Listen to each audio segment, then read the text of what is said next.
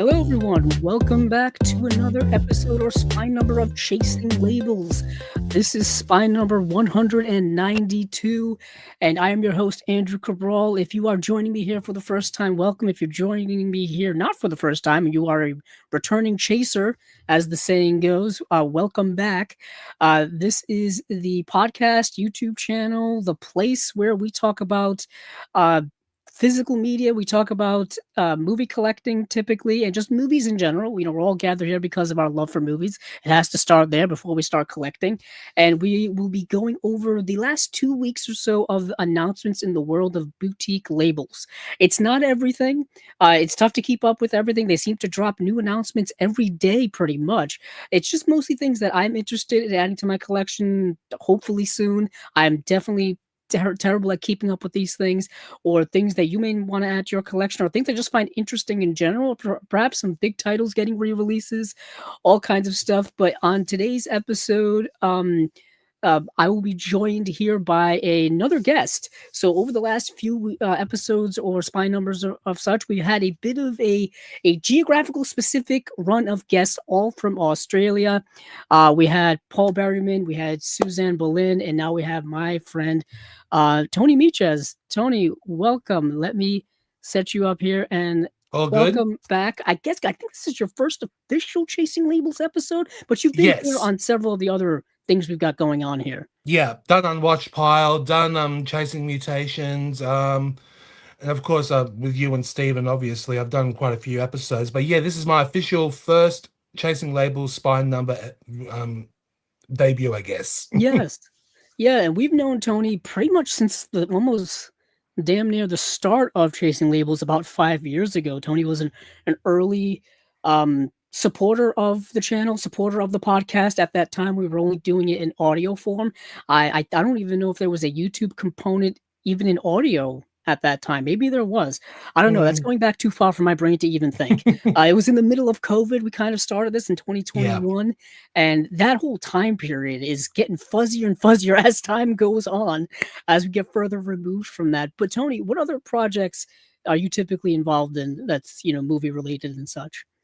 Well, myself and my partner, Mr. John Matthews, we co-host the Imprint Cast podcast, and we discuss everything imprint films related, announcement episodes, special deep dives, and quite a number of other things related to imprint films. Like, John's not only he's my main partner and my co-host in the show, but we also have, as you mentioned earlier, Paul Berryman, Suzanne Boleyn, Ron, and you haven't met Ron Pedersen yet, or Jim Mulvihill.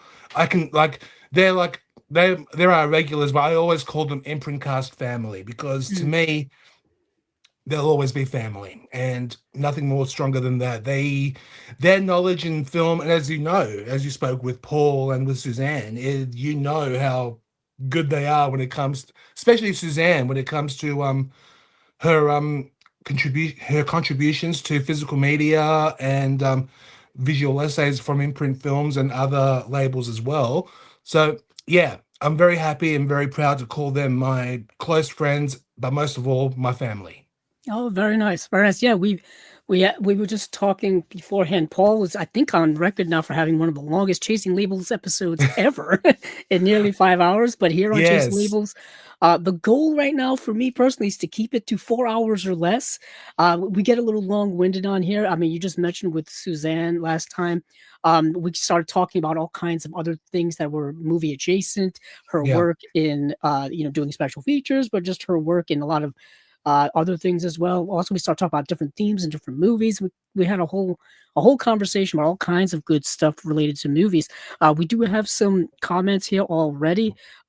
Speaking of Paul, he is here in the Hey, audience. He says, "Hi, Andrew. Hi, Tony. Hope you're both well. As well as I can be for a Tuesday evening." It is a very cold and windy Wednesday morning here in Sydney. So, as you can see, I usually don't wear a jacket, but yeah, today is actually pretty chilly. So, it is a cold day. Yeah, for those of you who don't know, the way in which the world works geographically and I guess temperature-wise is depending on which hemisphere you're in, it all depends on which season you're in. So while we here in the kind of United States type area in the northern hemisphere, we're experiencing our summers, slowly but surely, things are getting warmer. While in Australia, it is their winter, so it's the reverse. It's Yeah. it's the reverse. Um, yeah, very very fascinating how that whole thing works. It's not quite as warm here as it should be by now. It is June 2nd for those of you keeping track on your calendars at home and in the future. So hopefully things do warm up a little bit. We had a couple of 90 degrees days a week or two ago, which were nice, but then it went right back down. It's the weather right now, depending on where you are in the world, can fluctuate uh, by the moment. By the Yeah. moment, it wreaks havoc with my health. My body doesn't adjust well to frequent temperature change and things like that. Does not Yeah. at all. Um, Paul also says that I got in one battle after another steelbook this week. Yes, so which comes with the special features the standard release earlier in the year didn't have. That's interesting because that sold out really quickly online when it was announced. So and so for one battle after another, the most recent Best Picture winner did get a 4K and Blu-ray release right around when the movie was still getting all that awards buzz. No Yeah. special features on it whatsoever. And then they were like, None. "Oh, wait up. In a couple of months, we'll release the actual good one." The good one. Yeah, I got my copy yesterday, as Paul knows. Nice. But yeah, it well, that's under Paul Thomas Anderson's request apparently. Oh, So with the standard film, it's just a movie, no extras whatsoever. But with this new release, I haven't even opened my one yet. It is yeah, there's an hour's worth of extras, I believe, and behind the scenes footage, which is great. But I you I know, saw some clips actually online today of some of the special feature stuff where it was Leonardo DiCaprio and shooting some scenes and whatnot. And apparently, there's a nice long making of behind the scenes special feature on there, which is always great to see, especially in a Paul Thomas Anderson film. For those of you who yeah, don't know, Paul Thomas Anderson, I think originally went to film school for like a week or two and then dropped out and then basically learned how to make movies from watching special features on DVDs and listening to yeah. commentaries. That's kind of how he learned how to make movies. That's Um, probably the best. That's probably honestly the best film school ever. I uh, think. Like learning I know, directly I from know. the people. Yeah, I believe Richard Linklater was probably one of those directors who just didn't even go to film school at all. He just did it, and Mm. now look at him. He's done some great, phenomenal work. And To be honest, if anybody like wants to know like why, how to learn, I guess, about movies and about like movie knowledge, movie history, movie making, special features on DVDs were kind of the place where I learned everything. same It, here. it, it really is. They were just available, Yeah. which is unfortunate now. How where a lot of movies that get released don't have them, especially the mainstream stuff. But we have some other comments here from Josie. Says hello, Angel and Josie, Tony. haven't heard from her in a while. How's she going? Hope you're well, Josie. Yeah, hello, Josie. She saw the movie Backrooms recently, which is now sweeping the box office. Yeah, Um, a little that if the movie Obsession is one type of surrealism movie, I feel like Backrooms is like its companion piece, but in a completely different surreal realm. Like one is absolutely. Ari Aster and one is like David Lynch. It's Yeah. similar yet completely different. That's my Indeed. Mind you, I haven't seen Obsession or Backrooms as yet because mm, here in Sydney, and no doubt everywhere else around the world, watching a horror movie, especially with a rowdy crowd, really ruins the enjoyment. I try my best to watch a lot of new films theatrically, but the audience screws it all up. It ruins it. They just don't respect the audience, and they don't respect the experience of the cinema going experience. So yeah, and you're probably right when you're saying like that's kind of the case in many places in the world. I can definitely yeah, say that that's here. I think movie theater etiquette, if that was ever such a thing, started going away. I think even before COVID happened, yeah, and then it's kind of like the post-COVID world. People got so used to doing whatever they wanted while watching movies at home that they just decided to do that at the movie theater, and yeah. it's just become. I've heard stories from so many people about so many horrific things happening. But another regular here on Chasing Labels is JB44. Greetings, Chasers. Greetings, JD. You're keeping that word alive. Good. So we've got some things to go over here, obviously on Chasing Labels.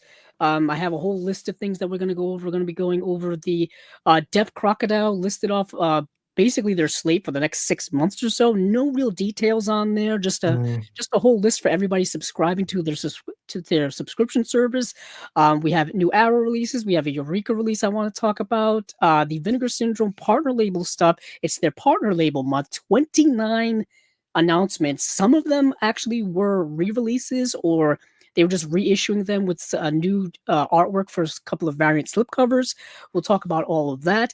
But things that have been going on here on Chasing Labels recently, we've done our recent episode of Movies Down Memory Lane, where we talked about the documentary Hoop Dreams from goodness 32 years ago. We've done a Great recent doco.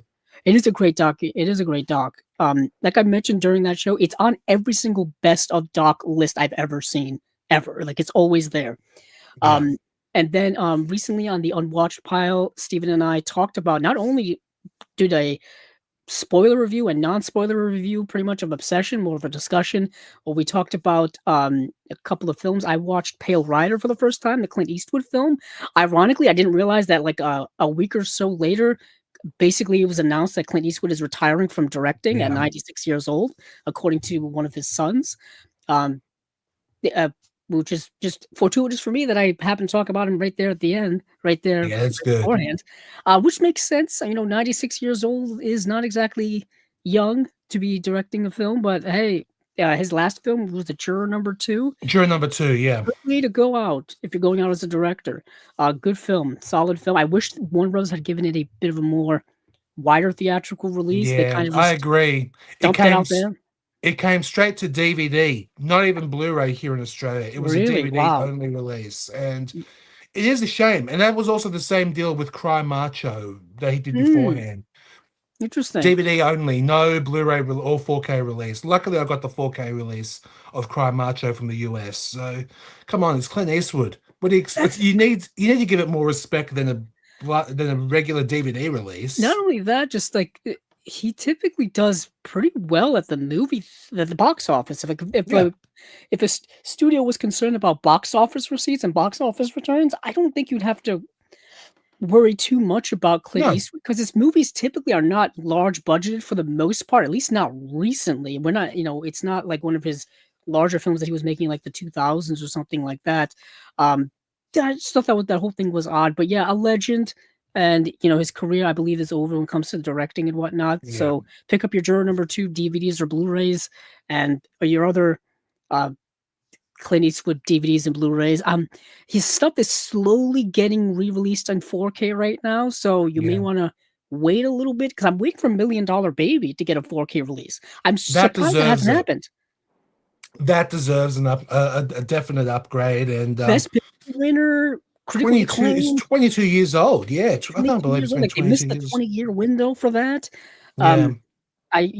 Mystic River's another one which came out right before then. I've been waiting for that because that movie typically has an older Blu-ray release from Warner Brothers with like a inferior codec. That Blu-ray release has to be 16 years old, 15 years old at this point. Something along those lines, yeah. And I know Warner Brothers is slowly re-releasing a lot of their back catalog stuff. Recently we got All the President's Men and Ben-Hur, and even 3 Clint Eastwood films last year with Pale Rider, Outlaw Josie Wales, and Dirty Harry. So it's happening slowly but surely. But yet again, as soon as you buy the Blu-ray, the 4K gets announced almost the next day. But for other things happening here on Chasing Labels, we'll have another episode of the Unwatched pile this coming weekend.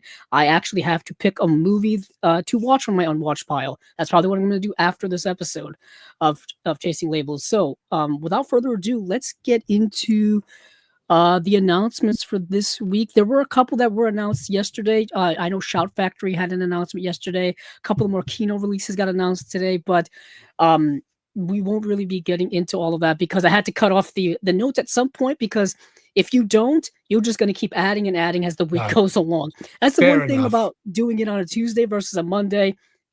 Things start getting announced right away. So let me add us here. Here is the list. I already have Umbrella up. I don't know if you want to start there or if I want to start with Vinegars. Let's start Vinegar Syndrome. Let's start the big one. That's where I wanted to go. Let's see. There we are. So this is the partner labels month. So I think they just recently had their wasn't their halfway to Black Friday sale. It was like their preview to halfway to Black Friday Mm, sale. yeah. And then after that sale, they kind of take off all the other Vinegar Syndrome titles properly, like their sub labels and whatnot. And it's just all partner labels for the month of June, I think leading up to the actual halfway to Black Friday sale, which is one of their bigger sales of the year. But they have a lot of sales going on here as well. But they also have quite a few announcements. Like I said, 29 announcements from their various OCN and partner labels. And basically, Tony, the way I do it, I kind of list them off and then go into some of the ones that I got to see, or even some of the ones that are interesting to myself and perhaps interesting to you as well. So let me list Mm, them off and we'll dive in. okay. All right. So first up here is Icarus Films is releasing A Game for Six Lovers.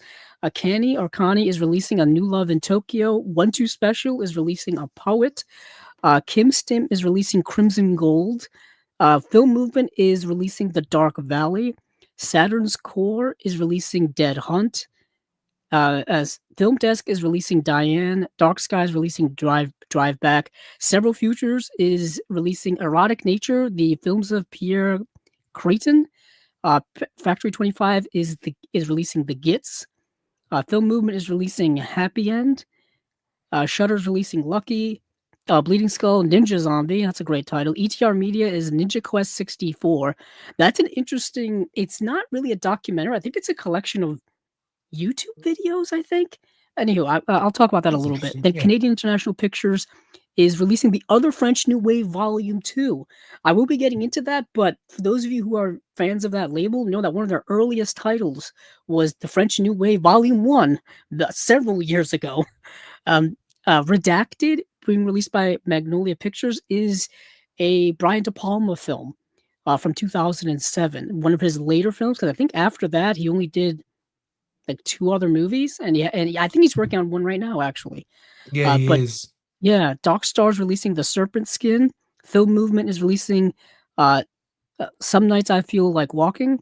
Umbrella Entertainment is releasing Suburban Mayhem. Music Box Selects is releasing Suspended Time. That's an Olivier Assayas film, who did Personal Shopper and The Clouds of Sils Maria and Summer Hours are three of Olivier Assayas films. Film Movement is releasing Thebe. Yellow Veil Pictures, 3 by Wojciech J. Has. Watermelon Pictures is releasing To a Land Unknown. IFC Films is releasing Tornado. That's a film from last year. IFC Films once again is releasing Undine. That's a movie from 2020. Wild Eye Releasing is releasing Violator. American Genre Film Archive, or AGFA, is releasing Voices of Desire plus Fly Now, Pay Later. That's a double feature. Film Movement is Wild: The Life and Times of John C. Holmes, who I believe was an adult actor who passed away during the AIDS crisis in the 80s. Yes. And then Canadian International Pictures is re-releasing Cannibal Girls with a new slipcover. It's the same release that they came out with last year. It's I think Ivan Reitman's first film is Mm. Cannibal Girls. I think I'm correct in that. I think And you then, are. am I?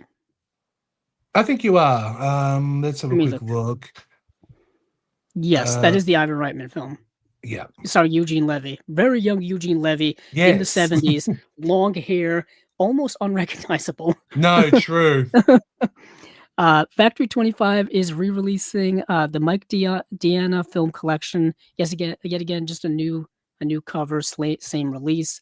ETR Media is Nevermind the Raven Effect. That's a documentary about the wrestler Raven, and that's also it's a re-release with the new slipcover art. Then Utopia is not only re-releasing the movie Pavements, they're re-releasing it, upgrading it to 4K. So it's going from Blu-ray to 4K. And yeah, that is all 29 of them with some variant releases. Now, are there any of these titles that stuck out to you, Tony? Well, De Palma, obviously, for Redacted, and Yeah. I'm a huge De Palma fan. Like, I don't know if you know this, but Paul, Suzanne, myself, John, and Ron, we did an episode dedicated to the imprint release of Carrie. That was, of course, directed by Brian De Palma. But and our special guest was Sam Irvin, who was a filmmaker today, and but he was also Brian De Palma's personal assistant from 1978 to 1981. And he gave us some. If you watch the episode or listen to it, whatever you like to do, and it was such a great conversation. Nearly, it's an epic 2.5 hour long episode, but one of the most informative, especially with Sam as our guest. Sam was a gem to talk to. We all loved him. Oh, that's awesome. That's awesome. Yeah, Brian De Palma is truly one of the. I mean, no, I would just say a legendary director who, Oh like we yeah. said, is still around today and is working on a new film. Just he's one of that generation of contemporaries with Martin Scorsese, George Lucas, Steven Spielberg, Francis Ford Coppola, William Friedkin. I mean, the list Yeah. goes on and on. But he was right there in the mix, making those movies from the '60s all the way up through, basically now. And like you just mentioned, Carrie being, I think, his one of his most well-known films, Scarface, of course. Yeah. Couple of other films from him that I think are really just phenomenal. Blowout, which Yep. is with John Travolta, which is excellent. Of course, he did Dress to Kill as well. He, of course, did The Untouchables, which is Hmm. excellent. Um, yeah, so many. Carlito's Way is Yeah, that's Brian a De good one. Palma. Snake Eyes with Nicolas Cage, one of the best like opening like first 20 minutes you'll ever see. So I kinetic. agree. I agree. Definitely.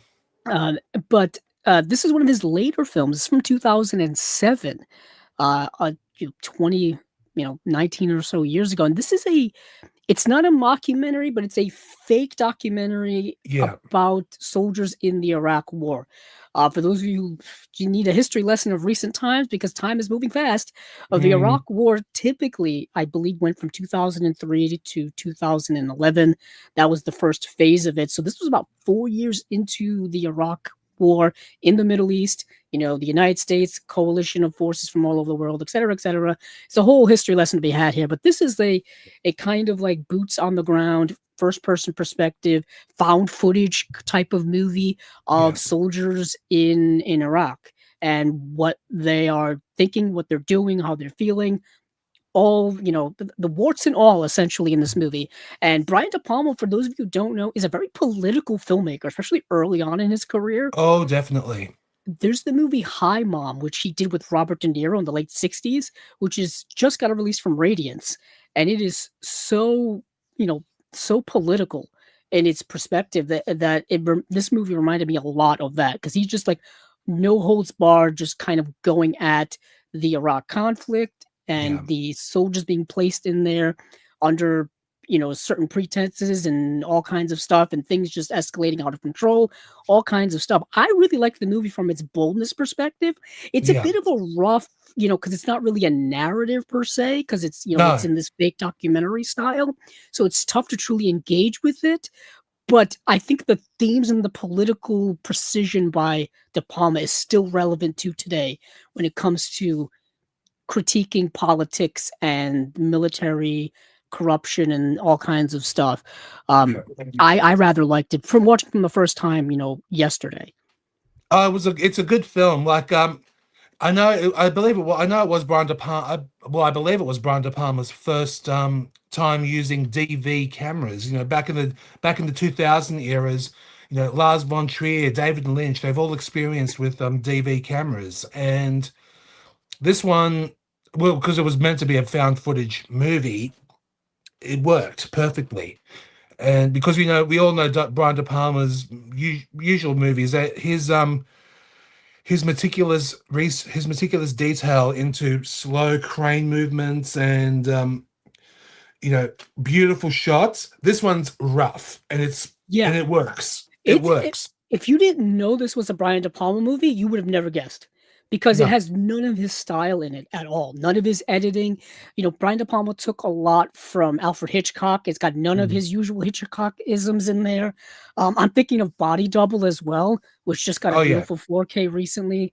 Um, like I'm thinking of that film and its style and how it's very Hitchcockian, things like that, and even like the Untouchables with its sense of like a '30s gangster movie and whatnot, Mm, and Scarface as well. This has none of that in it. It's none. so the opposite of Brian De Palma that it's very bold from him as a filmmaker.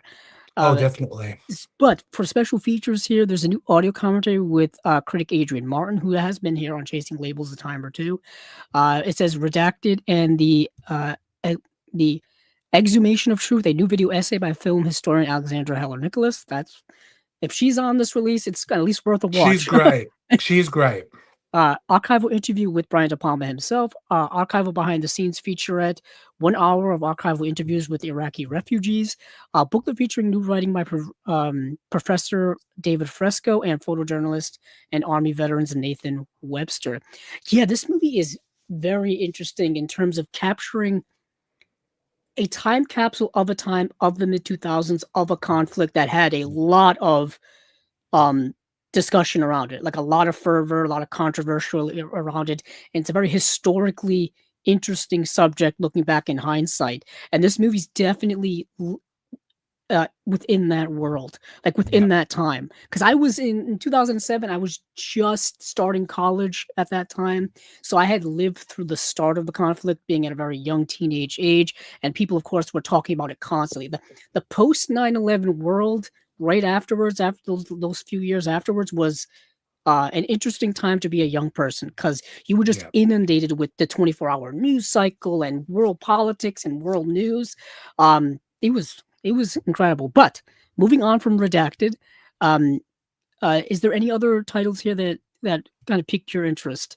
Well, the obvious one for me, because I love documentaries, is WAD, The Ah, Life and yes. Times of John C. Holmes. I've seen that one quite a few times actually, and that was fascinating. There was this movie that was released, I believe, in 2003, which stars Val Kilmer as John C. Holmes. I Oh believe the my film goodness, that movie isn't it called Wonderland? Wonderland. Yeah. Wonderland, yes. That's a pretty heavy film, but yeah, this one is very, very fascinating. Like, I know they were like in Australia, obviously the DVD was censored for content, obviously, but I was lucky enough to see the full uncensored version, and it was interesting to say the least. And the legend, what the legend of John C. Holmes is, the man with the 15-inch member, whatever you want to call Mm. it. I don't want to go too graphic here, It's but very it's interesting that you mentioned that because I didn't Alfred Molina play him in Boogie Nights? I'd have to look that up, but no, I I feel don't like think he did. I don't think he did. I think that was Mark. I believe that was Mark Wahlberg who played Dirk Diggler in Boogie Nights, yes. but Alfred Molina played some kind of a drug user, drug dealer, or whatever, and he had that funny, flamboyant Asian guy just throwing firecrackers all Oh, over the yeah. place. One of the most memorable scenes in Boogie Nights, mind you. But yeah, I don't think he played John C. Holmes, no. But I know the character of Dirk Diggler from Boogie Nights is inspired by John C. Holmes. Okay, that's So the connection. yeah, Yeah, yeah, so just reading this here, before Dirk Diggler, we just mentioned him, there was John C. Holmes, the legendary adult actor who turned Johnny Wad into a franchise and himself into a myth. yeah, Wad, the life and times of John C. Holmes, plunges into the heady 1970s and 1980s LA porn scene, the nonstop sex, the coke-fueled nights, the seedy characters, and the fatal orbit of club kingpin Eddie Nash, and culminated in the Wonderland murders. That's okay. Yeah, yeah. that's that connection to that narrative movie you're talking about. Narrated by Mike Sager, who was Rolling Stone. Investigation inspired the movie Boogie Nights. There we go. And Wonderland documentary pairs rare film clips and never before seen crime scene footage with candid testimony from the people who knew him best. So you get a really kind of inside look here. And this documentary is from 1998. Yeah, Um, it's quite a fascinating documentary. If you're interested in in the porn industry, or if you're interested in the fascination in fascinating lives of adult movie stars, this documentary is for you. It's really, really good. Yeah, and that whole adult entertainment industry of the 1970s and 1980s is fascinating from just a historical perspective when it comes to the Yeah, movie industry because it had such a boom back then. And especially then it transitioning into home video markets, which you know was sprouted up at the time with VHS and Betamax and all this kind of stuff, led yeah, to a whole other industry that's still alive to this day. The adult entertainment industry is still a rather booming industry, and it's evolved so much over the years. Indeed. It's fascinating. But this release here has The Devil and Mike Sager behind the scenes featurette, commentary with adult film historian Casey Scott. It says starring here some names you'll notice: Paul Thomas Anderson, Larry Yep. Flint, who we will talk about a little bit later because Yep. Arrow is releasing People vs. Larry Flint. I can't wait to talk about that one. But yeah, we'll go on. We'll go on from that we're gonna one. get there. That'll probably be our finale. Since we're doing these now, I'll probably do Arrow like towards the end because that'll be our grand finale. But let's move on from there. Now, I guess since we've done a couple from Tony, we'll do one that I really, really liked as well. Let me see. What did everything's such a blur because I just started binge watching things yesterday. The Crimson Gold. This is a movie by Jafar Panahi, who was all in the news last year because his recent film won the Palme d'Or, was nominated for Best International Feature at the Oscars, and he is notoriously an Iranian filmmaker whom the Iranian government absolutely hates and just keeps putting him in jail, banning him from making movies. His movies are slowly getting Blu-ray releases from Criterion. Basically, they've released his movie No Bears from a few years ago. I think they're going to be releasing the movie he did last year as well in their Criterion Premieres line that they're doing. And is it Criterion Premieres? I think it's actually Criterion release. It's Criterion straight up. I think you may be right. One of the two, but I know that's a great film. It deserved the Palme d'Or. Highly controversial, but it is but from the Iranian perspective, very controversial. But yeah, that is a very good film. Highly recommend it. Yeah, and he and typically, and this movie is similarly in line with what we've seen from him recently. I'm trying to look up. Yeah, It Was Just an Accident. That was the movie from last year, and then No Bears was the one before it. But his movies are very critical of the Iranian government and pretty much Iranian society and how it exists because of the way in which the Iranian government is so oppressive to freedom of expression and to, free, I would say freedom in general, but like equality and things like that, and all of that stuff. And in this movie, it is very, like I said, politically and thematically similar to what we've seen from him before. But this takes a bit of a take on classism, on the difference within classism of the Iranian society. Let me just read what it says here, because I'm not doing a good job of describing it at all.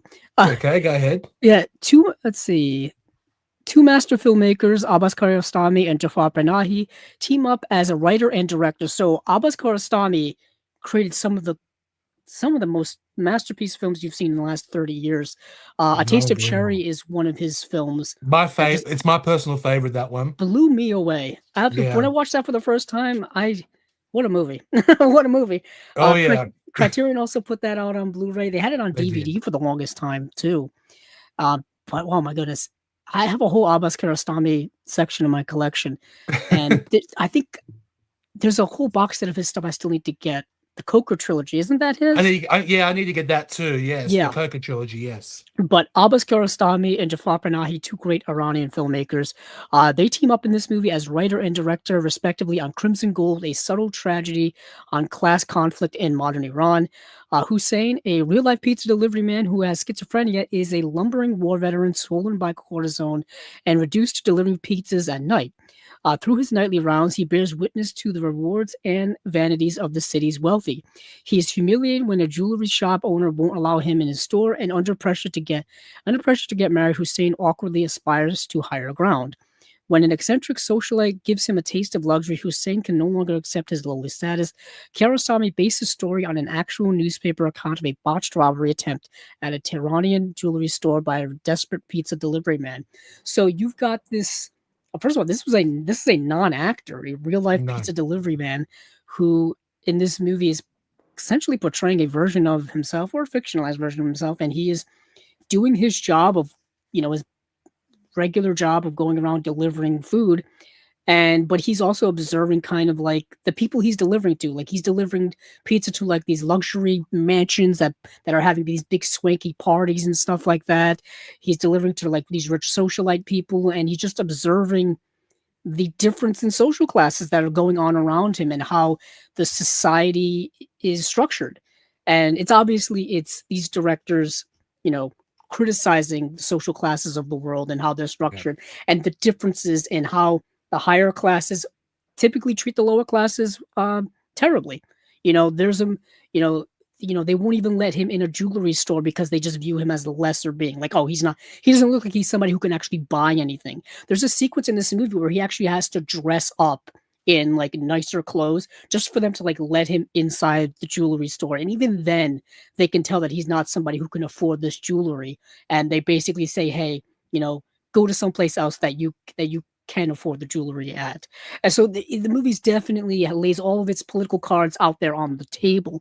Really well done. It's a more reserved film. It's not a flashy film at all, Mm. and it's really just very very good. It's from 2003, but I still think the classism and social class differences seem to be an evergreen theme throughout our society, especially now with the way in which the economics of the world are working, where it comes to the cost of living being so high, Yeah. and the wealth gap being so large, especially here in the United States. It's statistically at its highest ever in the history of the country. So these themes are constantly around us. Uh, Yeah. but yeah, it's a good movie, really good from a great director. There's a I new do want video. to say this. Yeah, yeah, Definitely. I was a I'm very glad to see more of his stuff getting released so we can actually see his work. Uh, Indeed. there's a new video interview with the writer, director, producer Jafar Panahi, booklet with new writing by historian Shida Dayani. So yeah, that is the movie Crimson Gold, which is interesting. Red Gold, or like that's an interesting title. It Um, is. Crimson sounds better though than red gold, yeah, personally. that does. Crimson sounds like a much nicer word than red. Yeah. A couple of other titles I have to see. Um, so I did want to mention the ETR Media Ninja Quest 64. I actually looked this up to see if it was a documentary, and I don't believe it is. But it's just it's about somebody. If you're into collecting video games, if you were around back in and grew up in the 90s, you know of the Nintendo 64, you know of the rounds of video games that they put out. And this person's on a quest to collect all of the games in a 14-day span, and he has a $20,000 budget at his disposal. Yeah, he says super collector Jay Bartlett is back on the hunt, but this time the challenge is extreme. He has just 14 days to track down all 296 Nintendo 64 games with no online purchases and only $20,000 at his disposal. That's a lot of traveling. Oh The yeah. mission: secure a full set, then auction it off with 100% of the proceeds benefiting Alzheimer's research. And I didn't get, like I said, I couldn't find this to watch because it's 330 minutes long, which leads me to believe that it's a multi-part like Yeah. type of thing. Um, uh, yeah, apparently the special features it's Jay's Game Room Tour world premiere in 2024, the extended final chat. There's Nintendo 64 Quest Revisited there's interviews on here. There's promo tour day. Looks like videos on here as well. So this was just an interesting documentary for me. We're into collecting around here. I'm into collecting movies. People collect video games. I collect books and comic books and stuff like that. So anytime I see like a documentary about somebody collecting something, I'm just interested on the journey. Like, how do Oh they go yeah. about it? You know? It's part of the experience, as you said. I collect, as you can see behind me, I've got my Mm. physical movie collection and TV show collection here. I also collect vinyl, but not Oh, not vinyl. Unfortunately, the prices here in Australia is pretty damn high. So I was unfortunately, gonna say, is it I expensive had, in Australia? Because it's yeah, expensive here now because vinyl is now back into like the public consciousness. yeah, So yeah. it's like you can I buy haven't. new vinyl now, but it's gonna be like, at least here in the United States, we're talking like $40-$50 easy Oh, I per know. vinyl. Oh no, no, no, no, no. Here in Australia, in Australian dollars, I think the cheapest is for a brand new release is 90 Australian. Yeah, I was gonna say it must be That's the much higher. cheapest. But Yeah. also like deluxe sets, you're looking at around 200, maybe even Yeah, I forgot 500 about the whole sometimes. like deluxe collector sets and stuff like Yeah, that, and they're all pressed on like nice new like yeah, I can't. 180 gram vinyls. I love vinyl. I adore it, but unfortunately, it's just too pricey for me. I still buy vinyl, but only certain titles I want to get. That's it. But I did a little bit of vinyl collecting, oh goodness, like 15 or 14 or so years ago, and I reached the point where I got all the albums of the bands that I liked, so I was yeah, just like, "Oh, that's what I think I'll cut it off." Like that's what I do. Like I I have every Led Zeppelin album I was on just gonna vinyl. say, I still need some I Led have Zeppelin. I have Led Zeppelin 1, 3, and 4. And I Mm, had Led Zeppelin 1 because my aunt basically gave me her collection. She had an old Led Zeppelin 1 album, and then I think online I bought like Led Zeppelin 4 off of eBay. And then I think I bought Led Zeppelin 3 recently, and it was like an original pressing from like the 70s. And I yeah, was like, "Okay, I'll buy this." it's uh, great. I know, but over the years they've re-released Zeppelin in like super deluxe, like remasters and stuff like Yeah. that that were rather expensive. Yeah, I Um, got that. Those ones I have every single one of Nice, those deluxe sets, and that's it. yeah. Like I want to get all the Doors albums and stuff like that. I'm a big Jim Morrison fan, so I have Mm, like Morrison Hotel, L.A. Woman. I bought like that it was like an anniversary edition because they was celebrating some type of anniversary. It may have been like 2013. It was LA yeah, Woman. They put out a documentary about the making of LA Woman out on Blu-ray too. But that was a fun time. But yeah, vinyl is expensive, but it is. you can still find older like, used vinyl that are much, much cheaper. Yeah, You just have to like definitely. dig. Yeah. But let's get back to speaking of collecting. Let's see what else is interesting here. So um, actually, let's talk about Canadian International Pictures because I didn't get to see any of these movies, but I did want to make mention of this because if you do have the first volume and you're like myself, once you see that there's a volume 1 and then a volume 2, you got to get volume 2. Yeah, Uh, and these are the other French New Wave. Now, these are interesting movies because these are Canadian films from the 60s. Now, we know French movies in the 60s being a part of the French New Wave, but yeah. in Canada, if you're in the province of Quebec, chances are you speak French. Mhm. And we're good. True. There's a whole history behind Canada being part of France at one point, and that's why in specifically Quebec they speak French Canadian. And this is a set of I think 4 movies. Yes, let me zoom in here as my eyes already fail me.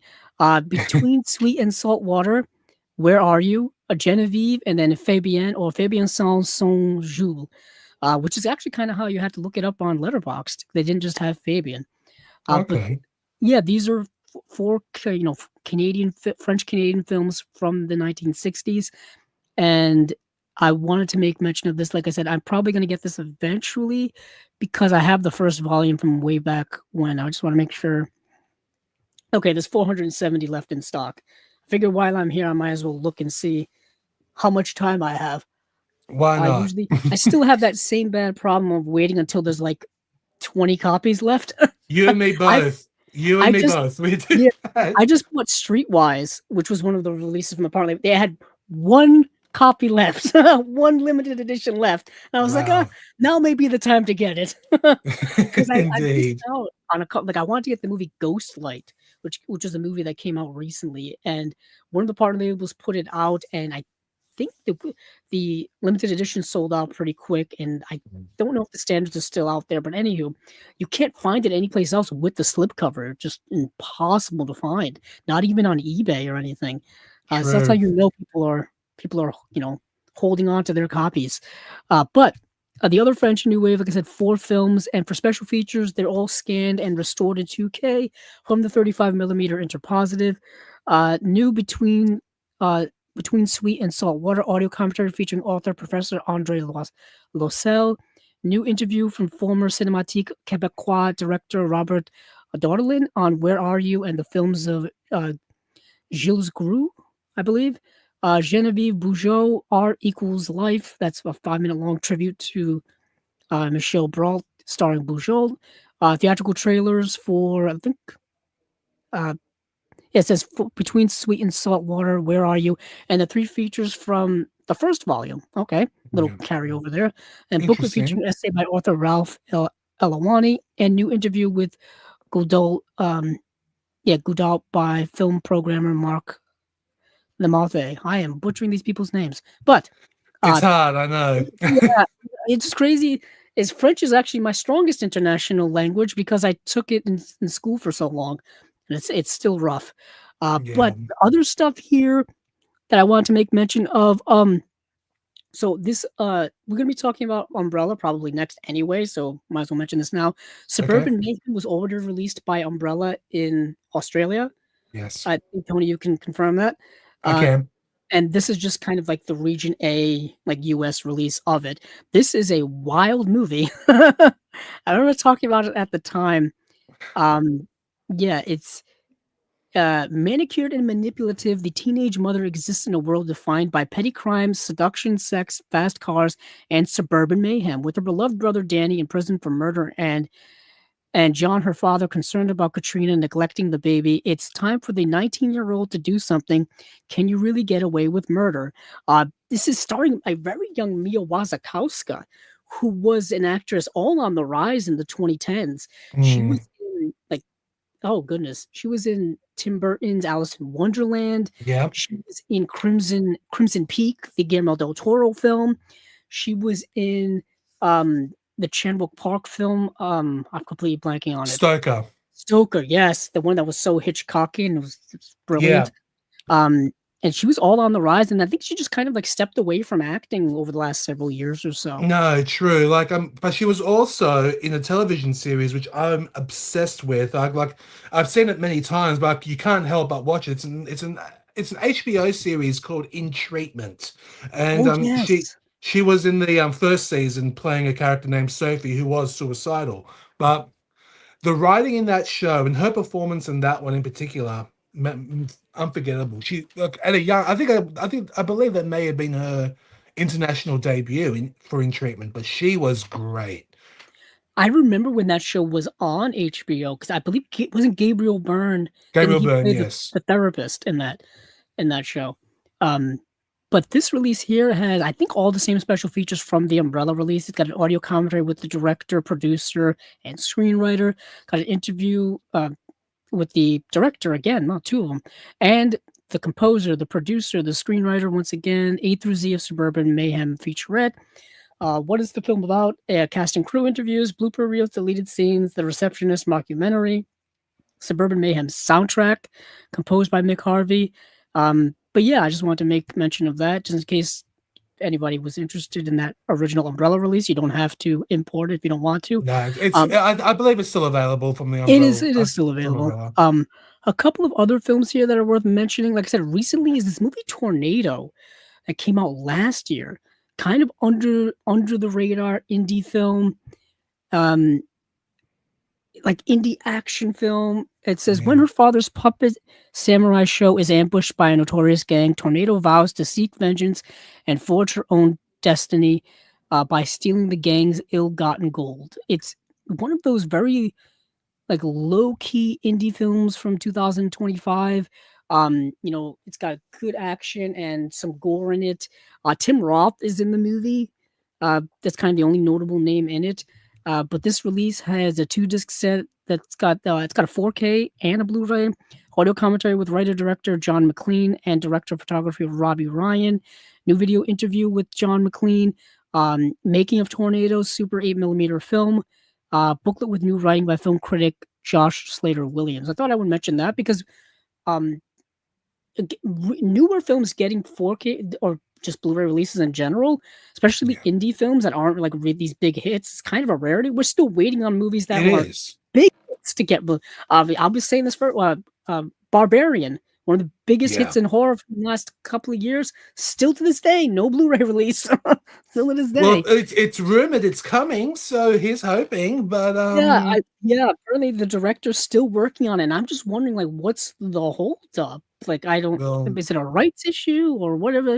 it Or could be. I don't know, but that movie, Barbarian, definitely deserves a physical release because that was incredible. yeah, Especially, and well, there, of course, with the success of Weapons.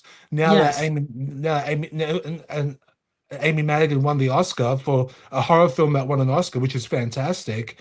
It needs to get released physically. I know Zach Craig. I believe he's releasing the new Resident Evil movie soon, Yes. and then he's doing the prequel to Gladys, which I can't wait for because Yeah, so, Gladys was with the success of Weapons, I thought that would kinda spur it along a little bit, yes, yes, especially now that he's being, like, obviously given more opportunities to make movies. A Resident Evil movie is a franchise movie, whatever you think of the yeah, Resident Evil franchise. It's been around for, 30 years now with video games and such, and movies, and then, Weapons being such a big hit, and then there's a horror is once again having a little bit of a bump up in rise right now. I just mentioned yes, Obsession and Backrooms are the two biggest movies at the box office right now, domestically here in the US and internationally. So like horror right now is getting once again a bump up in popularity. Uh, yeah, and what's interesting is when it comes to our world here of movie collecting, boutique specifically, horror really drives a lot of it. it There are a does. lot of collectors out there that I follow on social media, whether it be TikTok or Instagram or even on YouTube, that a lot of their collection you'll see in the background, a lot of horror stuff. A lot of the boutique labels put out really good horror releases and whatnot. Yeah, Heck, we're talking about Vinegar Syndrome right now. That was kind of how they started, really. that's true. And Arrow, which we will be talking about later. Arrow just that was kind of their bread and butter. But a movie that is apparently already out of the limited edition release is this movie called Undine that's being put out by IFC Films. This was a indie film from 2020, and I had heard about it at the time, and I added it to my Letterboxd watch list, and I just never got around to watching it until now. It's directed by Christian Petzold, who did the movie. Didn't he do the movie Passages a few years ago with the same actor Yeah, I think i- it was Passages. in Yes. in Franz Rogowski, who was the lead in that film, and he's in this film as well.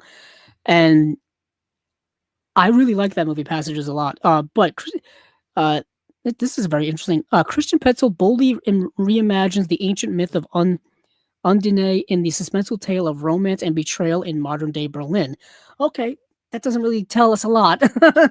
so so this movie is an interesting romance, tragedy, thought-provoking journey that is not going to be for everyone because it's very ambiguous and very it's more based off of themes and things like that as opposed to plot. So Right. you've got this woman Undine who is who portrays her? Paula Bear portrays her. And she's just getting out of a relationship, or the relationship she's in is kind of ending. The guy that she was seeing, I think, is seeing someone else now, but it's kind of a rough breakup. And she is an architect, and she is doing these architectural shows where she's having these like almost like a TED Talk discussion type of thing, like an expose, Right. whatever the case may be, where you go to a big old meeting room place and people sit and they listen to you talk about architecture. And this guy portrayed by Franz Rogowski is I think he's like an industrial deep sea diver or industrial diver. Like he goes down and does like underwater maintenance on structures and things like that. And he happens to see her do a show one day, like a thing one day, and he just kind of becomes enamored by her. Like he just like is like it's one of those like love at first sight type of things. Mm, And right. he like basically goes to ask her out, and they have this nice meet cute moment, and they start seeing each other. And meanwhile, she's still struggling with her previous relationship, being tied to that previous person, that previous situation, and she's struggling with breaking away from that or how she feels about that, but she's also having this really nice time with this new person in her life. So the movie's dealing with all of those things, and then the movie takes a little bit of a turn, and I don't want to say what happens or anything like that. And things change a little bit of the present situation. And the movie just makes you think about a lot of contemplative things. I really, really liked it a lot. I thought it was really well acted, really well done. Very ambiguous, though. For those of you who don't like ambiguous movies and want more like hardcore romantic plots or romantic comedy plots or something like that, this movie reminded me. You mentioned Richard Linklater earlier. Yeah. Initially, it reminded me a lot of like Before Sunrise, which automatically was a green flag for me because that movie is one of my favorites of all time. It's a So it fantastic reminded movie. me a lot of that because it's all about theme and people walking and talking and connecting on that level. And then something happens, but I won't say what happens. But this I'm release here, intrigued with this one. I'm yeah, definitely. I haven't seen this one, but I'm really intrigued with it, especially from what you suggest, from what you yeah. mentioned just It was a now. good pitch by me. I hope. It I hope. was. I hope for people. So there's an audio commentary with Marco Abel from the University of Nebraska, author of the Counter Cinema of the Berlin School, and Jamie Fisher from the University of California, Davis and Irvine, author of Christian Petzold's, co-editors with Aylin Badsine Badamse of That I'm sorry, I Christian guess. Christian Emsel interviews from 2023. So a audio commentary by a bunch of experts, essentially. Um, booklet with new writing by Olivia Landry and Ali Margot. And that is it for the movie Undine, being put out by IFC Films, and it looks like it's selling pretty quickly. I know IFC only puts out like 500 copies.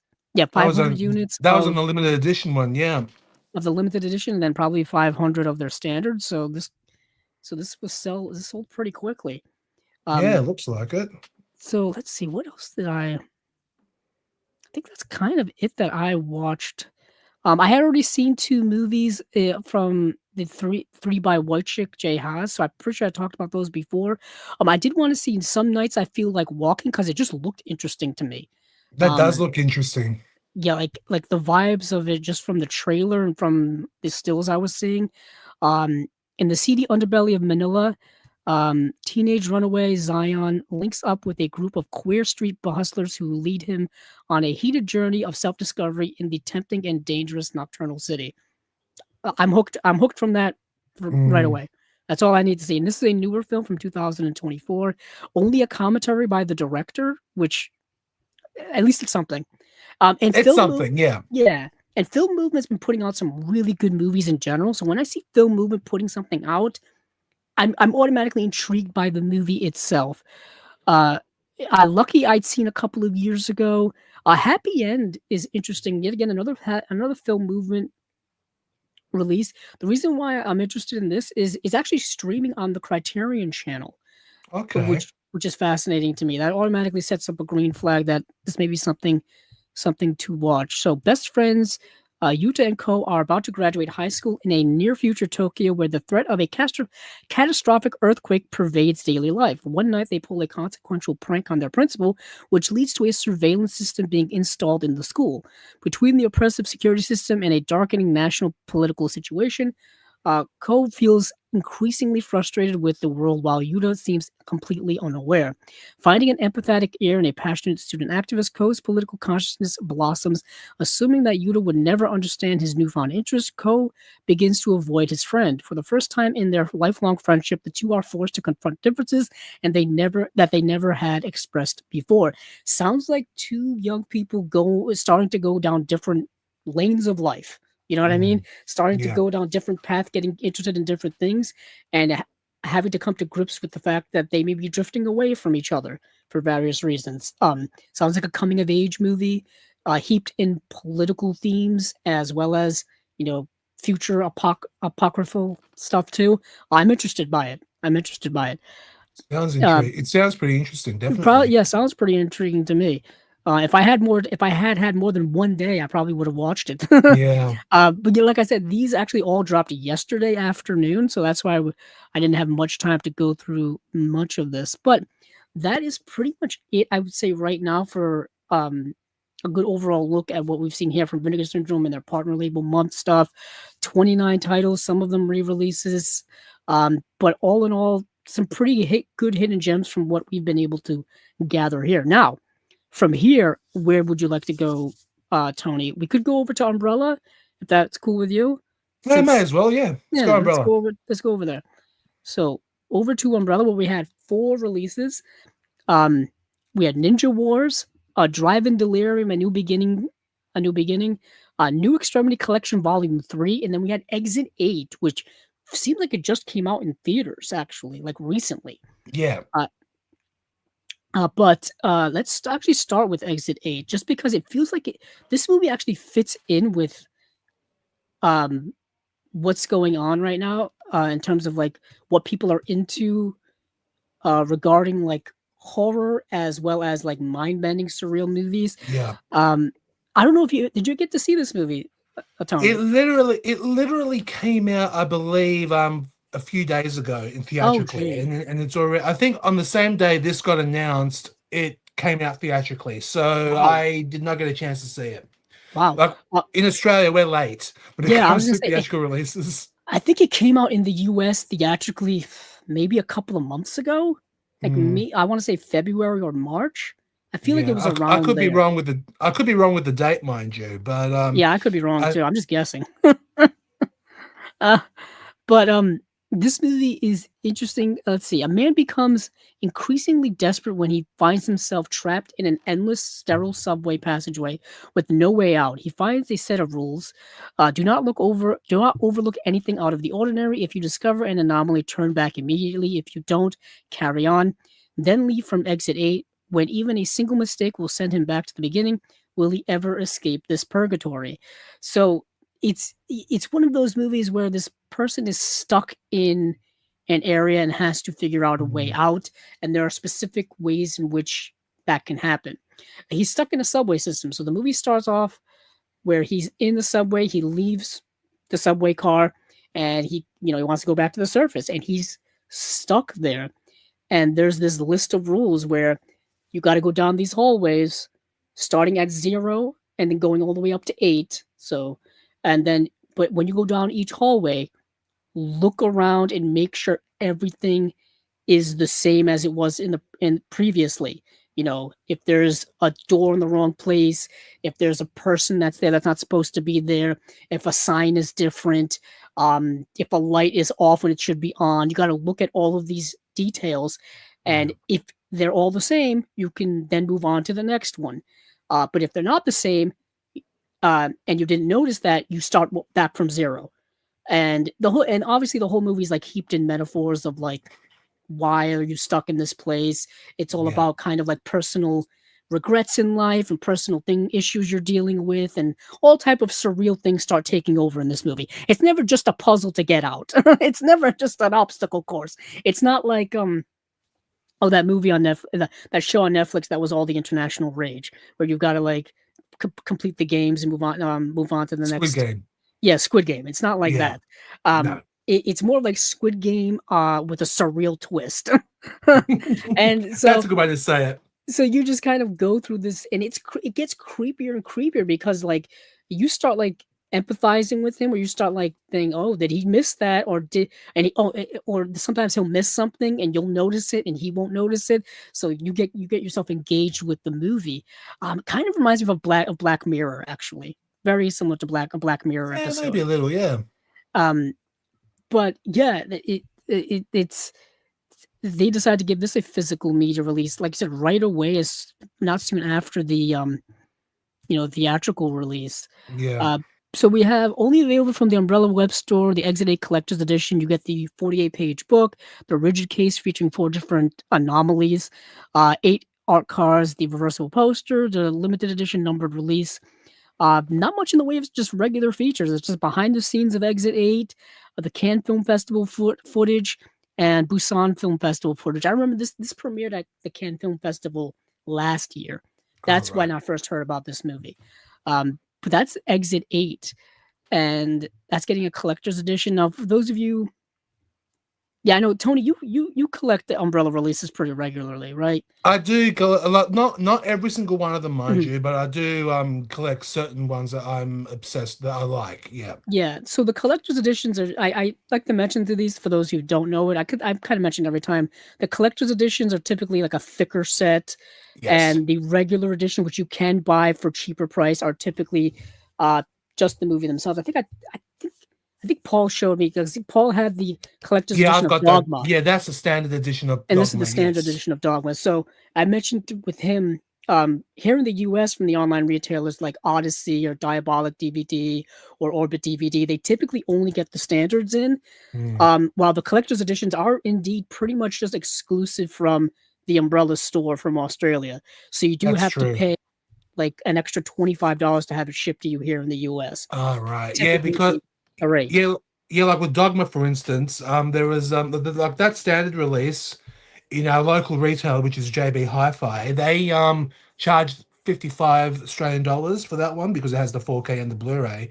But the deluxe edition from in the website, because you get all the extra goodies as well as a Yeah, candle. poster and all that stuff. Yeah, as well as a candle. I believe it's 200 Australian dollars just to get the collector's edition. I Wow. thought, I love the movie Dogma. It's probably my favorite Kevin Smith film, but I'll stick to the standard. I'm happy with Well, I that. As say long as this all the time. Right now, so my birthday is the 17th of June, so that's about 2 weeks or so from now. One thing I will be getting for my birthday is the collector's edition of John Waters's Cecil B. Demented from beautiful. there.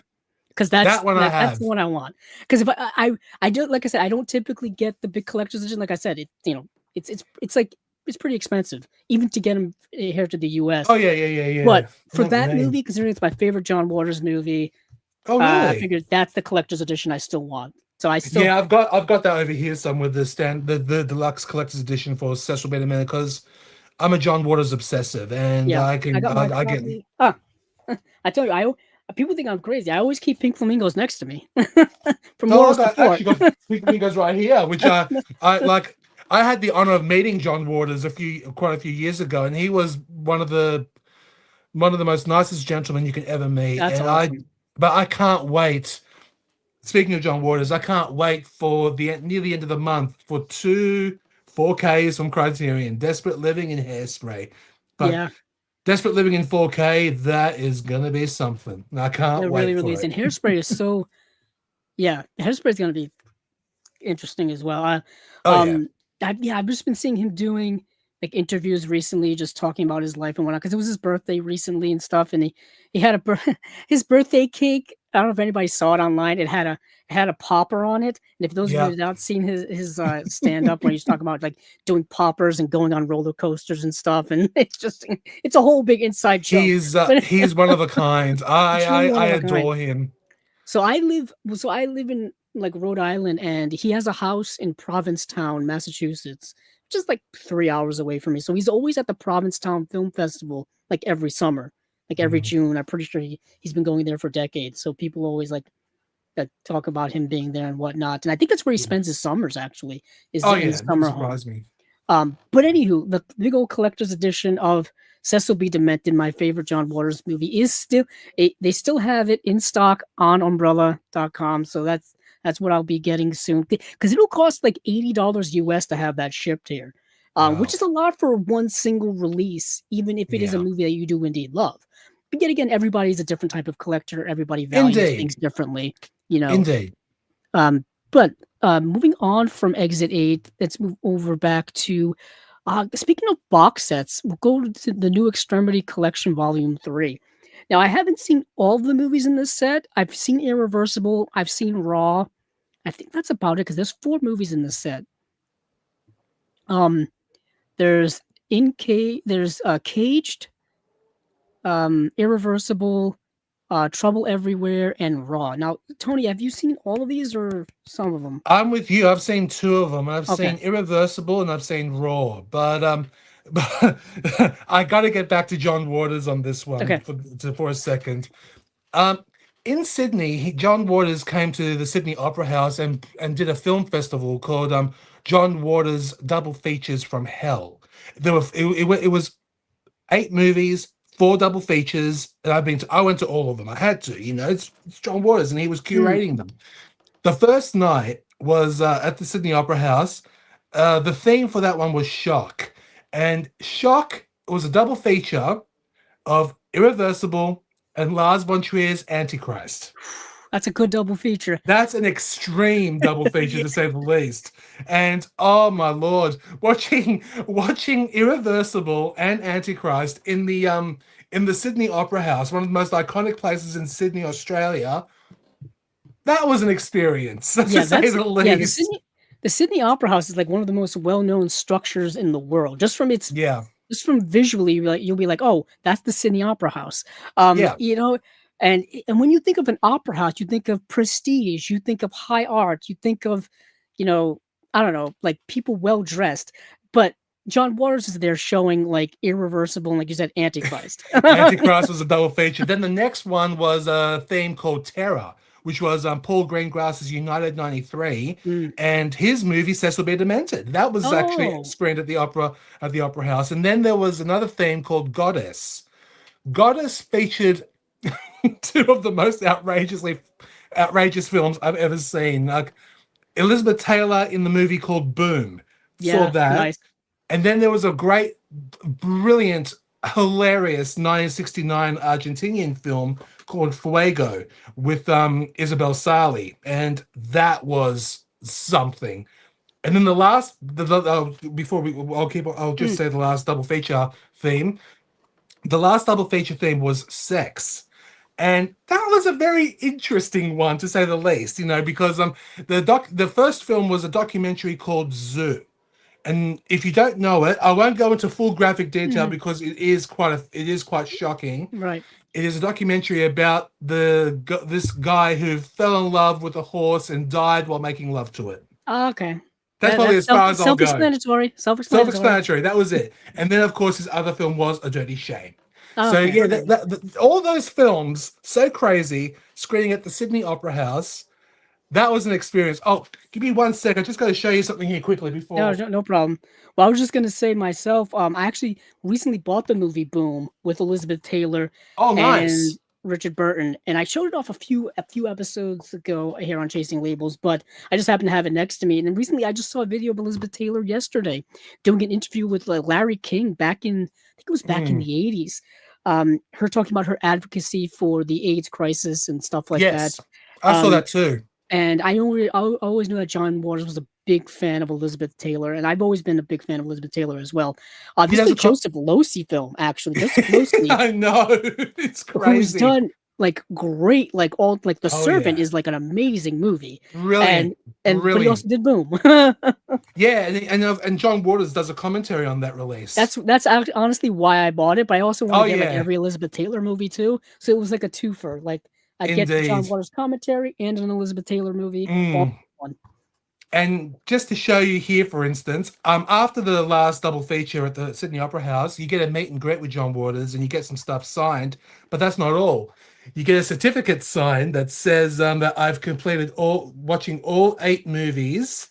Nice. And he signed it for me, and right there, that's the certificate of the. I would get that framed, Tony. I get that. I think I want to get it framed.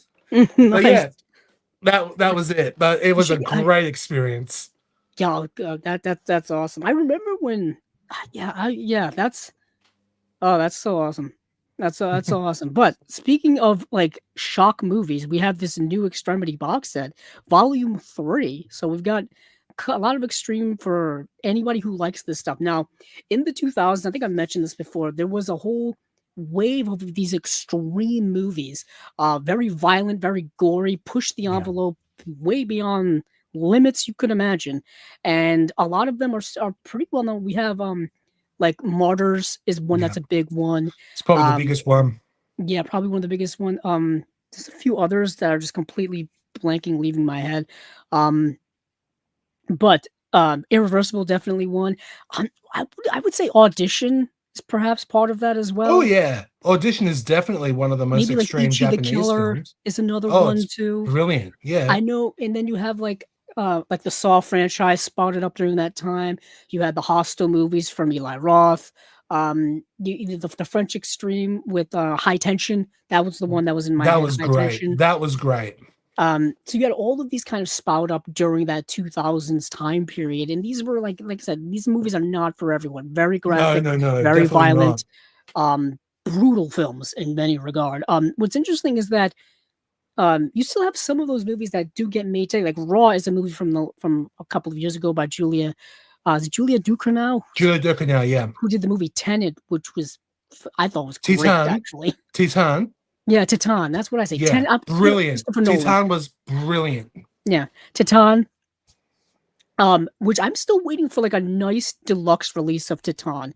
That's why I haven't added it to my collection yet. There is a standard Blu-ray edition of that. Yeah, I've got that released. For some reason, the Titan was never released physically here in Australia. Like Oh. I had to pre-order it from the US. That's how I got Ironically, this. it was the opposite here for Raw. For many years, actually, the release, I'm gonna get it. The release I have of Raw is an Australian edition because they Yeah. didn't release it here on Blu-ray for From a long time. from Monster Pictures, I believe. So yeah, that one I do have. I have this edition here. Yes, from Monster Pictures. Yes, that's. And hold on, my wire got stuck.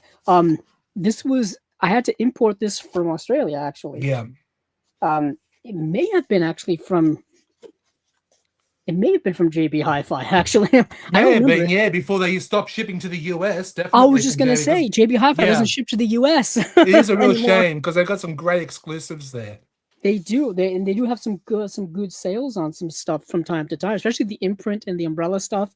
But anyway, this was the only edition of Raw that I could find for the longest time, and then I think Shout Factory ended up putting it out, but they put it out like years and years after the movie had come and gone. Like Titan had already come out by that time. Yeah, Titan was never released, and I believe Alpha, the new Ducanel film, that I think that's a UK so far that has a physical release for that. I think they're the only ones so far because that movie I guess didn't do as well as Raw or Titan in terms of just people talking about it.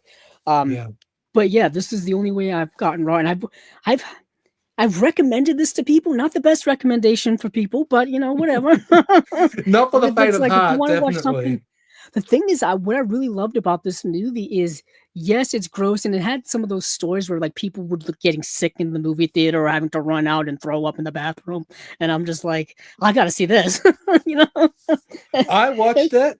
I was told the same thing. Like I was even given a vomit bag to watch to watch it. And what did I do with the vomit bag? I just did not, because it was basically so cheaply. They promoted it so cheaply here in Sydney. It was basically a gold gift bag. That's all it was. A souvenir. Memorabilia. No, and of course it was nothing is what I've seen worse. That's probably the best way to describe it. I've seen That's worse. what it was. And what is interesting to me is Julia Ducournau is such an artistically like gifted and deep and well done filmmaker, like well crafting filmmaker. She's a visionary, definitely. She's not going for like cheap exploitative levels of grossness. Like there is a reason for this movie. Now, for those of you who do not know about this movie deals with cannibalism, if you will. Yeah. It's not a big like twist here. I mean, just look at the cover. The cover itself and kind of gives it away. But it does. The cannibalism is treated as kind of a coming of age type of thing. Like this young girl is going through a sexual awakening, and through the sexual awakening in herself also comes the rise of her innate cannibalism too. And the way in which the movie intertwines these two themes is hauntingly fascinating, in my opinion. It is. Definitely. But with Ducournau, her vision was extreme. Like for Titan, for instance, come on. Falling in love with a car and then having sex with it and then getting impregnated by a car. That was this meshing what kind of mind comes up with that stuff? It was original, something unique, and it worked. It really worked for some reason. This idea of, you know, man versus machine or humanity versus machine and the combination of the two. Ironically is Cronenberg would then go on to, I think, take that one step further in the movie he did after. Yeah. And this idea of truly meshing, like, you know, machinery and humanity into one. Oh, you mean Crimes of the Future? Yes, I think Crimes of the Future. Yeah, that's what I'm thinking of. I know that was dealing more with like obsessive of surgery and body morphing and things like that, evolution, but still similar to what Ducournau was doing in Titan. I'm curious if Titan will end up in like a new Extremity. He's hoping, because it's in dire need of an Australian physical release, because Titan's as bizarre as the story is, it's worth watching. It is incredible. That movie haunted me. That movie was actually like my favorite movie of that year for the longest time, because I was just won the Palme blown d'Or. away. Because nobody's doing filmmaking, nobody's taking those types of chances in movies very often these days. So That's true. why I'm really impressed with Obsession and Backrooms because of the boldness of filmmaking. Sometimes you can watch a movie and you can tell that the filmmakers will have to pull back at some point. There's not Yeah. a lot of boldness in in filmmaking, at least at the mainstream level now. And when you get that boldness in there, it really kind of pushes it. But some other movies in here on this box set, you have Gaspar Noé's Irreversible, a notorious film. So Gaspar Noé's Irreversible is a movie that's been discussed, derided.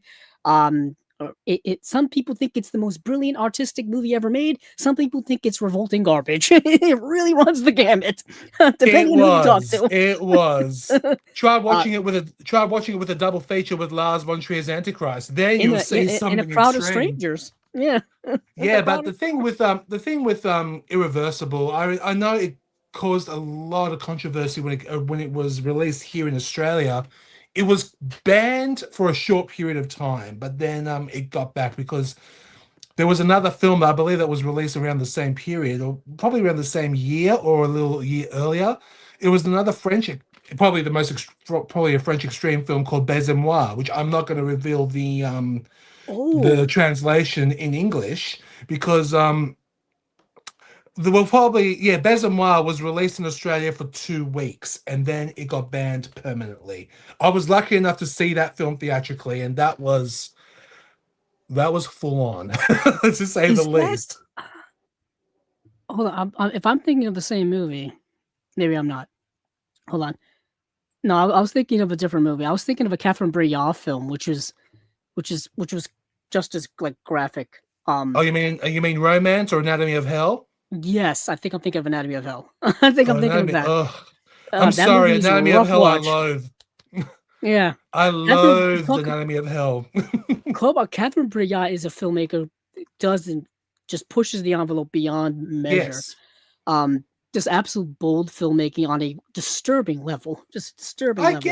I get the boldness, but for Anatomy of Hell, because that's I believe on the second Extremities disc box set, I believe, from that one. And I just found it probably the most unforgiving thing in the movie, watching in a movie. I found it boring as hell. I did not. I Mm, thought it was. I just yeah, thought it was. All right. It was a woman who just wants to hire a gay model, and he just wants to have sex with her and basically mind screw him. But mm. I just found it boring. But I'm just glad it was only 77 minutes long. It It wasn't. is, yeah, it's actually Yeah, short. It's short and to the point. yeah. Obviously, the point being very in your face, like It not was subtle in its way. not subtle, but I That's was the bored one with it. thing I'm with these sorry. movies. They're not very subtle, in terms of, like, their shock value, in terms of what they're Yeah. going for. Um, But of yeah, so course, with yeah, go on. I was just going to say, of course, with Irreversible, the most famous scene in the movie is the 10-minute long rape sequence, and Yeah, that that's the was one that that everyone talks about. caused a lot of stir, and I Even to get this it day, that's to discussed. this day. It's Yeah, discussed a lot, and that's honestly what that movie's remembered for the mm, most. Even people who haven't seen that movie, they know that's about it. they know about it, and what's interesting is that it's also kind of like the core scene of that movie because the whole movie kind of revolves around that scene because the whole plot of that movie, first of all, that movie's being told in reverse, which is Yeah, already something that is going to play with people's minds. hmm And the whole movie is about these guys basically trying to find like the perpetrator of that scene. that's If right. I do recall, Yeah, it's been several years since I've seen the movie. And the movie starts off at the end and then works its way back and back and to the back and back beginning. to the beginning, Yeah. including that very graphic scene, which has been, like I said, talked about so much. Oh, I Um, know. it's yeah, it's been it's been so Irreversible's gotten a few releases over the years. Yeah. I know Indicator has put out a release of it, They and got. I've got that release, and that I think includes the straight cut, which is yeah, basically the end of the movie is the beginning of the film. So you're yeah. basically watching it in revert in its right order. But give me the theatrical any day. Yeah, there was a so on the old DVD of Memento, the old special edition DVD of Memento, there was a cut where you could watch Memento in like chronological order, Oh, as wow. opposed to the way which Memento was told going in reverse as well. Yeah. It just I never watched that cut, and I actually never owned that DVD, but I don't even think that cut was put on the Blu-ray either. I don't think so, no. And I think Memento is going to be getting a 4K eventually. Yeah, it is. It is getting a 4K. It was announced, but yeah, I don't know if you'll include that cut as an Easter egg. Who knows? But Yeah, but anywho, so Irreversible delivers a. I'm just going to read this just so we can move on. Delivers a brutal exploration of time, trauma, and vengeance, unfolding in reverse chronological order with visceral intensity. Claire Denis' Trouble Every Day blends eroticism with primal hunger in a sensual yet unsettling descent into obsession and cannibalistic desire. I think I've seen Trouble Every Day. I feel like I have. okay. Yet again, when you watch like 800 movies a year like I do, you forget what I you see. know. I know. I feel like Trouble Every Day also got a release as well. And I've been trying to watch more Claire Denis films over the years, who's slowly becoming one of my like contemporary favorites. Yeah. Let me see. So Trouble Every Day. I'm just checking my letterbox really quick for those of you listening at home. Of course, I've spelled trouble wrong, so that's going to get me nowhere. You'll be They love fine. precise spelling on Letterboxd. So yeah, the 2001 film by Claire Denis, Trouble Every Day. I have seen it. Okay, but anywho, so that's just a mystery. So, oh yeah, because what's his name is in it? Vincent Gallo's in that movie. That's why. That's an interesting, kind of controversial figure in film.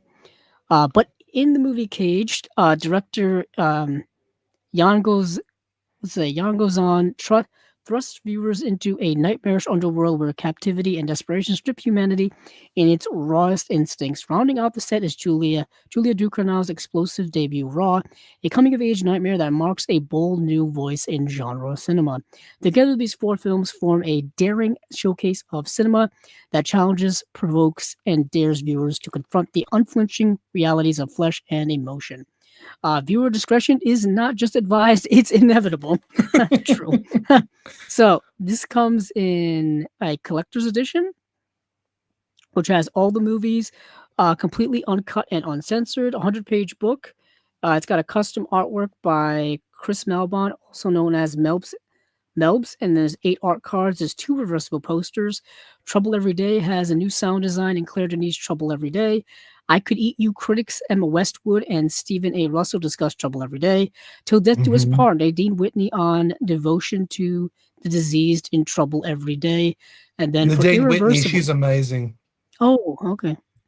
That does sound very interesting. Then there's an audio commentary by Gaspar Noé for Irreversible. There's a new audio commentary with author Stephen Thrower, new power trip Kat Ellinger on Irreversible and male violence. That's fascinating. Irreversible cut. There's that straight cut you were talking about. Oh, good.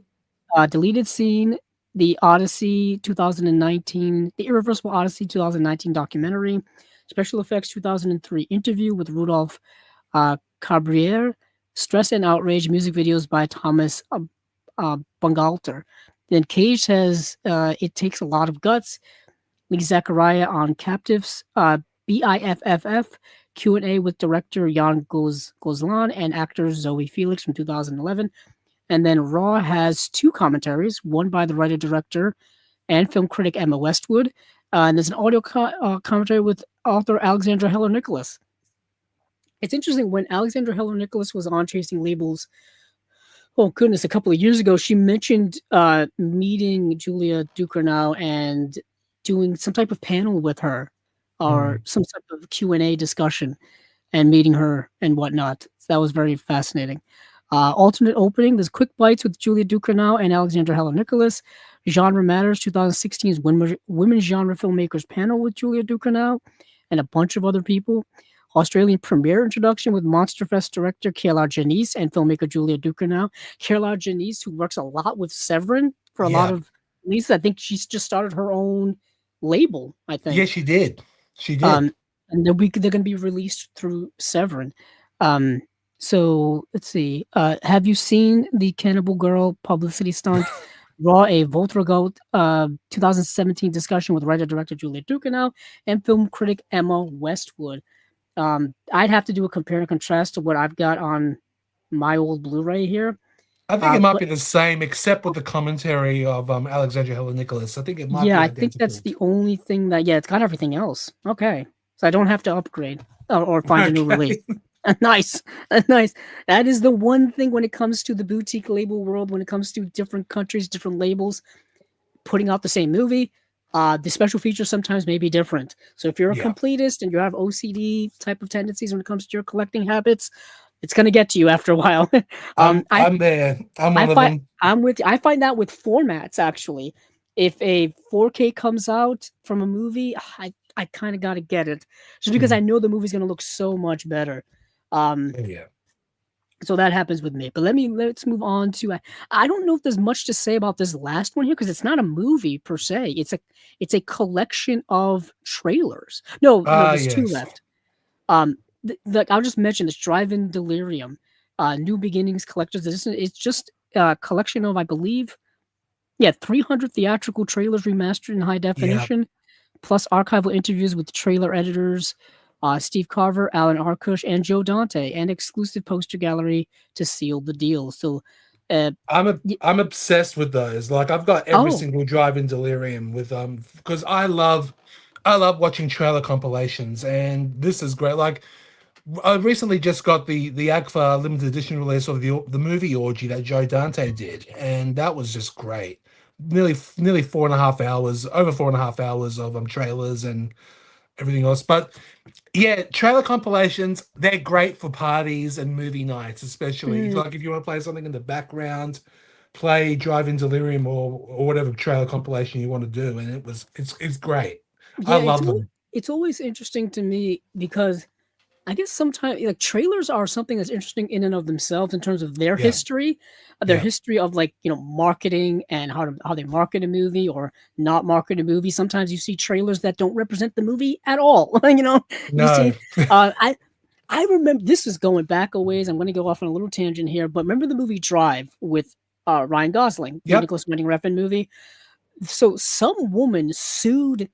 I don't know if she sued like the movie or sued the movie theater or sued something because the trailer made the movie look like a Fast and Furious movie. And of course, if you've seen the movie Drive, it's not a Fast and Furious movie. No. So she was so mad when she saw the movie and it wasn't the movie she thought it was.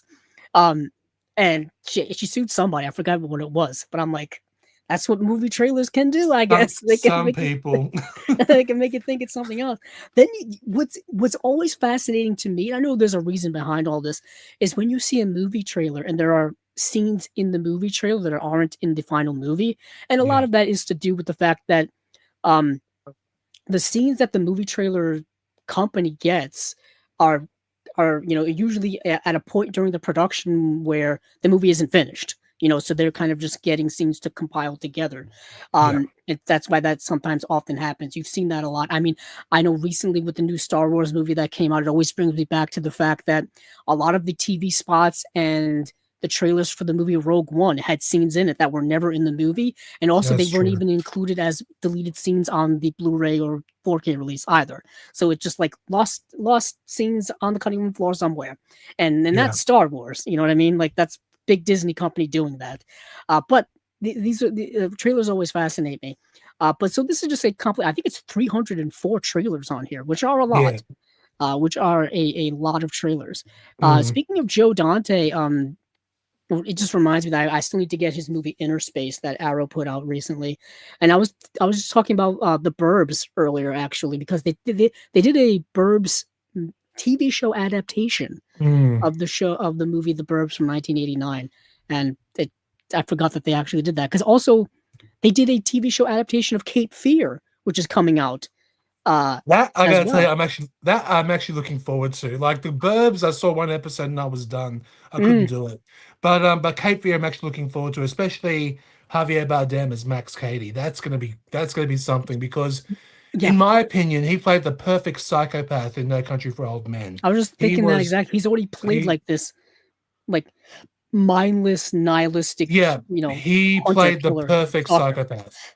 Definitely. in No Country. I mean, Mhm. so we know he can do it. We know he Oh, can do yeah. it. So let's move on to the last one here from Umbrella because we're spending so much time here on Umbrella. But it's Ninja Wars, which is uh an interesting movie because the title is actually more interesting than the actual movie, in my opinion. So, Ninja Wars, standing against. Okay, so in a war-torn age of feudal Japan, a deadly prophecy says the man who marries Yukio will rule the world, and ruthless forces will kill to make it happen. Standing against them is Jotaro, a master ninja who must fight through an onslaught of assassins and supernatural enemies to stop a reign of terror before it begins. Bursting with swordplay, sorcery, and cult-style spectacles, Ninja Wars is a delirious fantasy action classic from Japan's golden age of ninja cinema. Um, yeah, so Hiroki Sanada is in the movie, who many people probably know who Hiroki Sanada is. He was in the recent miniseries, or I guess it's now getting a second season, Shogun. Shogun. He's been in many movies over the years. He was just in the 2 recent Mortal Kombat films, the second of which is not that good, but that's neither here nor there. But this is him like way back in like the early 80s. He's almost like unrecognizably young. Like I'm always used to Mhm. him being a much older actor and being Yeah. very distinctive looking, whereas in this he's so young I didn't even recognize him. But this movie's fine. Like the plot is kind of straightforward. It's a little interesting, kind of Japanese. There's some risqueness in the movie as well. I think it's a Toei production. I believe it's Toei. It's fine. Like it's fine. Like some cool action sequences and whatnot, but it's not particularly great in any way. But Fair there is enough. a collector's edition of a 48-page book, 8 art cards, rigid slipcase featuring custom illustrations by Pucherman. Limited edition numbered release. There's a new audio commentary with action cinema expert Mike Leader and Russell Walt. New Bloodstained Ninja Scrolls historian Jonathan Clements on Ninja Wars.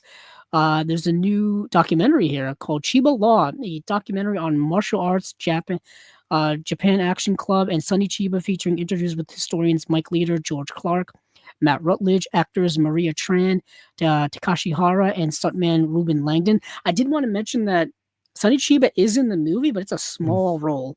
It's Oh, a small role. that's a shame. International trailer A and then international trailer B. Um, so that's Ninja Wars. I think this is the same director of another movie that they released that I can't remember. It's the one where it's like the samurais get transported into like modern day, or like Japan during World War II or something. Oh no, Mhm. it's the opposite. I think the World War II Japanese soldiers get transported into feudal Japan, and they end up like fighting in the wars with them. It's an odd movie. It's an odd movie. I think it's done by the same director. Uh, Okay. yeah. I almost want to look it up, but I can't remember the name of it off the top of my head. But I think it's also put Excellent. out by Umbrella as well.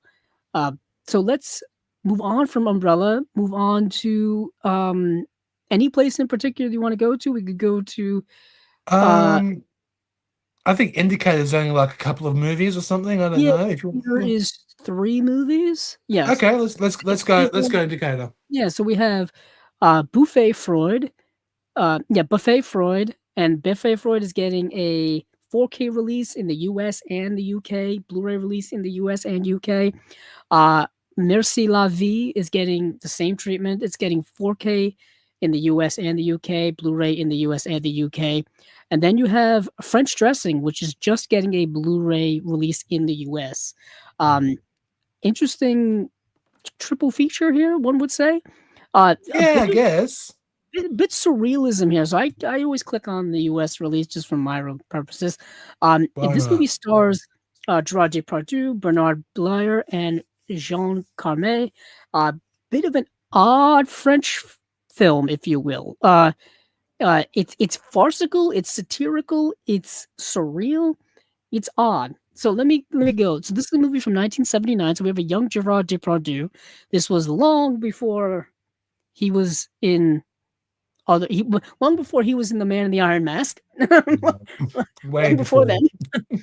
Um, Also, I think this is before he was in an adaptation of Cyrano de Bergerac. Yes, that's right. He was, Yes. and I believe that was 1990. I believe. Yeah. I remember they showed us that a lot in school when I was younger. I don't know why. Maybe because they wanted to show us like here's an adaptation of Cyrano de Bergerac.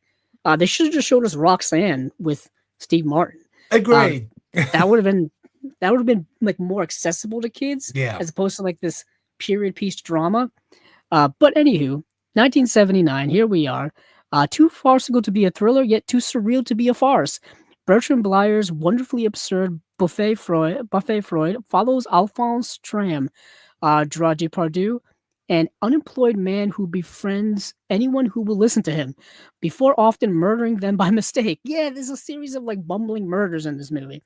After Tram's wife is murdered, he befriends his new neighbor, Inspector Malvendieu, and his wife's killer, and as they hop from misadventure to misadventure, often in bizarrely liminal spaces, leaving behind a trail of accidental victims.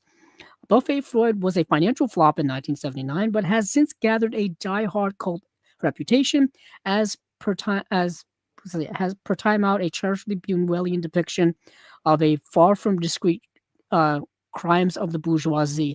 That's interesting. This is kind of like a lighter, sillier version of a Buñuel film. That's now it's starting to click in my head in terms of that level of farce and satire. Whereas Buñuel took it a little more seriously and was a little more biting in terms of his social commentary, stuff like that. This is very much lighter in that regard. I did get, like I said, I did get to see it, and it was very odd, like oddly collection of like bumbling moments. There's a 4K HDR restoration from the original negative. It's in Dolby Vision, HDR, original mono audio. Bertrand Blier on Buffet Froid from 2019. The writer-director takes on an in-depth look at the back of his cult film, Les Rondeurs du Dimanche. Buffet Froid, it's an extract from the French television program featuring Blier and cast members. It's Gerard Depardieu, Bernard Blier, and Jean Carmet discussing the film at the time of its release alongside other guests. Image gallery, script gallery, English subtitles because it's in French, limited edition booklet, and it's the world premiere on 4K. Limited to 6,000 copies, etc., etc. Region free, obviously. If you get the 4K, it's region free. Like I said, there's a US version, there's a UK version. So depending on which region you're in, get whichever one you want. Now we have Merci la Vie, which is even more surreal. So this stars Charlotte Gainsbourg. Look at the connection we're making here. We talked about Lars von Trier's Antichrist earlier. Charlotte Gainsbourg is a frequent collaborator of Lars von Trier. She was in Antichrist. She was in Nymphomaniac. Oh, that's a movie. That's one of my favorites. I love it. And Melancholia. Yeah, Melancholia, I think may have been my first Lars von Trier film because I think I started getting into him just at the time that movie came out. That movie is incredibly depressing. Well, yeah, the title says it all. Yeah, you should have given it away. But Lars von Trier, oh man, I don't think there's a Lars von Trier movie that isn't depressing. I'm thinking Breaking the Waves. No, that's depressing. That's depressing. Yeah. Even his earlier stuff, which I know Criterion put out, what was it? Oh, the Europa. Yeah, Europa. The trilogy. The Elements of Crime. Yeah. Which people Europa, an Epidemic. Yeah. There's a whole Criterion box set of his early stuff. He and Michael Haneke make like the most depressing movies. I don't know if it's a European thing or whatever. But most likely. Those movies are just a grind to get through. Just emotionally wrought afterward. And but it's just interesting, this connection back to Lars von Trier with Charlotte Gainsbourg. And this is a younger Charlotte Gainsbourg. This was her, I believe, circa 1991. So before she was in, teaming up with Lars von Trier and such. Yeah. So Charlotte Gainsbourg, they credit her here with Nymphomaniac. Completely right. There were like longer director's cuts of Nymphomaniac. Did you ever see those cuts? I have that they have not been released in Australia, Oh, okay. but I did import it. I had to because I'm a Lars fan, and Hmm. I saw that 5.5 hour version of Nymphomaniac in one hit, and I loved it. I've got to go look because I've got a section in my collection. I got to see what Blu-rays I have because I know they released them separately here. Like you could get Nymphomaniac, the theatrical cuts, and then I Yep. think later the director's cuts were released separately. There was never a release where you could get like all of them in one. Oh, actually, Uh, it was like was that. it? They're the ones I have. I have Yeah, I the can go check what I have US. after the show, obviously. Yeah, no worries. Because I've got to see because I've had old. What's interesting is Dancer in the Dark. I'm trying to think if Dancer in the Dark got a Blu-ray release. It got a Blu-ray release from the UK from Curzon, That's what it is. but that was not included in the big Lars von Trier box set. But which Nymphomaniac is included, the director's cut only, not the Yeah. theatrical. Was that released by Curzon? Yes.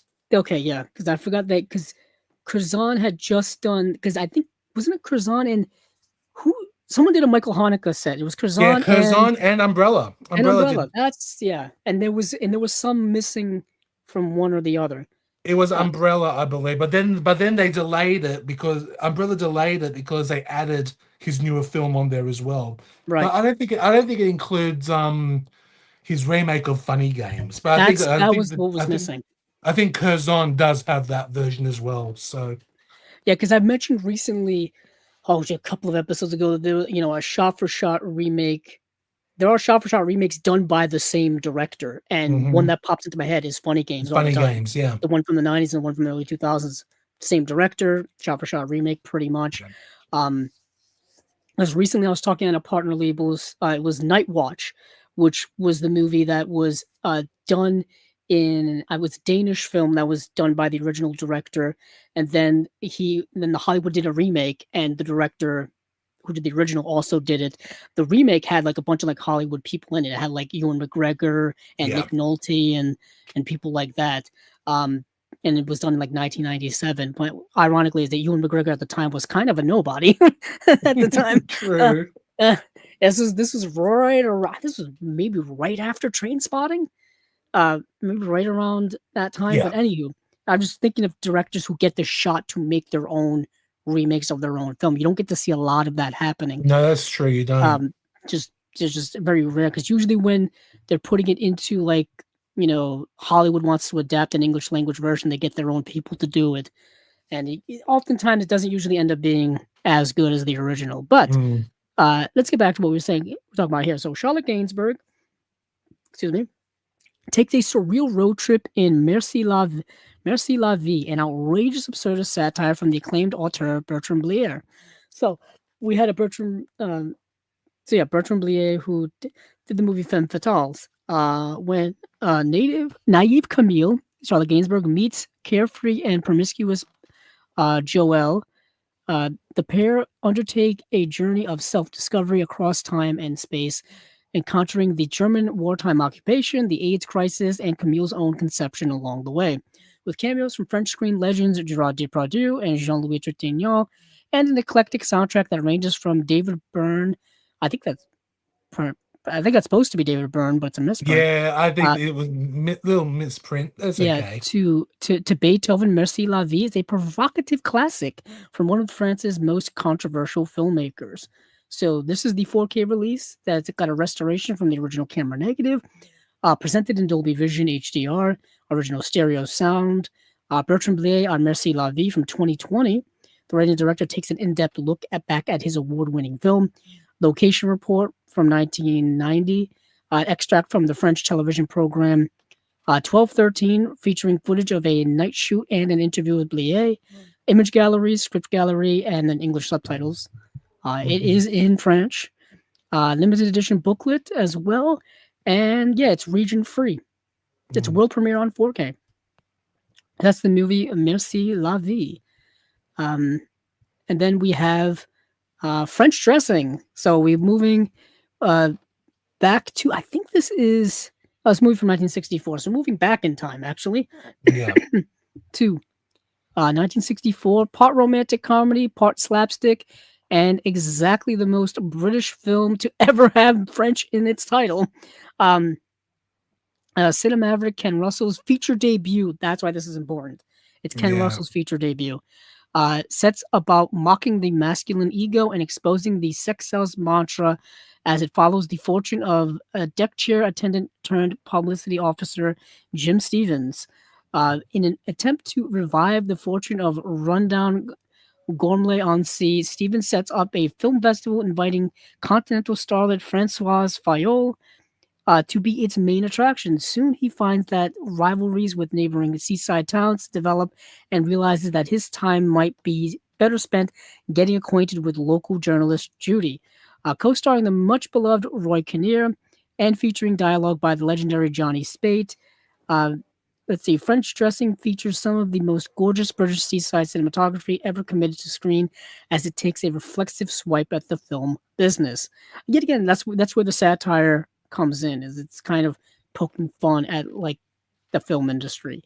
Yeah. Let's see, 4K restoration, original mono audio, making a movie from 1963, an extract from the Herne Bay newsreel featuring rare color footage of Ken Russell at work, as well as a glimpse of actors Marissa Mell, James Booth, and Roy Kinnear. The BEHP interview with Kenneth Higgins, archival audio recording made as part of the British Entertainment History Project featuring the cinematographer in conversation with Alan Lawson and Sidney Cole, original theatrical trailer, image gallery, and then there's English subtitles as well as a booklet. The world premiere on Blu-ray of this movie. It's Region A, so if you're Yeah. in, if you got the means, you'll be able to watch the movie. So that is French True. Dressing. So if you're a Ken Russell fan and you want to get It's all an of the Ken Russell essential. films, I haven't seen this one. I'm a huge Ken Russell fan, but I haven't seen that one. yeah, So it it is. would be. Let me put it this way: it's not a Ken Russell film in the traditional sense. Like it's not The Devils, which is that when that 4K hits of The Devils, oh, you're gonna feel the earth shake when that happens. Oh, I can't wait. I Oh, cannot wait. that's got to be like the shock of the century or the shock of the year. The fact that that movie's not only got a restoration, but they showed it at Cannes already. They're going to be showing it in the fall, I think, in theatrical exhibition, and then of Yeah. course eventually getting a 4K release. Hopefully, cross your That's all I'm fingers. saying. I can't wait. It's one of Yeah, my. It's probably my favorite Russell film, The Devils, and I can go on forever for that one, but I won't. I it's won't certainly his discuss. most well-known film, but I think Yeah. pretty much for the fact that it's been around. Like people think like, oh, you can never see the movie, like it's hidden away. There've been DVDs of it and stuff like that. Yeah. There've been Yeah. Blu-rays, but some of them have been. It's never been like fully uncut and fully like released in a super like official deluxe version. You know what I'm saying? Mm. With a full restoration and like it's almost like it's been done under the cover of darkness. Like it's No, out there, that's you right. just gotta find it. You know? Yeah, indeed. And now it's coming soon theatrically and hoping physical. It'll be something. Yeah. Oh, yeah. It'll definitely be like the most highly anticipated release of. Uh, I I would say next year. That seems to be that would be Early next year. I'm hoping. I don't know. I'm hoping Criterion release it, but it may even be a Warner Brothers Clockwork release. Who that. knows? Yeah. So I don't know what their. So we have Warner Brothers Clockwork is this new kind of sub label Yeah. or sub production company within Warner Brothers. It's fascinating that they're choosing to do this now, and when they're in the middle of being sold to another company. So who knows any of that, but I don't know what their physical media branch of that is. I don't know if it's through them directly, if it's through their own sub label, if they're licensing things out. There are still licensing deals with Warner Brothers going on. We're going to be talking Yeah. about Arrow soon. Some of those titles are like People vs. Larry Flint is a Warner Brothers title, so we know that We'll deal. get we'll Deal's get to ongoing. that very soon. We will. We will. So let's move actually on from Indicator because we are done with their 3 releases. Um, let's see. I think we'll quickly take a gander over at Def Crocodile because we won't Okay. really be talking about anything but the fact that these are coming soon. That's basically what we have to say. So, in typical boutique fashion, some of the boutique companies, Vinegar Syndrome does it, Def Crocodile does it. I forget who else does it. My mind is getting wary as the time goes on. There's a subscription service to get their titles, so you don't have to worry about ordering every month or whatever the case may be. Uh, Deaf Crocodile has a 6-month interval of that, where it's one set price, and they send you all of their releases for January through June, and then July through December. They're in their July through December sign up portion now, basically, in between the times, and it will be 12 releases. So typically 2 per month. I think is typically what Deaf Crocodile does on a regular basis, is about 2 releases per month or somewhere in that range. So that's accurate. And some of these, and they've listed off all of the titles. We just don't have any details about the special features in them. That's what I should say. The special features in them. We don't have even some of these box sets. We don't have the titles of the movies in the box sets yet. But there's 12 releases, 18 films, our biggest lineup ever. July through December of 2026. There's the price in the US dollarship if you want to sign up for these things. I have commitment issues, so I never sign up for these subscriptions.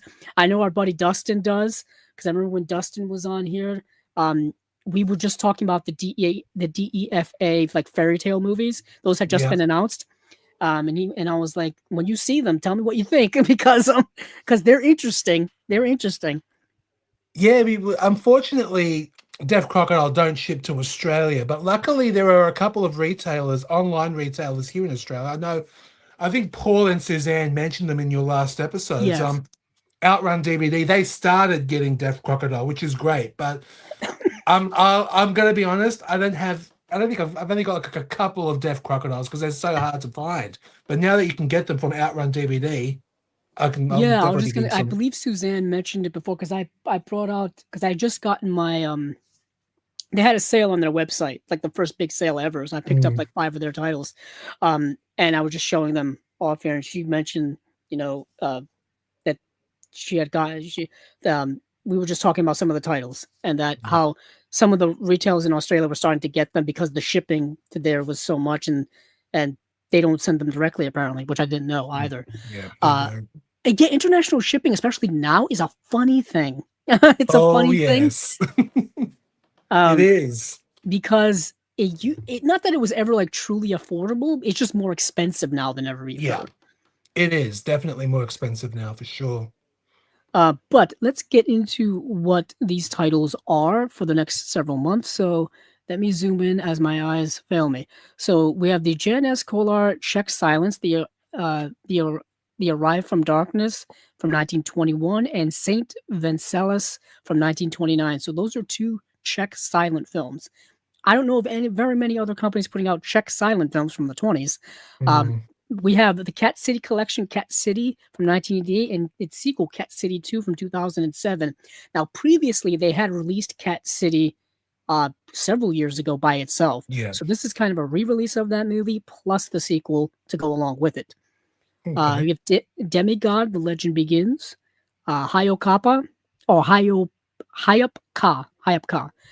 Scarlet Sails, Roy from Space, Frankenstein, Legend of Terror, Soda Pop Joe, The Man Who Thought Life, and then we have Murders Among Us, anti-fascist films of DEFA Studios, 1946 to 1963. Now, these, yet again, more DEFA stuff. For those of you who don't know what DEFA is, it's East Germany's movie productions, basically. And we're getting a lot of releases, not only of those movies from Deaf Crocodile, but also from Eureka too. Eureka's putting on a couple of box sets of those as well. And these are fascinating because they're just like in the post-World War II era. I say this every time. The world was just massively changed, you know what I mean, globally at that point, especially in Europe, especially in Germany being split into 2 countries. And they would be 2 countries basically until 1991.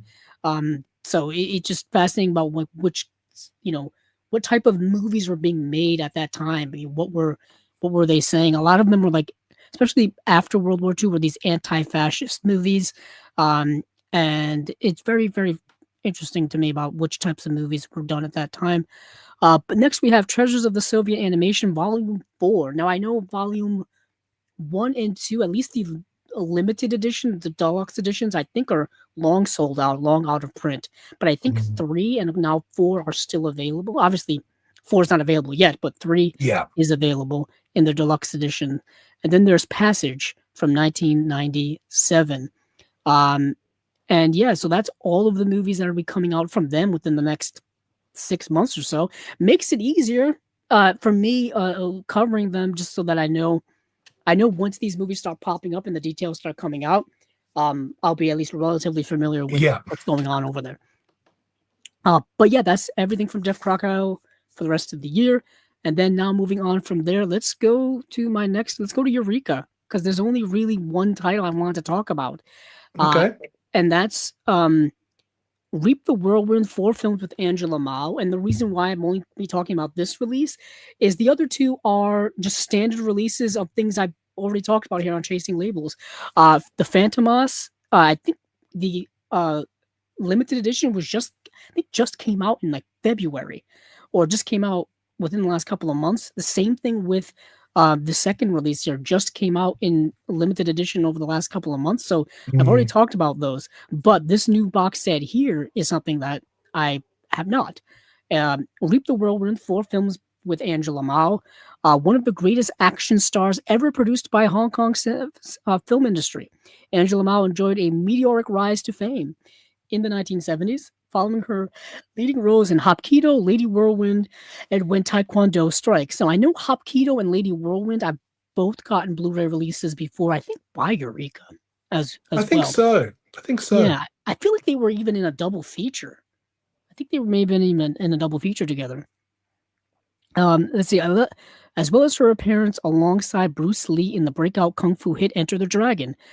Collected here are 4 standout films produced during the first decade of her career: The Angry River, Stoner, The Tournament, and The Himalayan. Unfortunately, I wasn't able to watch any of these movies, so I don't have really anything to say about them, other than the fact that there has been, over the last 5 years, there's been a turnout of movies from that, and martial arts movies from the 70s and 80s, of like which I've never seen before.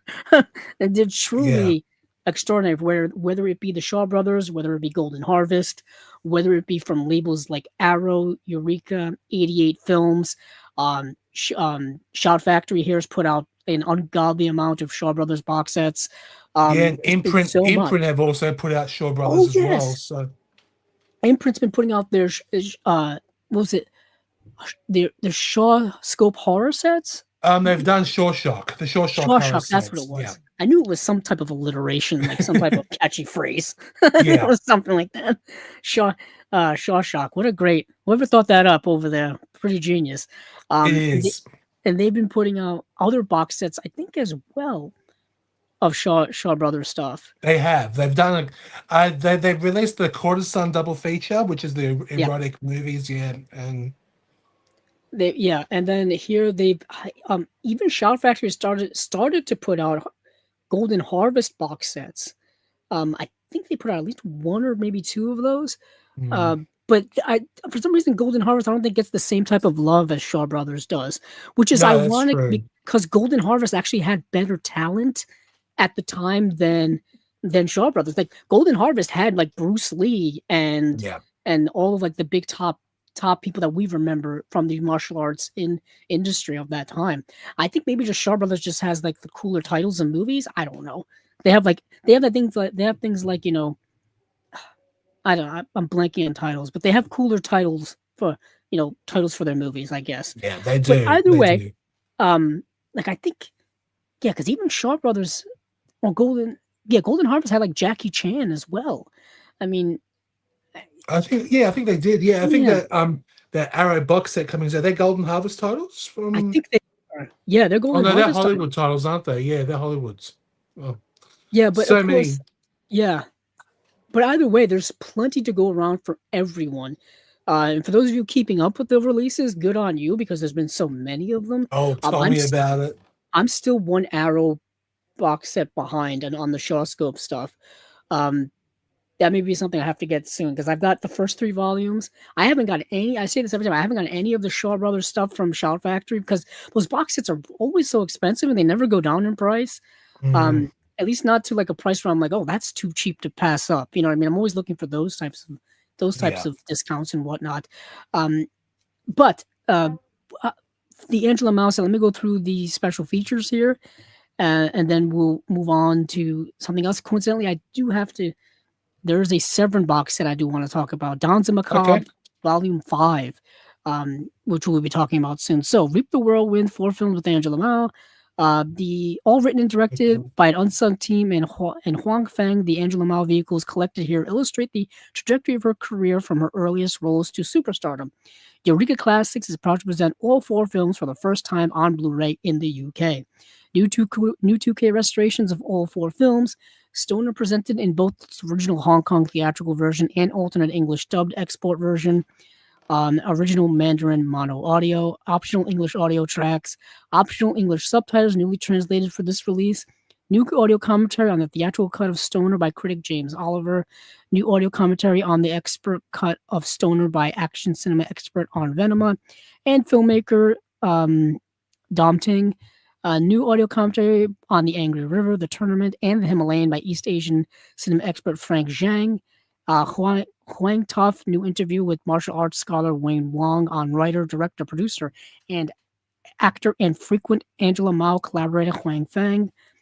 Alternate scenes from the Malaysian release of Stoner, alternate English credits, original theatrical trailers, limited edition O-card slipcase, limited edition booklet as well, limited to 2,000 copies, coming out in August 24th. So that is Eureka. Now, let me go quickly over to, not quickly, but we'll go over to Severin now. It seems Okay. to be a place to go. I was thinking of just Severin recently. Talk about a company that I'm behind on getting some releases from. So am I. Welcome to the show where we are behind on everything. But one thing I am behind on is these Danza Macabre box sets. I've talked about all of them, and we are on volume 5 right now. And these are pretty great. This is the Spanish Gothic collection, and I got to watch like 2 of these movies. I got to watch. Let's see, which ones did I watch? Yeah, I didn't scroll down far enough. My bad. So let's see. I'm completely blanking. Who was him? Strange Voyage, Exorcism's Thank you. Daughter, Yeah, thank you. I was the just Dracula Saga, and the Turn of the Screw. Thank you, Tony. I'm completely. There's too many words here. You're right. So I watched Strange Voyage and I watched The Turn of the Screw. Those are the 2 I did watch. They were both rather good. But let me just read this little blip here, and then we'll get into the titles. So for volume 5 of this essential series of Euro Gothic tastiness, Severin Films returns to the cemeteries, catacombs, and cobwebbed castles of Spanish cinema for an all-new exploration of Gothic horror excellence.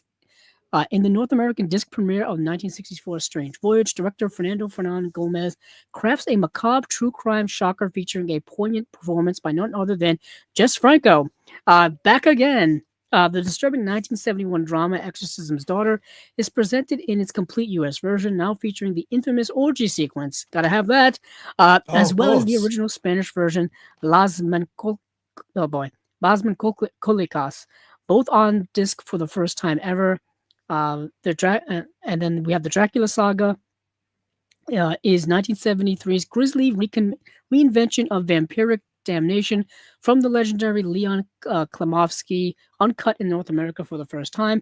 And in the 1985 acclaimed The Turn of the Screw, controversial director Eloy de la Iglesia adapts Henry James's classic novella with a startling psychosexual twist. Each film in this collection has been scanned from the original camera negatives or archival 35mm prints with 10 plus combined hours of new audio commentaries, video essays, interviews, featurettes, and more. That is the one thing with Severin. They do go all out for these box sets. They certainly do.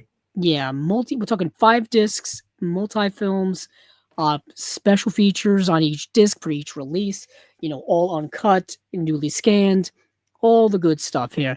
And the first disc here is for The Strange Voyage. It's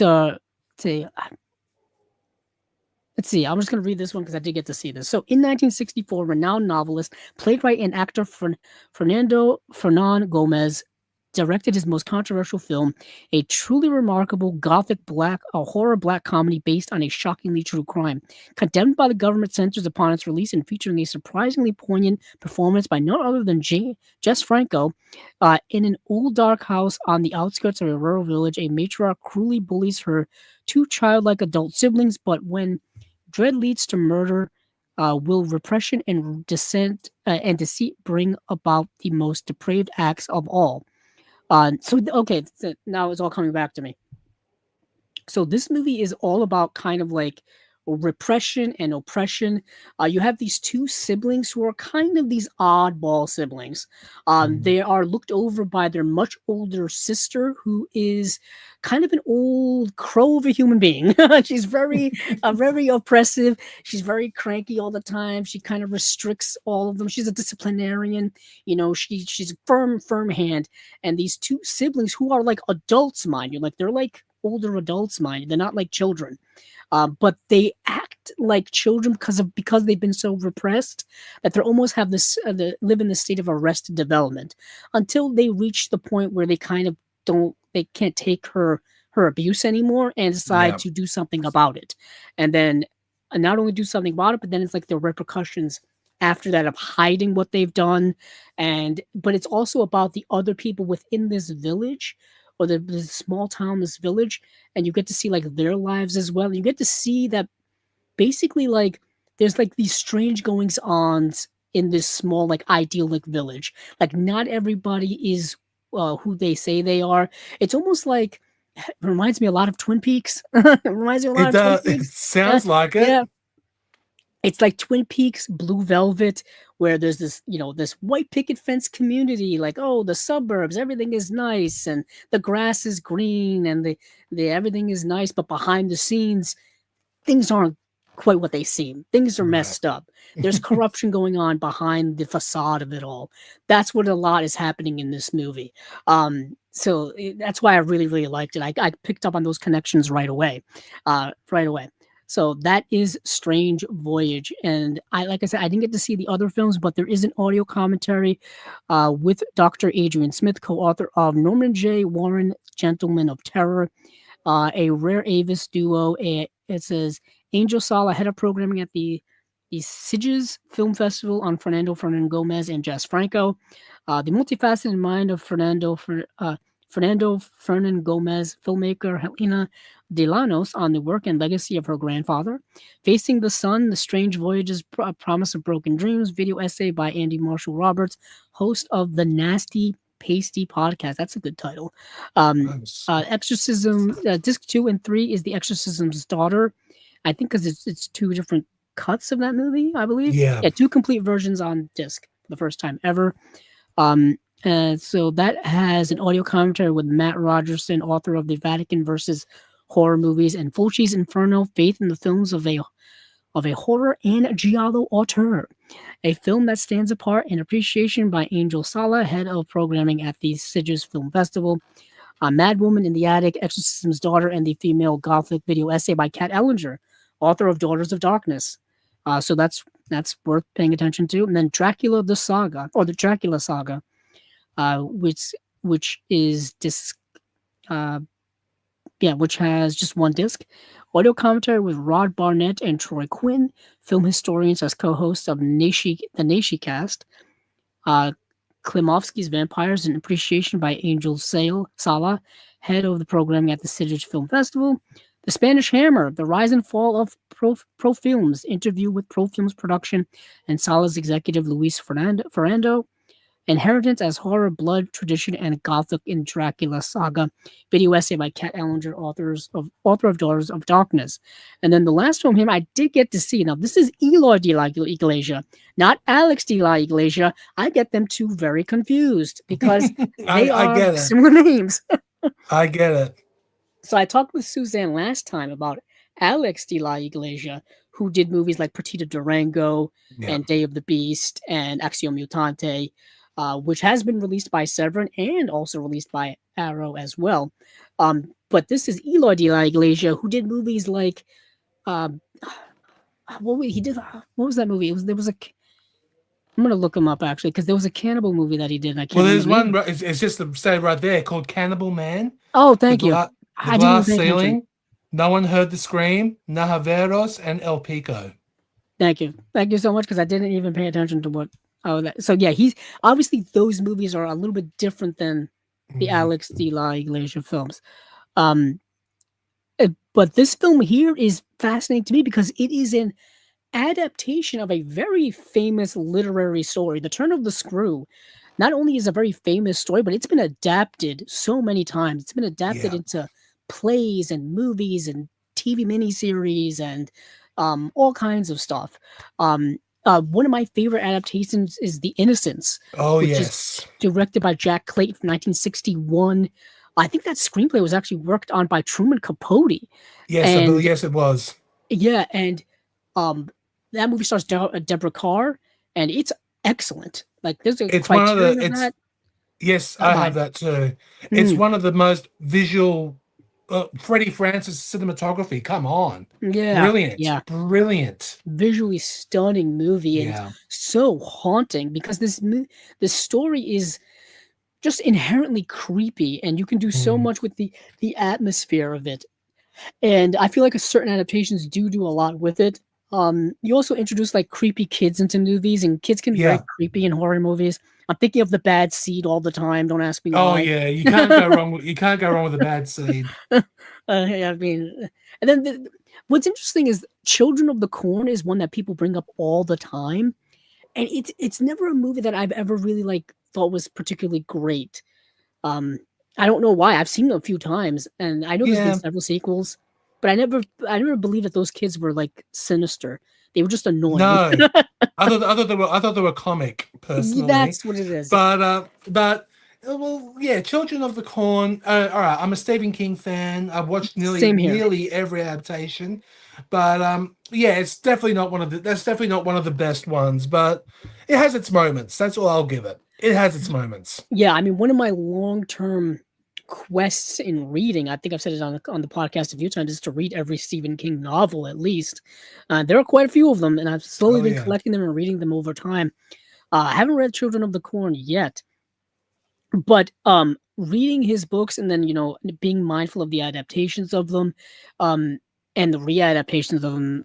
Just heck, we're getting a new adaptation of Carrie soon. And yeah, that would be like our fourth adaptation yeah. off But the top of my head. That's by Mike Flanagan, so I'm Yes. going to give it a pass. So Mike Flanagan, anything he's done with Stephen King, I've been happy with. Very good. Yeah, for those of you keep like, I still think Doctor Sleep is really good. Like, I don't know, Agreed. like Agreed. even after reading the Doctor Sleep novel and and seeing the movie again, it's still really really good. Like, it's still Mm. really great stuff. Stephen King is not the easiest adaptation either. His work, some of his work at least. I mean, I did read it, and then of course being mindful of the it adaptations we have had, and I'm like, it is kind of unadaptable.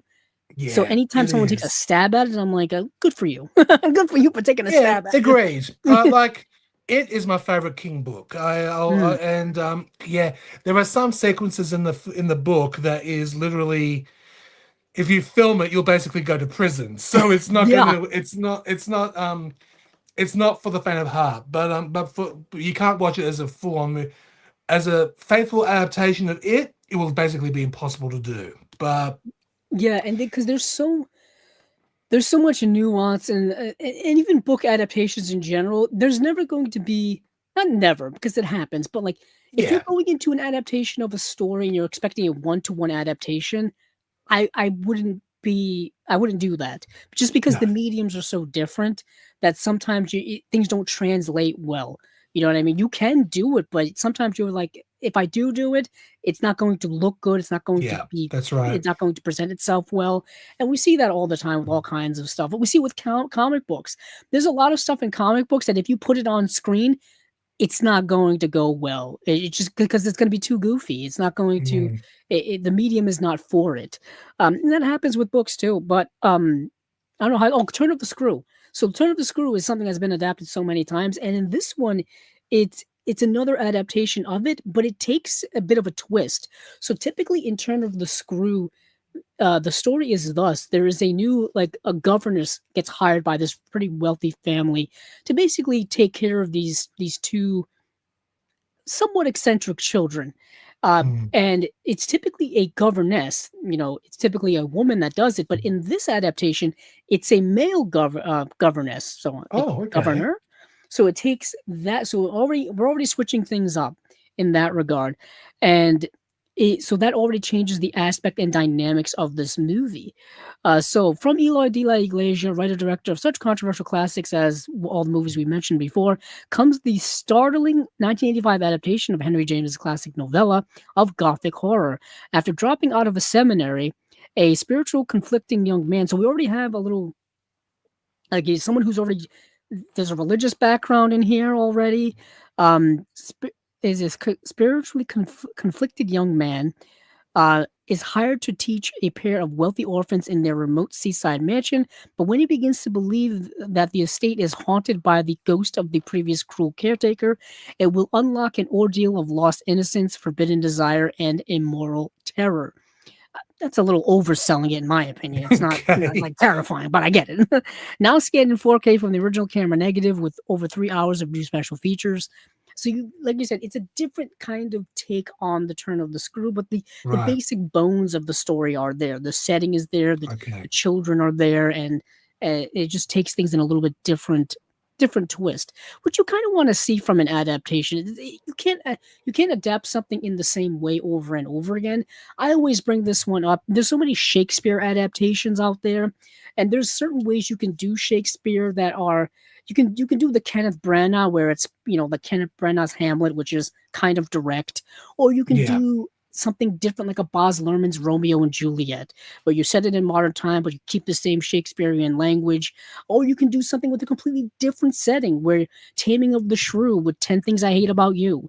You can do all kinds of stuff with literature adaptations that are more accessible and, frankly, more interesting than just doing a one-to-one adaptation of something. For example, earlier today, I was looking at an edit mashup of Throne of Blood, which is Macbeth from Akira Kurosawa, which is like one of the best adaptations of Shakespeare ever, in my opinion. Absolutely. So you can take it and put it in feudal Japan and make it samurai and make it awesome. You can have Toshiro Mifune with as a samurai. Absolutely. You can make it interesting. But this one here, it kind of sticks to it a little bit, but does change a few aspects of it. But for special features, we have an audio commentary with Matt Rogerson, author of Vatican versus Horror Movies and Fulci's Inferno, Faith in the Films of a Horror and Giallo Auteur. That's interesting to me, just now that I'm bringing it up a second time. As going back to John Waters again. So remember I talked about, because you brought this up in the comments last time, I talked about the Catholic League of Decency, and how they would have their own rating Catholic Legion of Decency. They had their own, and C was condemned. I just saw John Waters talked about how he loved getting his movies condemned by the Catholic Church. Because he was like, that's such a good word, condemned. I agree. He just So I'm just like, the Catholic churches love to condemn movies back in the day. Heck, they probably still do. But I'm just saying, this is a movie that just this author here made a movie about the Catholic Church versus movies, or which is horror movies specifically love to play with religion. I mean, the most iconic horror movies of all time, The Exorcist, The Omen. They love to play with religion. Even to this day, that's a pretty heavy thing with like demons and angels and Satan and God and angels, all this kind of stuff. But anywho, Repression and Tragedy, an appreciation by Angel Sala, head of programming at the Sitges Film Festival. 1 in 400 interview with actor Azier Hernandez. Role of My Dreams interview with actress Christine Goyens. Head Full of Phantoms, video essay by Xavier Aldana Reyes, author of Spanish Gothic, National Identity, Collaboration, and Cultural Adaptation. I've never thought about the idea of Spanish Gothic films until right now, and my head is spinning because I never thought of it. I bet you Guillermo del Toro loves this box set already. Oh, no doubt. No doubt. But that is Danza Macabra Volume 5, the Spanish Gothic Collection. I think that was all 5 discs. I don't think there was a soundtrack. 'Cause sometimes they put soundtrack Yeah, CDs they at the end. usually do, but no, I don't Uh, think this time. No. I think it's just all the movies and the special features. But yeah, another one to add to the box set collection from Severin. They are having a sale right now, 50% off of volumes 1 through Oh, 4. So you can nice. buy volume 1, 2, 3, or 4 for 50% off a piece, which is kind of nice. And that's going to June 8th of 2026. So that would be next Monday or this coming Monday. Yeah, just that's something I may actually pick up volume 1 because I've been wanting to get it ever since I talked about it. Um, and I know these are produced. I think I always thought the first box set was produced by Kolár Janice and Kat Ellinger, or just Kat Ellinger. It was one of the Mm. two. But One of either the two, way, yeah. I wanted to get them, one of the at least get one of the box sets, Yeah. just so I can say I have one for future reasons. But anywho, let me check my notes now to check the other places we can go because we just talked about Severin. We talked about Just give me one Indicator. sec, Andrew. Give me one sec. I'll be Yeah, back. sure. I'm just looking over my notes. Let's see. So Umbrella we've talked about, and Def Crocodile we've talked about. Let's see. So we still have Arrow. We still have a couple of individual releases that I wanted to talk about as well. So I think, let's see. Let me go to Kino just to get those because there's not many. What do I have on my list for Kino? I've Yep. got 1, 2, 3 titles. I have The Love Trap. I have Film Noir: The Dark Side of Cinema, Volume 27, Oh, and then High wow. Risk. So let me go over to the Kino Facebook page, and I will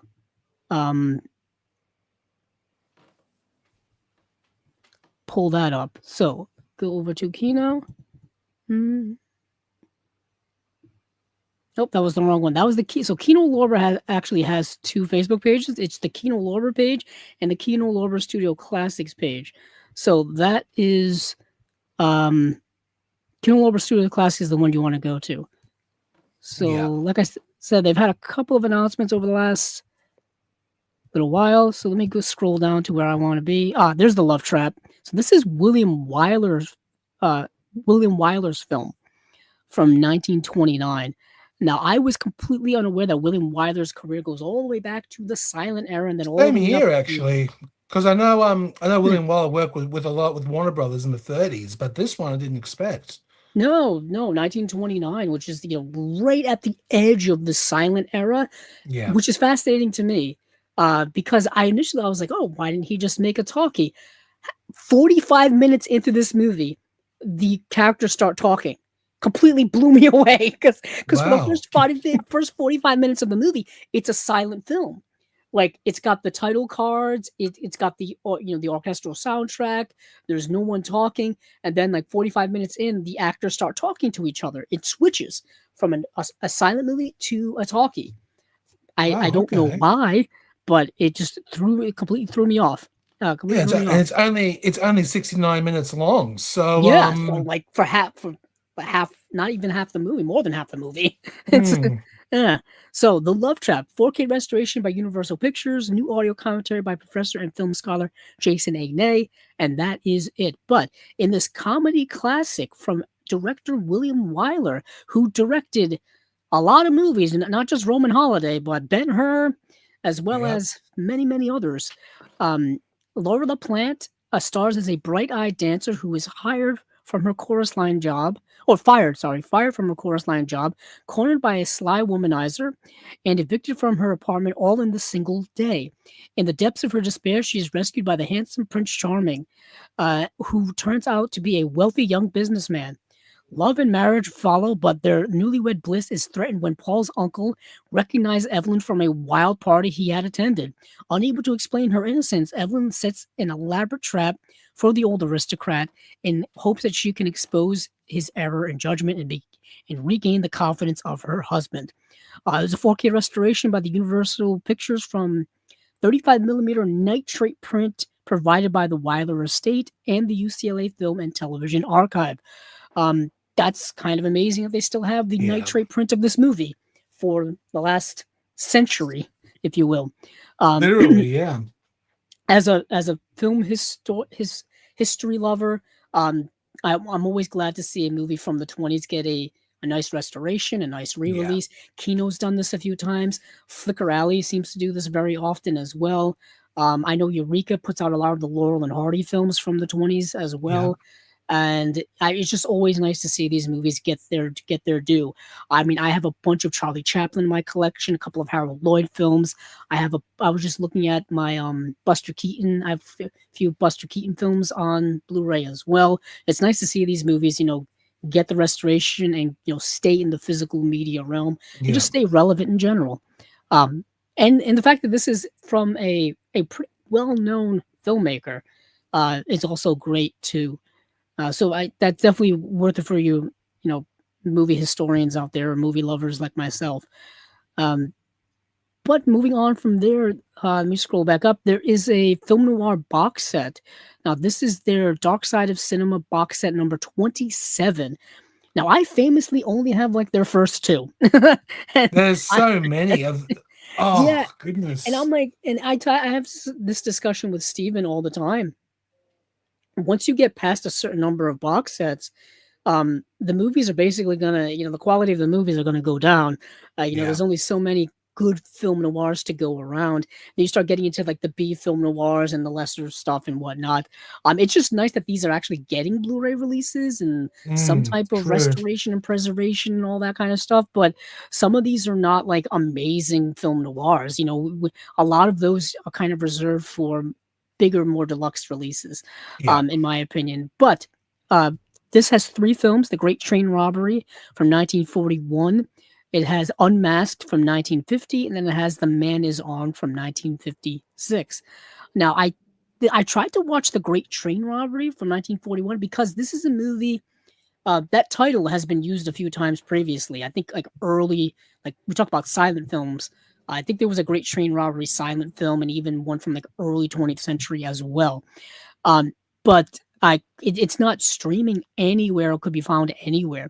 Unmasked, I did get to see, um, and Raymond Burr's in the movie, and he's kind of hamming it up the whole time as like this bad guy murderer who's trying to Yeah. frame this other guy for a murder that he commits because he's like having an affair with his wife, so he pins it on this guy, and it's Raymond Burr.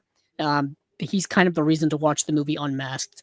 I didn't get to see The Man in His Arms. I don't have much to say about that, but uh, if you've been collecting these right along, obviously you want to continue collecting them. And they're kind of no frills set. They're usually affordable. There's usually not really that much in the way of special features for them. Sometimes Right. they come with a commentary for a movie or two, or all three of them. Sometimes they don't. It really all depends on the movie, I guess, and the Yeah. budget around the True. release. Uh, but I've always loved film noir. So that is Film Noir: The Dark Side of Cinema, Volume 27. I can't Uh, believe they're up to 27. Good yeah, lord. I remember when I first started covering Kino, they had only done like five, I think, at the time or Yeah. something, or five or Yeah. It six. was 5. Yeah. I think what is interesting is they did volume one, and then for years they didn't do any. I think maybe volume one never sold well, and then Kino had this big time revamp over the last 5 years or so. That's when they started putting out like so many releases per week. They still do, but they would Yeah. have announcements every day since we've been covering here on Chasing Labels, and yeah, they're up to 27 now. Jeez. But Damn. next is this movie called High Risk, and needless to say, I forgot. Oh, this movie stars James Brolin. I forgot. Let's see. James Brolin, Anthony Quinn, James Coburn. What a cast in It's a hindsight. great cast. Yeah. Ernest Borgnine is in the movie. Oh yeah, okay. They're not really commandos. They're fighting inflation. What a tagline. Okay, so this is coming back to me because I did post a little cheeky thing on when I watched it for Facebook. So James Brolin and his decides, okay, economic times are hard. Inflation's up. Things cost too much. We don't have a lot of Yeah. money, so he decides to recruit his buddies to go down to Colombia to rob a Colombian drug lord guy. All right. Keep in mind, these guys Okay. aren't like soldiers or anything. They're not like being, these guys are not like commando dudes or anything, but no, he decides to enlist all of his buddies to go down there and do that because there's going to be like millions of dollars in it and it's going to be easy. Okay. Okay. so, like, so needless to say, they pull off the heist, shockingly so. They kind of just walk into this guy's mansion, and I think I think it's James Coburn that they rob. They buy guns from Ernest Borgnine, who plays like this guy who's selling guns out of like the back of his truck in the middle of a field. I don't know. It's Ernest Borgnine in the 80s. I don't know what's going on. Yeah. Ernest Borgnine had some weird roles in the 70s and 80s. Really weird roles. Especially, give me the Devil's Reign any day. From yeah, like they're putting out Deadly Blessing, and Ernest Borgnine is like a leader of like an Amish sect in like Amish country. Yeah. It's an odd role. It's an odd role. It is an odd role, definitely. But in this movie, he's in one scene. He's like showing the guys off these guns, and they're practicing. And he's like, "No, you don't shoot it like that." He takes one. He's like shooting bottles in it. Anywho, they go down to Colombia. Colombia at that time, keep in mind, it's like the 80s. It's not the best place to be. And they rob this Colombian drug lord, and they're basically on the run from this guy the rest of the movie, because once you rob a Colombian drug lord or an American, I think they bill him as like he was somebody who was born in America but then went down to Colombia and became a drug lord. I don't know. Either way, you shouldn't be doing this. and they're trying to get away. They're on the run from him, and they get split up and all kind of adventures. Kind of assume it's a way more like kind of caper fun adventure movie than I thought it was gonna be. Like I thought it was gonna be like a more serious, like oh, we're about to die at any moment type of movie. And it does have those tones in it. Like they get captured and they'll be like tied up and tortured at times. I'm like, oh, this is serious. And then other times it feels like I'm watching Romancing the Stone. You know what I mean? Oh, like wow. it feels like that. Yeah. And I'm like, and with lighter music, and they're running through the streets of Colombia and whatnot, trying to get away. But what an oddly toned movie. Anyway, that's this movie here called High Risk. High Risk with James Brolin, as well as a bunch of other people you'll recognize in like Anthony Quinn. Yeah, they come across Anthony Quinn at one point in the movie, and he's like the leader of like this not Mexican, but this like rebel army that also takes them captured and wants the money too. Bruce Davison is in the film as one of his friends. Cleavon Little is in the movie as one of his friends. It's what an odd movie, but it's that's the movie. And I think some of these other. So I did see Escape to Zeron as well, which I didn't put it in my list, but I watched it. I put it on my watch list on Letterboxd. This is a movie starring Yul Brynner from 1962, and Yul Brynner plays this rebel leader in this like fictional Arab country, and he's being transported from one prison to another, and his followers basically break him out. And his followers is led by a very young, well, I guess young at the time, Sal Mineo, who of course was in Rebel Without a Cause. Yeah. He was in several movies actually up until his passing in the 1970s. He died in rather tragic circumstances. Sal Mineo did. Yeah. And so he's in this movie as kind of like one of the followers of the cause of the Yul Brynner character. And it's yet again another movie where these characters are on the run the whole time because they're being pursued by the authorities, because this is a criminal. Yul Brynner is like this freedom fighter criminal type of guy, and it's just them having this adventure like in the Arabian desert and stuff like that and trying to survive. Jack Warden is in the movie as well. Jack Warden, of course, was in the Problem Child films from my childhood, but he's also in 12 Angry Men. He was also in The Replacements. That was one of his last roles ever. If you see Jack Warden, you'll know who he is. Very distinct actor, and he was working on like an oil company, and he ended up becoming a prisoner as well. So he's along for the ride and whatnot. Yet again, another kind of adventure film. From that time period. Let's see, and then what do we have for special features? This is brand new HD master from Paramount. Audio commentary, film historian Dwayne Epstein, and that's about it. 1962. Italo Crime I talked about last time with Yeah. Suzanne. They're just kind of telling us about that. The Maverick Queen I talked about with Barbara Stanwyck as well a couple of episodes ago, as well as Deadly Blessing I've talked about recently a couple of times. I think this is like the bajillion time they've mentioned that they're coming out with Deadly Blessing. Yeah. I'll say this once again. This is one of the most misleading posters I've ever seen. This I movie is not agree. this. If you've seen the movie, you know it's not that. It's No not this way. at all. It reminds me of I think I have it. It reminds me of the release from Indicator. It's the same, the Australian film. Coincidentally, I have you here, where it's a very similar type of cover. Snapshot? No, not Snapshot. Jamie Lee Curtis is in the movie. It's kind of a road. Night Games? Yeah, is it Deadly Games? Road Games. Road Games. Yeah, the cover is so similar to this, where it's sexually, it's not that. Sexually, hinting, and that's not the movie at all. No, like, that doesn't happen in the movie. Yeah, Paul I got says Road Games here. No, it's Road Games, and it's definitely not that. Yeah, Paul says it right here. Road Games. Yeah, the Road cover Games, of the cover of the Blu-ray, the poster is that, and it's not that at all. Yeah, it's really, what a false advertisement. False advertisement. Indeed. But let me see. So that was Kino, and after Kino, a couple of individual ones, and then we'll go to the grand finale in Arrow, and I think that'll pretty much be it. So I've got to go up a couple of these on Blu-ray.com. Hopefully I can find them. The Hammer release is where we're going to start with Breaking the Circle. Yeah. Because Hammer is going all out this year, and I keep saying that every single time, and it's true. So let me go over to. I'm gonna have to set my international location. Breaking the Circle. I also just heard that they have uncovered the uncut version of the Dracula film starring Christopher Lee. Cannot wait. Original. I think House of Dracula. And I think they're going to be showing it in theaters. So in America, it's called Horror of Dracula, but in UK, it's just Dracula. So okay, yeah, because I know Horror of Dracula has been out on Blu-ray here for a while. Yeah, Warner Archive released it. Yeah, yes, Warner Archive has it, and I know that now with Hammer putting out so much stuff, I was wondering if they would get the rights back to, those Christopher Lee films. I don't know who has it in the UK, the rights, I mean.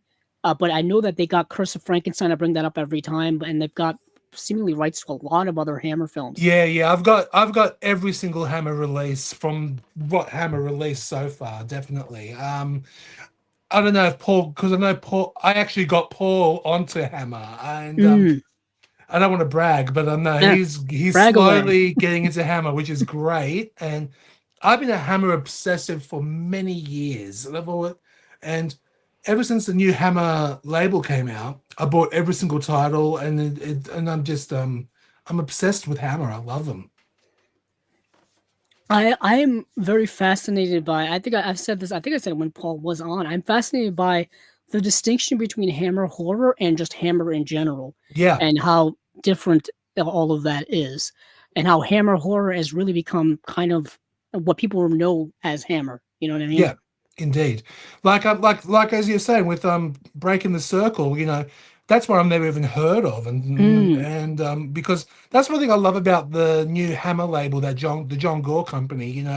They're releasing obscure, non-horror related film noir like titles, and it's fantastic. It is so good. They seem to be doing both. They seem to be doing kind of what we traditionally understand as Hammer horror. Like they just released like a Vincent Price movie.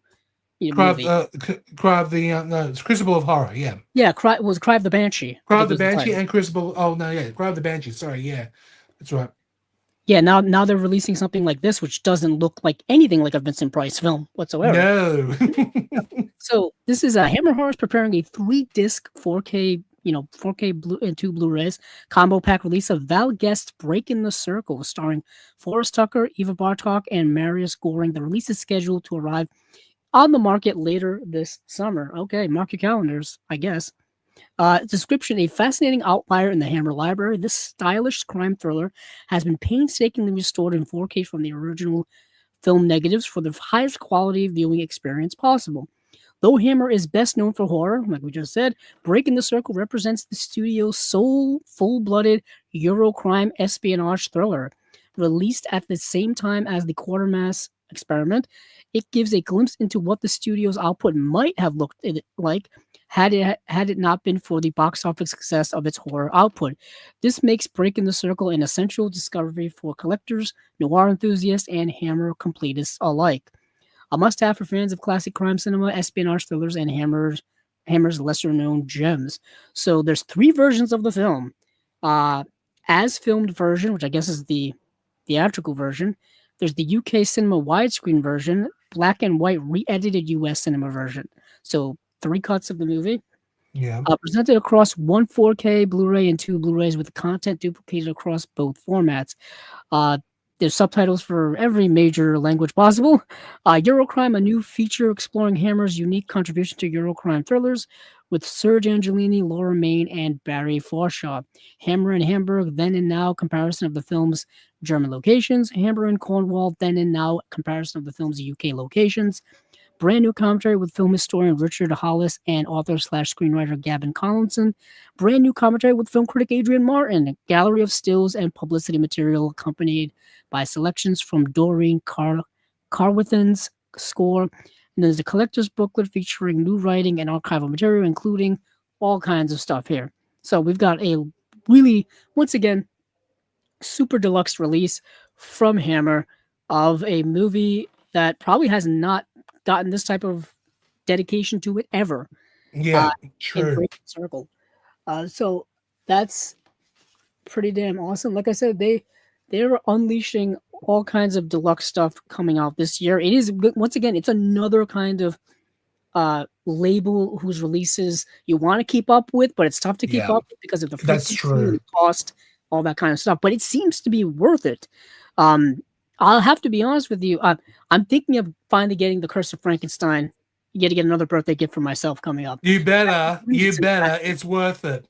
I know Warner Archive released the US release, which is licensed for that one, but you better get the UK version. The UK version is it's a thick special. one. I thought I had it right there, but I don't. But I was waiting for you to do the reveal, but it is I remember trying to compare that release to the Warner Archive one, and just being like, "There's too much information here for my brain to compute right now." What I can tell you, because I don't have both versions. I've only got the UK one. The only difference is that there is an exclusive documentary which is only available in the Hammer set, not on the Warner Archive one, and it's 6 discs. And the Warner Archive one, I believe, is only 3. So double, a significant amount of of material. And Paul did confirm that you did get him into Hammer. So yeah, I did. That's on record. It is on record. Like, I know Paul was hesitant in the beginning of getting the Hammer Classics range, where it had Cry of the Banshee and Crucible of Horror and all that. But then I just said, "Oh, if you want, that's fine by me." But then he just decided to get the rest. So good on him. Yeah, good on him. So let's move from Hammer to, I'll go see if I can find. So Second Sight is coming out with a release called the Cold Prey Trilogy. Now, I wanted to see if I could find some information on that, because this came kind of relatively under the radar. Well, there it is. And I don't know anything about these movies. So it looks actually. Yeah, Cold Prey 2, and then Cold Prey 3. Okay. Not the most original titles I've ever seen. And nothing really here about see if I can go to Second Sight's website. I forgot. It's like Second Sight. I think it's secondsightfilms.co.uk. There it is. I believe. .co. Okay. Yeah, I think I got the right place. Oh, good. I'm in the right place. You never know when you're going to click on something. So I don't even. Oh, it is on here. Okay, good. So I know recently they just came out with their edition of Insomnia, which just came out, and then The Devil's Candy also came out as well, which we talked about here on Chasing Labels. They just announced this like within the last week, coming out July 6th is this release here. of these movies I know nothing about. How do Um, I? yeah, I'm always fascinated by says a mysterious, brutal serial killer known as the Mountain Man stalks the snow-covered landscape in search of victims in this classic Norwegian slasher trilogy. Okay, Interesting. so that gives you a sense of what this is. Uh, and I'm always fascinated by the second sight releases because they're always tend to be rather deluxe releases. They're very nicely done. I mean, right next to me, I've got Possession, which was like one of my favorite releases of last year from them. I missed I out also have on their that. release of Reanimator as well, I which got is mostly. reanimated, but I missed out on Possession. Damn Oh it. yeah, I think I got that right. That was like the one big one I wanted to get, but I'm still so behind on their stuff. There are a few I've always missed out on, which I regret to this day. Well, I talked about Drive earlier. I missed out on Yeah. their edition of So Drive. did I. Dawn of the Dead is another big one. No, that one I got. I could Yeah, I mean, not like you get can that. you can still I say that you can still get them, but you have to pay pretty big amount Yeah. on like eBay and such. But Cold Prey, I don't know much about these movies other than like I said, it looks like a slasher film from Norway. Slasher films from Norway. No way. Yeah. Each movie comes with its own list of special features. The third movie, it seems like the third movies always get the stiffening when it comes to these. They get the least amount of special features. Yeah. Yeah, typical in the second sight, you know, uh, release, 120-page book, which is always massive. 5 collectible art cards seems to be their jam of things. This is Region B lock. They are typically Region B when it comes to their Blu-rays. Yeah. Obviously, 4Ks are region free. But yeah, that's this Coldplay trilogy. Sorry, I don't have much more else to say about it. Let me check what else I've got here. In terms of I want to talk about Billy Liar. Now, this is a movie I saw years ago. I couldn't remember if I saw this on streaming somewhere or someplace else. Let me see if I can find it here on um, Blu-ray.com. See, this is see. So Billy Liar is getting a 4K release from Studio Canal. Yeah. And why did I? Yeah, because this is that's why it's a John Schlesinger film. That's your film. That's why it was of note to me. So let's see. Here we go. So Studio Canal are preparing a 4K and Blu-ray release of the John Schlesinger film Billy Liar, starring Tom Courtenay, Julie Christie, Wilford Pickles, that's a name, Ethel Griffiths, and Finlay Curry. The two releases are scheduled to arrive on the market on August 3rd. Here their description. Tom Courtenay delivers a star-making turn as William Terrence Fisher, Billy Liar, in one of the most memorable and acclaimed films of the 1960s. Running from an unsympathetic working class family, a pair of demanding fiancés, and an insecure job at an undertaker's, Billy escapes Walter Mitty-like into a world of fantasy where he can realize his dream ambitions. As work and family pressures build to new intolerable levels, Liz, portrayed by Julie Christie, enters his drab life and offers Billy the one real chance he'll ever get to leave the past behind. Scripted by Keith Waterhouse from his own novel and sensitively directed by John Schlesinger, who did Midnight Cowboy as well as a bunch of other movies. Like I think didn't he do Sunday Bloody Sunday? He did. Yeah. And he also did one of my favorite movies of 1975, the Day of the Locust. That was Yes. that was the one. Yeah, speaking of which, Arrow put out a release of that. They did. And Imprint did too. That was one of their earliest releases. Oh yeah, nice. Yeah. Billy Liar is one of the few comedies of the British New Wave marrying visual and verbal wit with a rather poignant rumination on the futility of dreams. New 4K restoration of the film, HDR presentation of the film. There's a new special feature here called Billy Liar, Alice Lowe, and Danny Lay in Conversation. The Women of Billy Liar by Samira Ahmed. Audio commentary with John Schlesinger, Tom Courtenay, and Julie Christie. And an audio commentary by Kat Ellinger. Remembering Billy Liar with Tom Courtenay and Helen Fraser. Interview with Richard Ayoade, the actor and filmmaker. A look through the Keith Waterhouse archive with British Library curator Zoe Wilcox. Interview with Saint Etienne's Bob Stanley. Optional English subtitles, and then 64-page booklet, fold-out poster, and a calendar as well. So that's the movie Billy Liar. Like I said, I saw this years ago. I was either on Filmstruck or it was on the Criterion Channel. It was one of those two places, and I noticed it was John Schlesinger, and I just I know the name, I know the director. I was like, oh, I want to watch more of his movies. So let me watch Billy Liar. I'm glad that it's getting a nice 4K release. Yeah, Uh, it does look good. yeah, so and Studio Canal puts out some really nice 4K releases. I have their release of like The Servant. I have the release of The Conversation, as Yeah. well as The Third Man. Um, I love those releases. But I think thing I've got here left is Scars of the Sun slash Blow the Night. This is a double feature released by Third Window Films, which is a company we don't talk about here much, but I Mm. just thought these movies looked fascinating. And of course, when I went to go find them to watch, they were no place to be found. So I couldn't see them. But they You looked should- so fascinating. So let's see, Scars of the Sun and yeah, so let me look them up. Scars of the Yeah, there they are. Scars of the Sun and Below the Night. It's a limited edition to 2,000 copies, Third Window Films. These movies are directed by a director I don't know any of his work, Chuse Sone. Let me see. Hopefully there's hopefully there's something here for me to read. Oh, There here we is. go.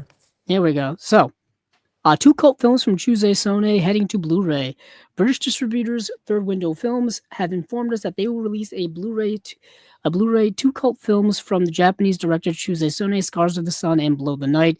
The two films will be gathered in a double feature release, which is scheduled to arrive on the market on July 27th. Both films get their first ever physical releases outside of Japan, and both films are also receiving their world Blu-ray debuts.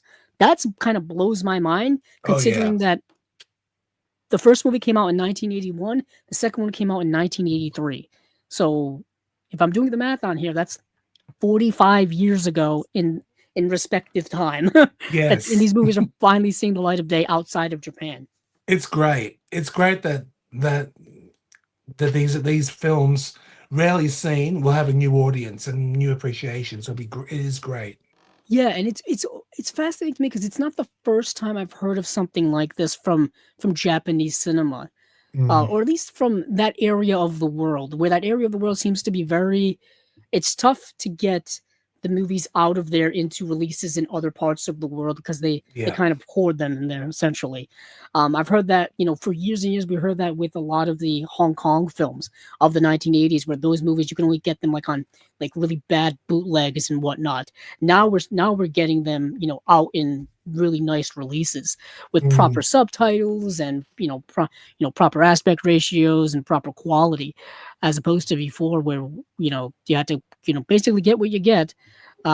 But let me read some of this off and then we'll move on to Arrow, and that will be where we will finish things up with. So Scars of the Sun from 1981.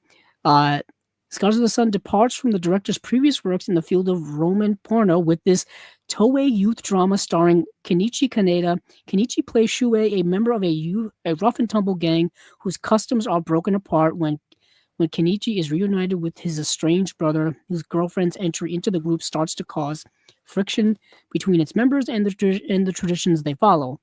Um, sounds like a Beatles situation here. It does. It does. So we have a Jasper Sharp featured audio commentary. The sun sets on Chuse Sone. Says Dakota Newt video essay and then an original trailer. Now these are region B locked. These are UK releases, but if you have a region free player, you're good to go. Blow the Night, the first film from Chuse Sone's production company, Filmworkers, is a hard-hitting docudrama based on the stories of Name Takada, a 15-year-old thinner sniffing girl gang member. Nami stars in this film as herself to tell a brutal tale of wild youth in early 80s Japanese society. So, yet again, you have two movies about youth culture in Japan of the 1980s, which is Mm. fascinating kind of insight into that time and place. For special features, it's a producer Kuniko Uke interview, Tom Mess feature audio commentary, juvenile delinquency in 80s Japan, James Belmont video essay, and then the original trailer, and then it's region B locked as well. There is, I think, a slipcover that comes with it, and then Yeah. 12-page booklet, pretty much. But yeah, I know of this company, Third Window Films, but I've never really talked about any of their releases. But this one just caught my eye for its Yeah, it does. uniqueness.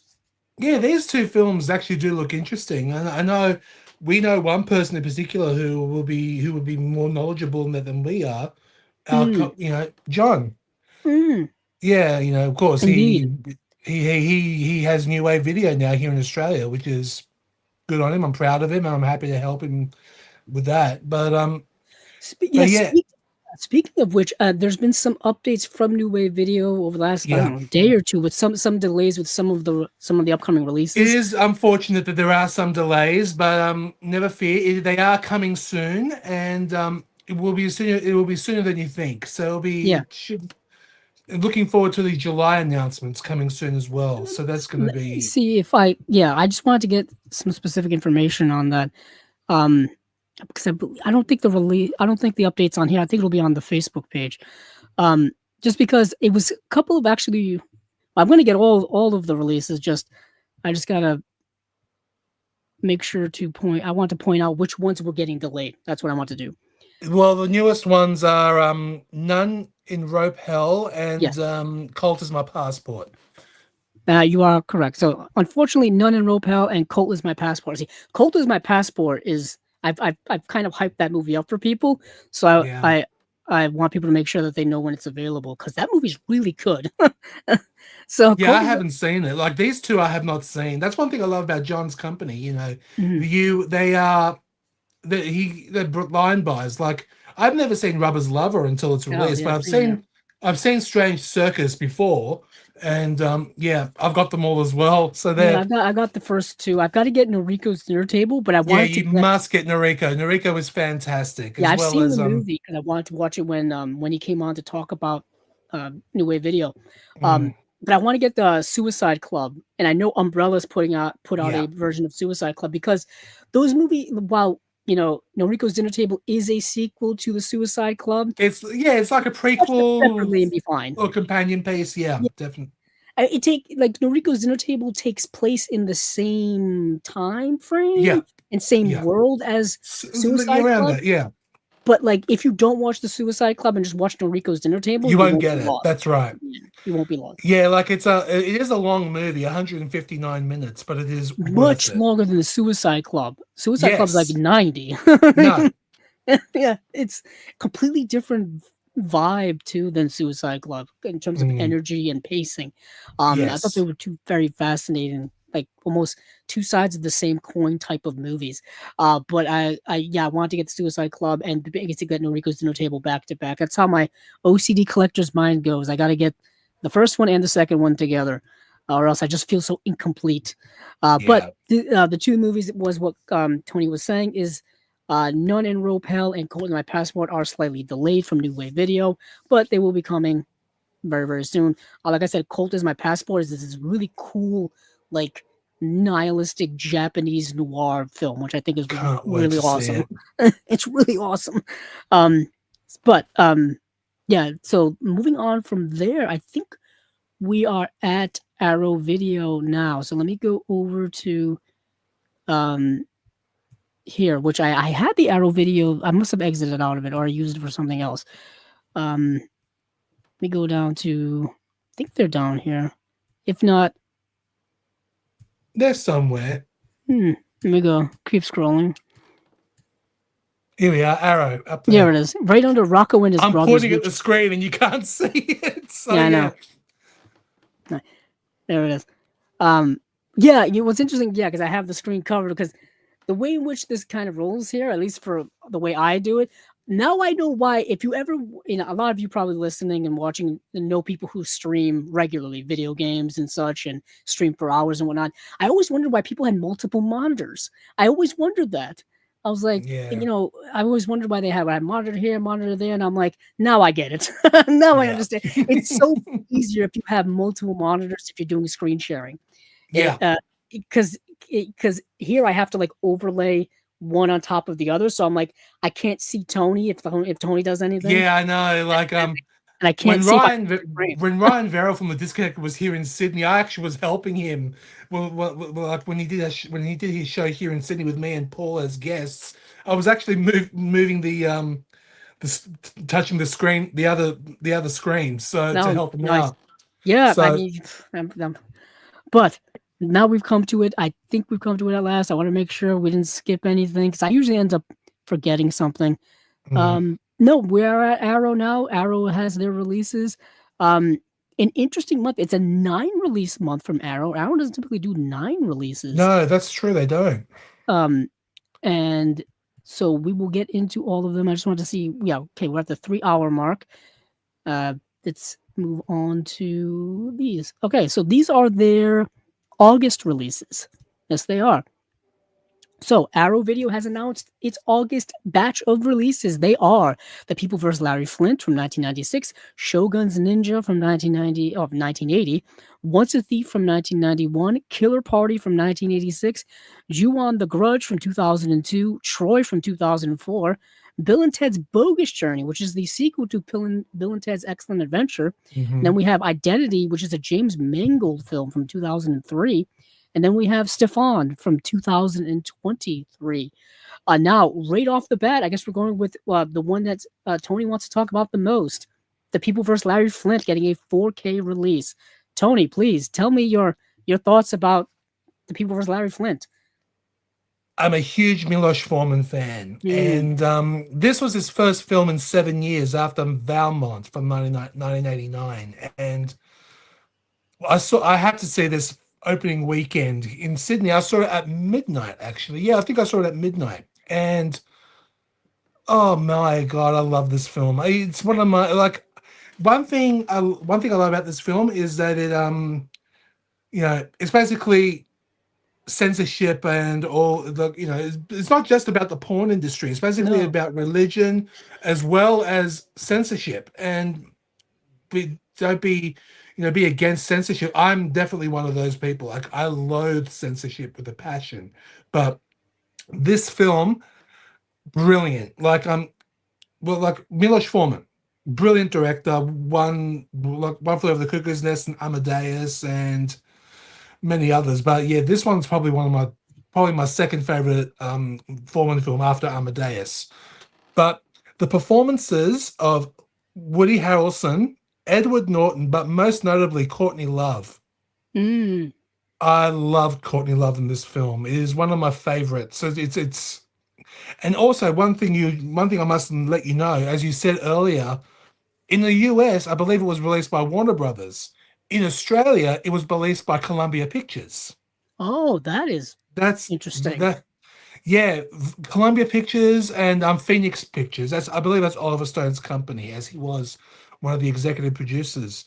But that's the thing about some companies, like as you probably noticed now, this release is US only. It's not a UK title. It's only US. But yeah, for some reason in the US, I believe it was Warner Brothers or Columbia Pictures. I don't know, but I know in Australia it was Columbia Pictures. So yeah, I'm actually looking it up right now because I have the old Blu-ray's been around since 2011, at least the US one. Oh my goodness. So the person, oh boy. So I may have been completely delusional. The original Blu-ray, which came out in 2011, was put out by Image Entertainment. Image Entertainment doesn't exist anymore. That's how old this Blu-ray is. And Image Entertainment, they may have been bought by CBS, which is Paramount. And the only reason I know that off the top of my head is because, I mean, you mentioned television series earlier a few times here. I've always wanted to collect the old Twilight Zone television series on Blu-ray. And they were put out by Image Entertainment, but they now I can show off. Yeah, see, that release there is from, I believe, Paramount/CBS. Yes, this one is from Paramount. Yes, it is from Paramount. So Paramount kind of acquired, I think, Image Entertainment, and have reissued a lot of the Image Entertainment releases, including Twilight Zone on Blu-ray, which I've always wanted. And I have this crazy OCD where, like, do I want to get the original Image Entertainment releases? Do I want to get the Paramount individual releases? Or do I want to just get that box that Tony just showed up? I mean, the gamut that goes in my head when it comes to OCD collecting is crazy. It's crazy.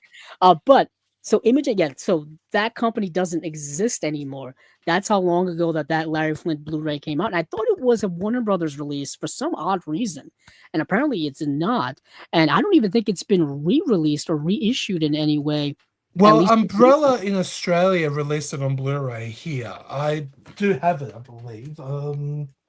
I can't see it here at the moment, but actually, you know what? No, I can't see it here at the moment. But yeah, Tony, Umbrella did release it. You are so on the right track. You're on the better track than I am. So Sony re-released it here. Sony, of course, owns Columbia Pictures. Yeah. Therefore, that's why yours is that way. So it is a deal that Arrow must have with Sony to put out The People vs. Larry Flint. But either way, it's a movie that has probably needed a restoration and a remaster for many years. That movie is so old. I don't think that Sony did a remaster when they put it out, or if it's just the same release as before. I'm looking at the Blu-ray.com re-release. Yeah, I think maybe it is different. Either way, it's put out by Sony, and I've always trusted Sony when it's come to Blu-rays and 4Ks because they've always done a really good job of keeping their catalog. That's true. Up to par when it comes to restoration and preservation. Even when they've made deals with other companies, I've always kind of trusted the fact that the masters they're going to hand over to a boutique label like a Criterion or even an Arrow, the masters are going to be at least really, really good. And that seems to be the case. I assume that is the case here. I was just reading, I think the Blu-ray that was put out by Sony a couple of years ago was indeed a different picture quality than the one that was put out by Image back in 2011.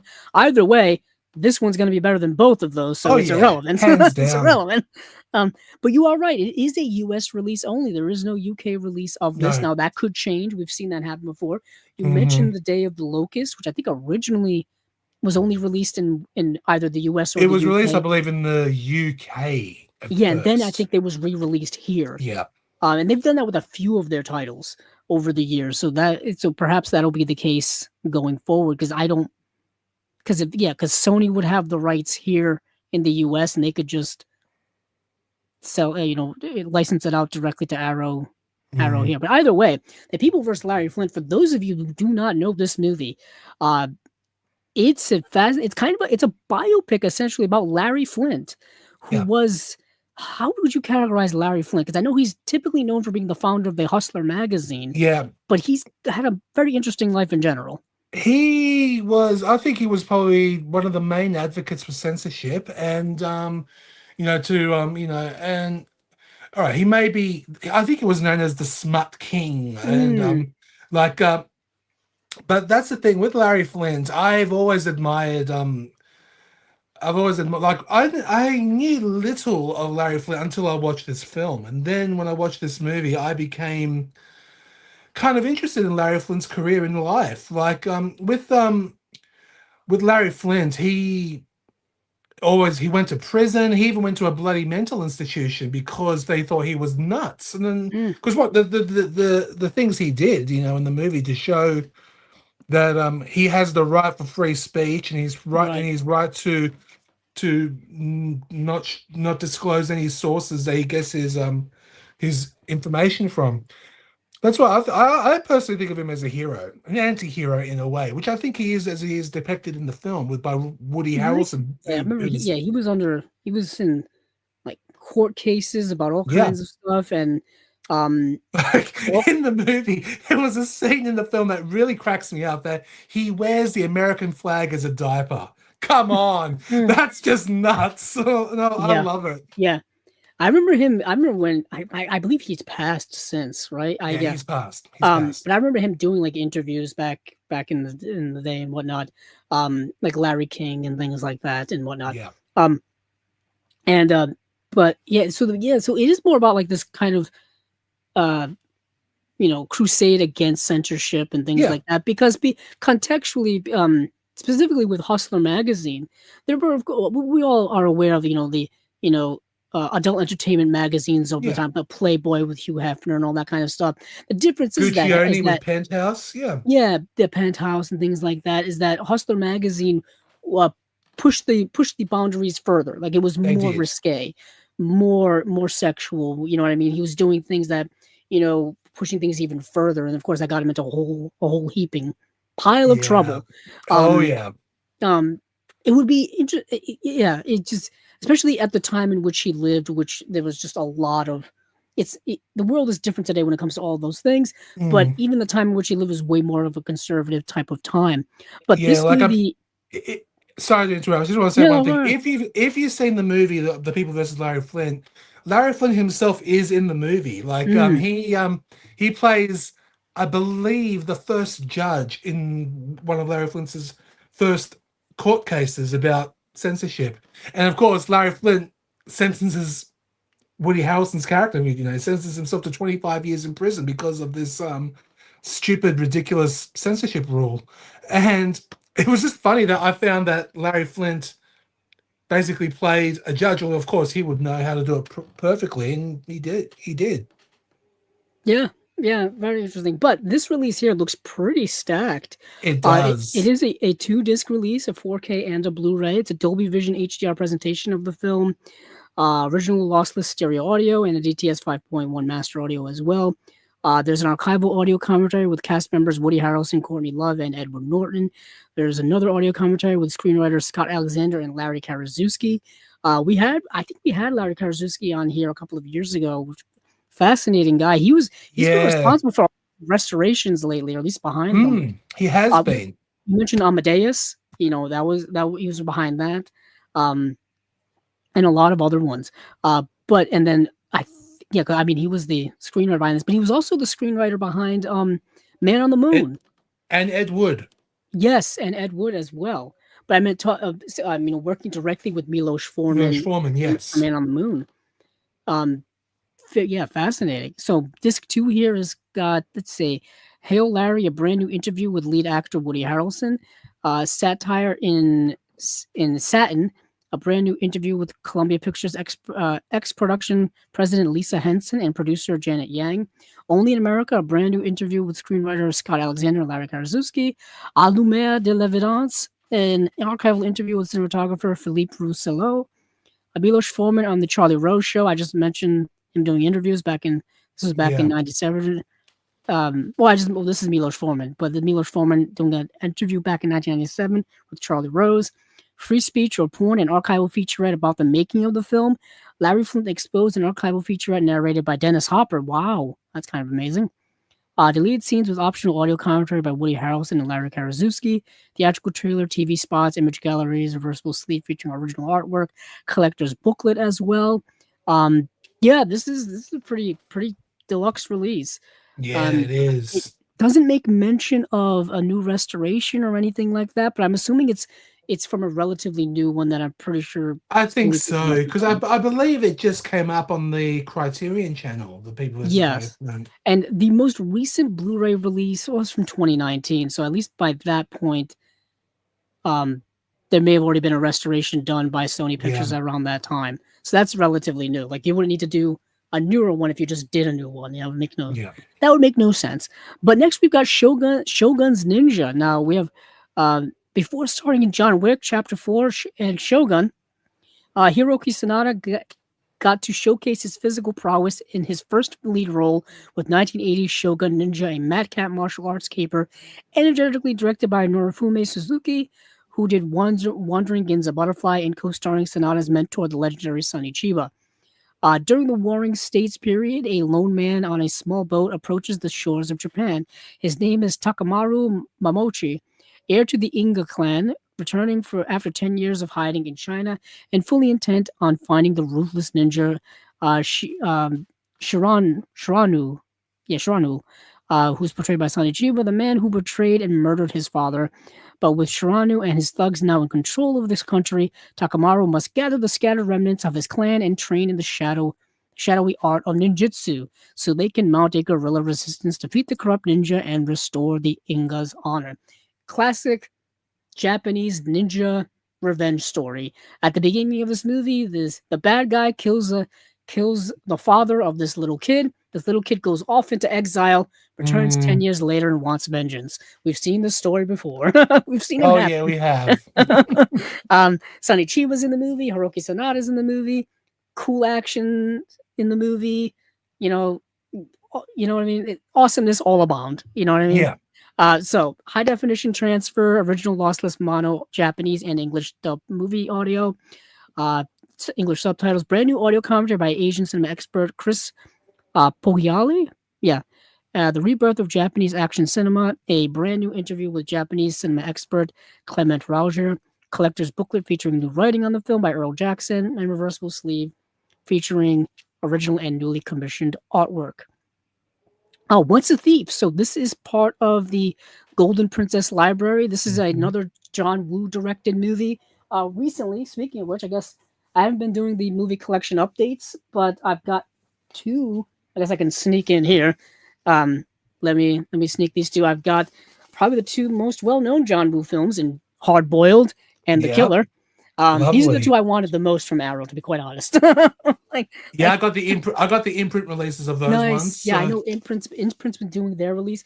It's Imprint, Shout Factory, and Arrow, and I basically the way I've been covering them is like pick which one you want and get it. You know? Yeah, that's it. That's They right. all have, I think, all have the same features. I think Arrow and Imprint may have close to identical close. features. Close enough to the point where, you know, pick which one you want, and you'll probably be pretty damn happy because the movies, they at least all look really good. You know what I mean? Like the 4Ks look really, really great. I just love this artwork. I think this is the artwork by Tony Stella, the late great Tony Stella. Yeah. So that's why I kind of wanted to wait to pick these bad boys up. So I got those recently. You know, speaking of, I've been picking up a lot of Arrow just this year in general because they've been putting out so much good stuff. That's true. They have been. You know, with their Hong Kong stuff, and then I picked up, of course, I picked this up recently, which is Robin Hood, Prince of Thieves. They reissued. Coincidentally, we just talked about a UK release that they then now reissued in a US version. That's the version. I got the UK release of that there one. You go. So. Yeah. And then, of course, honestly, my favorite release of the year so far is Excalibur. So brilliant release. Yeah. I'll tell you, my favorite release so far this year from Arrow was Salem's Lot. Oh, yeah. Interesting. Talk about Stephen King adaptation. That was one of the earliest adaptations. I think, was that like the second Stephen King adaptation? It was. After Carrie? Second adaptation. Yeah. Yeah. So, and directed by Toby Hooper. So that's probably. Oh, wow. That was directed by Toby.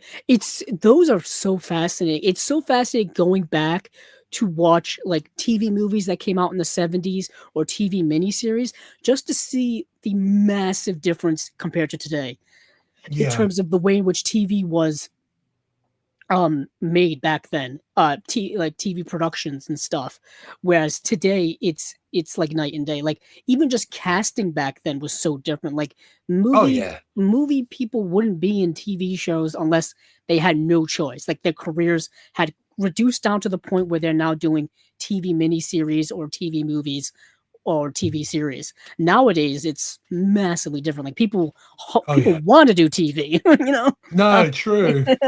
And the productions now for TV is so vastly different. Like they just did a readaptation of Salem's Lot, actually, coincidentally.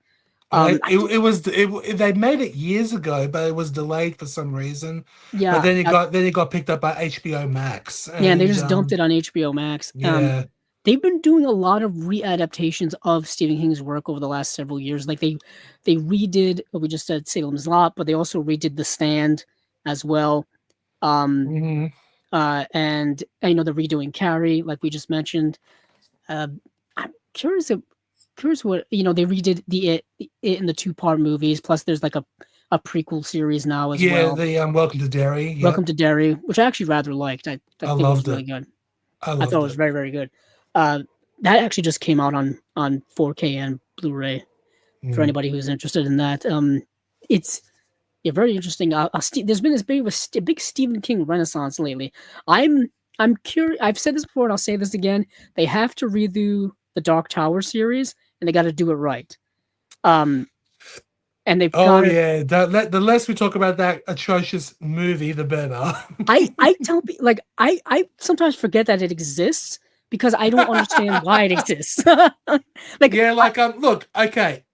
Matthew McConaughey was perfectly cast. That's the only positive I'll give of it. I don't mind it's just like it's not even the story. Like, that's not the story. No. It's not. It's a big, epic 8-book series, Yeah. and they trimmed all that down to a 90-minute piece of turd. I did not. But thing is, like, that's not even the story of the Dark Tower, No, like, it's at not. all. It's like they took like elements from like one book, like 2, 3 books, Yeah, and put yeah. them together, and Did they made not a plot work. line on it. Oh, that's gonna just drive me nuts. And I'm Oh, I not like saying, know. oh, it's got to be a pure one-to-one thing and all that kind of. But I'm saying like it's not even like I don't even consider it it's not even an adaptation. It's kind of like nothing. No, It's not. no, It's I nothing. don't. I know they were in development with that for years. Ron Howard Yeah, had the rights to that forever. He wanted to do it as like an HBO miniseries, I think, at one point. He just never that got would off the work. ground. If each season was a book, it would Yeah. work. Yeah, But and it would work. I don't know how much, like, nowadays, I don't know how much, budgeted wise, how, who's gonna put in the money for something of that oh, large it would be expensive, It would be definitely. very But expensive because it I is a think HBO fantasy would probably be epic. the best thing for it. Best place for the Dark Tower. Or I don't know, Amazon Prime. I don't know, because that's where Carrie's coming on. Not That's only going to that, but be I'm thinking the only reason Mike Flanagan has a deal now working over at Amazon. So if somebody's gonna do it, you would kind of want him to do it. absolutely. But then I don't know how much he just wants to be known as the guy who, adapts Stephen King for the rest of his career. Because Don't forget there was another director who did a lot of Stephen King films, Frank Darabont, who directed yeah, The The Green Mile. Shawshank Redemption, The Green Mile, and The Mist. Yeah. I haven't seen a theatrical release from Frank Darabont since The Mist. I have no idea what's going on. I don't think he's done anything since then. No, He's done some television stuff. Like, The he Walking Dead. famously started The Walking Dead, Yeah, and then that I know. he had a fallout with them, and then he did another. He tried to do another show, which was like a gangster show, and it got canceled after like one season, and that was kind of it. I see him a lot on documentaries now from like years Yeah, ago, like that's Stephen King true. documentaries, ironically. But yeah, I would love to get Frank Darabont out of, I don't know, self-exile retirement, I guess. Yeah, I agree. You know what I mean? I agree. But anywho, back to Once a Thief, which is John Woo, another great director who is still making movies to this day. Speaking of someone Yeah. who's not in retirement, John Woo is still making movies. John Woo, what a legendary career. Ironically, Oh, and yeah. I might as well bring it out. I've just finished watching Spider Noir with Nicolas Cage as Spider-Man, basically, as a detective Spider-Man, and it made me think of Face Off, and which makes me think of John Woo. And it's kind of one of his most famous movies for whatever reason. They've been trying to do stuff with that for years now. They were trying to do a sequel TV series, which they couldn't really do. They're still trying to make a sequel to that movie-wise in general. But without Nicolas Cage and John Travolta, I don't know what the draw would be for a Face-Off without them. Like, they're the reason that movie's still kind of watched to this day because of the insanity of both of those actors.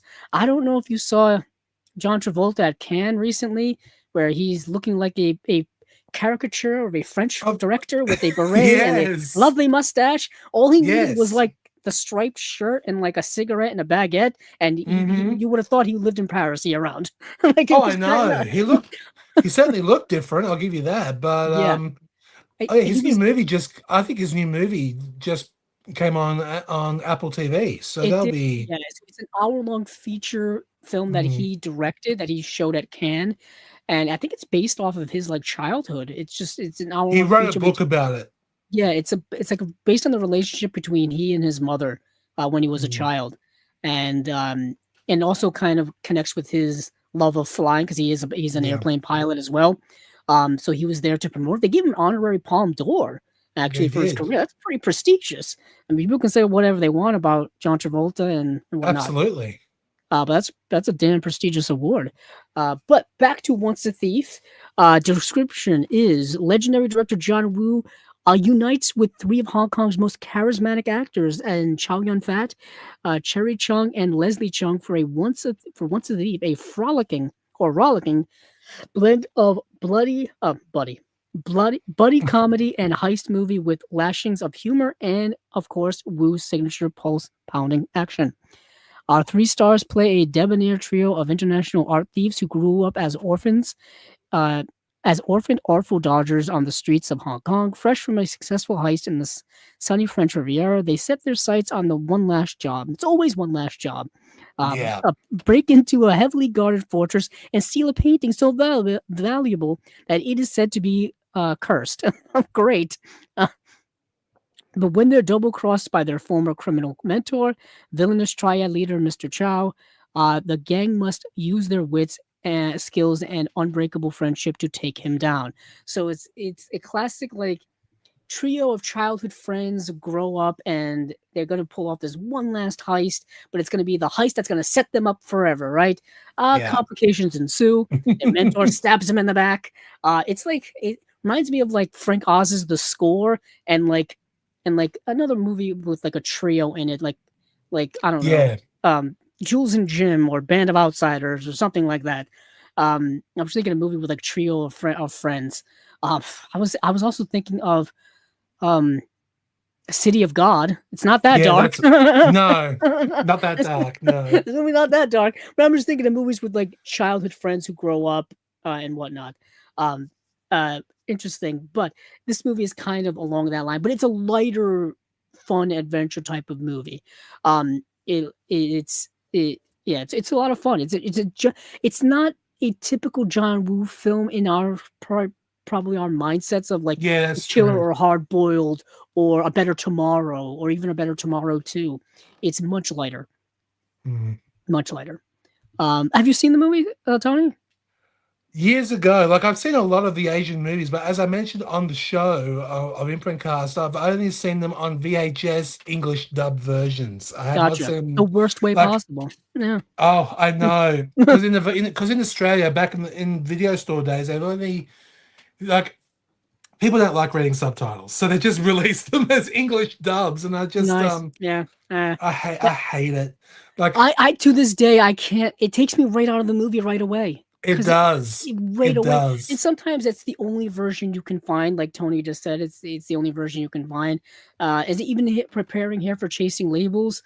There's so many movies I want to get through to prepare here that like to dig further, and to dig deeper and to try to find the a version of the movie that's in the original language with the subtitles, and then the subtitles have to actually line up with the people that are talking, because sometimes you get subtitles that are delayed or they're not lined up with when people are talking, and that can be a whole mess because you're trying to follow along with the movie and you don't know who's saying what when.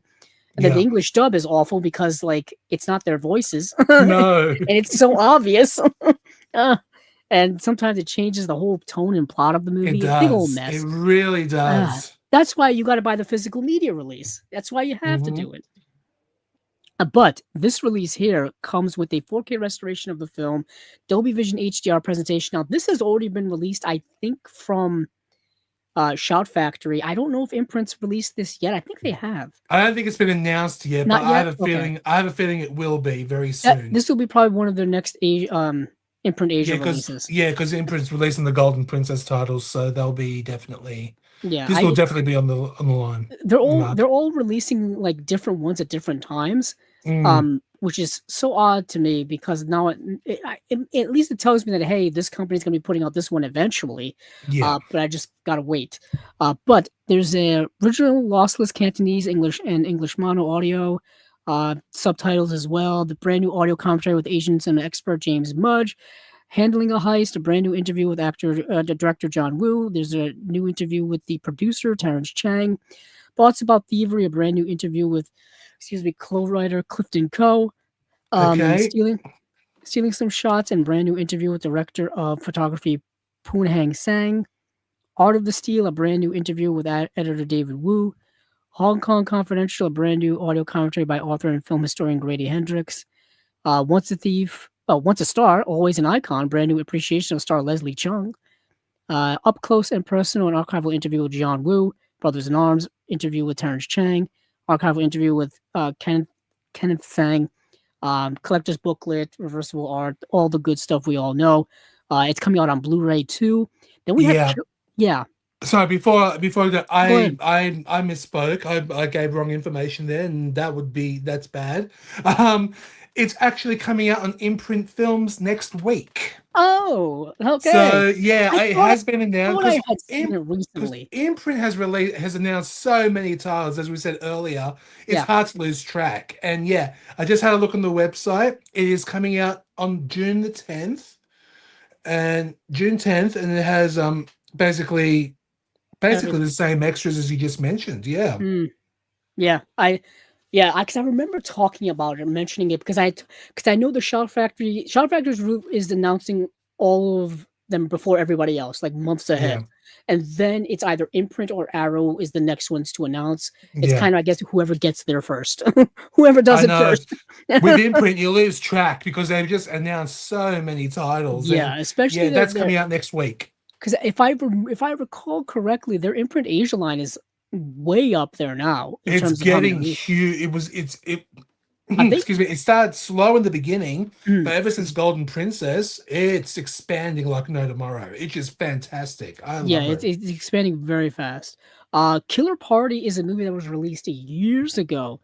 Because I remember talking about this years ago. Let me see who released it. It feels like a Severin release, but I don't think it was. Let me see. Killer Party came out 2021. So it was one of that was the first year of Shout Factory. Yeah, Shout Factory. Oh, okay. That's what it was. And I remember talking about this movie at that time. And it's kind of like an 80s slasher. So William Pruitt, the director of Canucksploitation classics The House by the Lake, Spasms, and Funeral Home, cordially invites you to a party to die for. The Sisters of Sigma Alpha Phi are throwing an April Fool's party, and they found the perfect place to hold it. The abandoned fraternity house where a pledge once lost his head in a hazing ritual gone horribly wrong. That sounds like a good place to throw a party. Partying turns to panic. Yeah, partying turns to panic when it transpires the dead pledge had a penchant for occult practice. Of course he did. And his evil spirit returns to wreak its revenge, or wreak its revenge. Either way, we know what a slasher is. Oh yeah, what a slasher is. We know what's about to go down. People are about to no longer exist. Killer Party is an underrated slasher classic that deserves a place on the shelves of any 80s horror fans. So we've got high definition transfer, original lossless mono, English subtitles, new audio commentary by critic Stacy Ponder, Campus Gentleman, an archival interview with actor Ralph Seymour, Head of the Class, an archival interview with actress Sherry Willis Birch, Fool's Night, an archival interview with writer Barney Cohen, Racing to the Party, an archival interview with composer John Beale, Unholy Diver, an archival interview with special makeup effects artist Gordon J. Smith, Dressed to Possess, I like that, an archival interview with production designer Ruben Fried, Killer Initiations, a brand new visual essay by film critic Alexandra West of the Faculty of Horror podcast, Slasher Party, a brand new visual essay by film critic Mike Munzer of the Evolution of Horror podcast, from Burbank and Came, White Sister and Killer Party, an archival featurette, image gallery, collector's booklet, reversible sleeve with original and newly commissioned artwork by Colin Murdoch. Ju-On the Grudge, which I've run out of how many times this movie has gotten released over the last few years. Oh, I know. I don't know. I can, like, we've gotten a Grudge box set. I think from both Arrow and Shout Factory, we've gotten a Grudge box set. I know Arrow released a box set, but I think it was Shout. Yeah, it was it Umbrella? I don't remember. You know what I'm thinking of when it comes to Arrow? I'm thinking of the Ring box set. Ring box set, yeah, that's what I'm thinking of. Because when I think of the Ring and the Grudge, they're not that they're interchangeable to me, but they came out around the same time.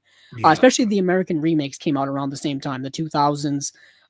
So they kind of go a little bit of hand in hand with me, but they're completely different movies.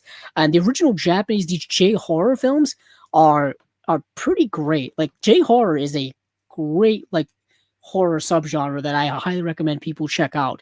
I know a lot of people don't like to read subtitles, but damn, these movies are atmospheric as all heck. Absolutely. Including The Grudge, which has several movies within its franchise. So let me see. let me just so description: Ju-on, the name given to the deadly curse spawned when someone dies in the grip of a violent rage. Who doesn't? All who come into contact with it are doomed. Deep in the shadows of the attic of an ordinary family home in the Tokyo suburbs, something malevolent is stirring. When social worker Rika is sent to check on the traumatized old lady whose family had moved in at the site of the notorious Seiki family murder case, she unwittingly unleashes a cycle of terror that is transmitted via its victims further and further from its original source. It's one of those kind of like cursed area type of things. What's interesting is I think there's a movie even before Ju-on, which actually shows like that murder case or the elements of that murder case. I can't think remember. you're right, but I forgot what it was called. So do I. Like I remember, when they put out the box set a few years ago, I went into and did all of the kind of like Wikipedia research of all the different movies and where they are and what they depict, and it's completely lost in my mind now. But either way, this is a multi-movie, series here. But I think this one is typically the one people know of the most. I remember having it on DVD, like a used DVD of it. Like Tony mentioned, there is a Shout Factory box set of all of them, and I think only this one ever had a 4K, while the other ones were on Blu-ray. It was one of those types of odd releases where only like one movie would get the 4K and the rest would just get the regular Blu-ray release. Yeah. Probably for budgetary reasons, because a 4K box set is much cheaper to buy and make than a Blu-ray box set. I think we're all aware of that. But 4K restoration from the original camera negative by Arrow Films, Dolby Vision, HDR presentation, our original DTS HD 5.1 audio, introduction by Takeshi Shimizu, audio commentary by historian David Khaled, audio commentary by Sam Raimi and Scott Spiegel. There's an alternate audio track on here too, Haunting in Monochrome, an interview with Takashi Shimizu. And then there's, let's see, Whispers in the Dark, an archival interview with actor Megumi Hokina on her role as Rika. Fade to Black, an archival interview with actor Kayaku Shibata, who plays Mariko. On-set interviews with several people. Deleted scenes and commentary by Takashi Shimizu. Almost an hour of behind-the-scenes footage, so that's kind of nice. Ju-on, the True Story, 2 ghostly true life tales that inspired the films, narrated by Hiroshi Kihara. Original trailers, image gallery, collector's book, reversible sleeve, the usual. And then we get to the big one. Appropriately timed, I would say. Just in time for the Christopher Nolan film Odyssey. Now, Troy is not an adaptation of the Odyssey. It's an adaptation of the Iliad, which is the book before the Odyssey that you're supposed to read, which I don't know if many people did or still do. But this is Troy, the Wolfgang Petersen film, which came out back in 2004. I saw this in theaters, Tony. Did you see this in theaters? So did I. I'm of Greek background, and I saw it as a double feature with Alexander and Troy. Oh, nice. I prefer Alexander over Troy. Okay. I know, Alexander was, it's boy, 2 different movies. But Troy is, like I said, it's Wolfgang Petersen, who now, Tony, you'll probably be able to ring this up. Wolfgang Petersen, he directed Das Boot, right? He did direct Das Boot, yeah. As well as a few other. Now, Wolfgang Petersen. Never-Ending Story, In the Line of Fire, The Perfect Storm, Poseidon. Quite a few.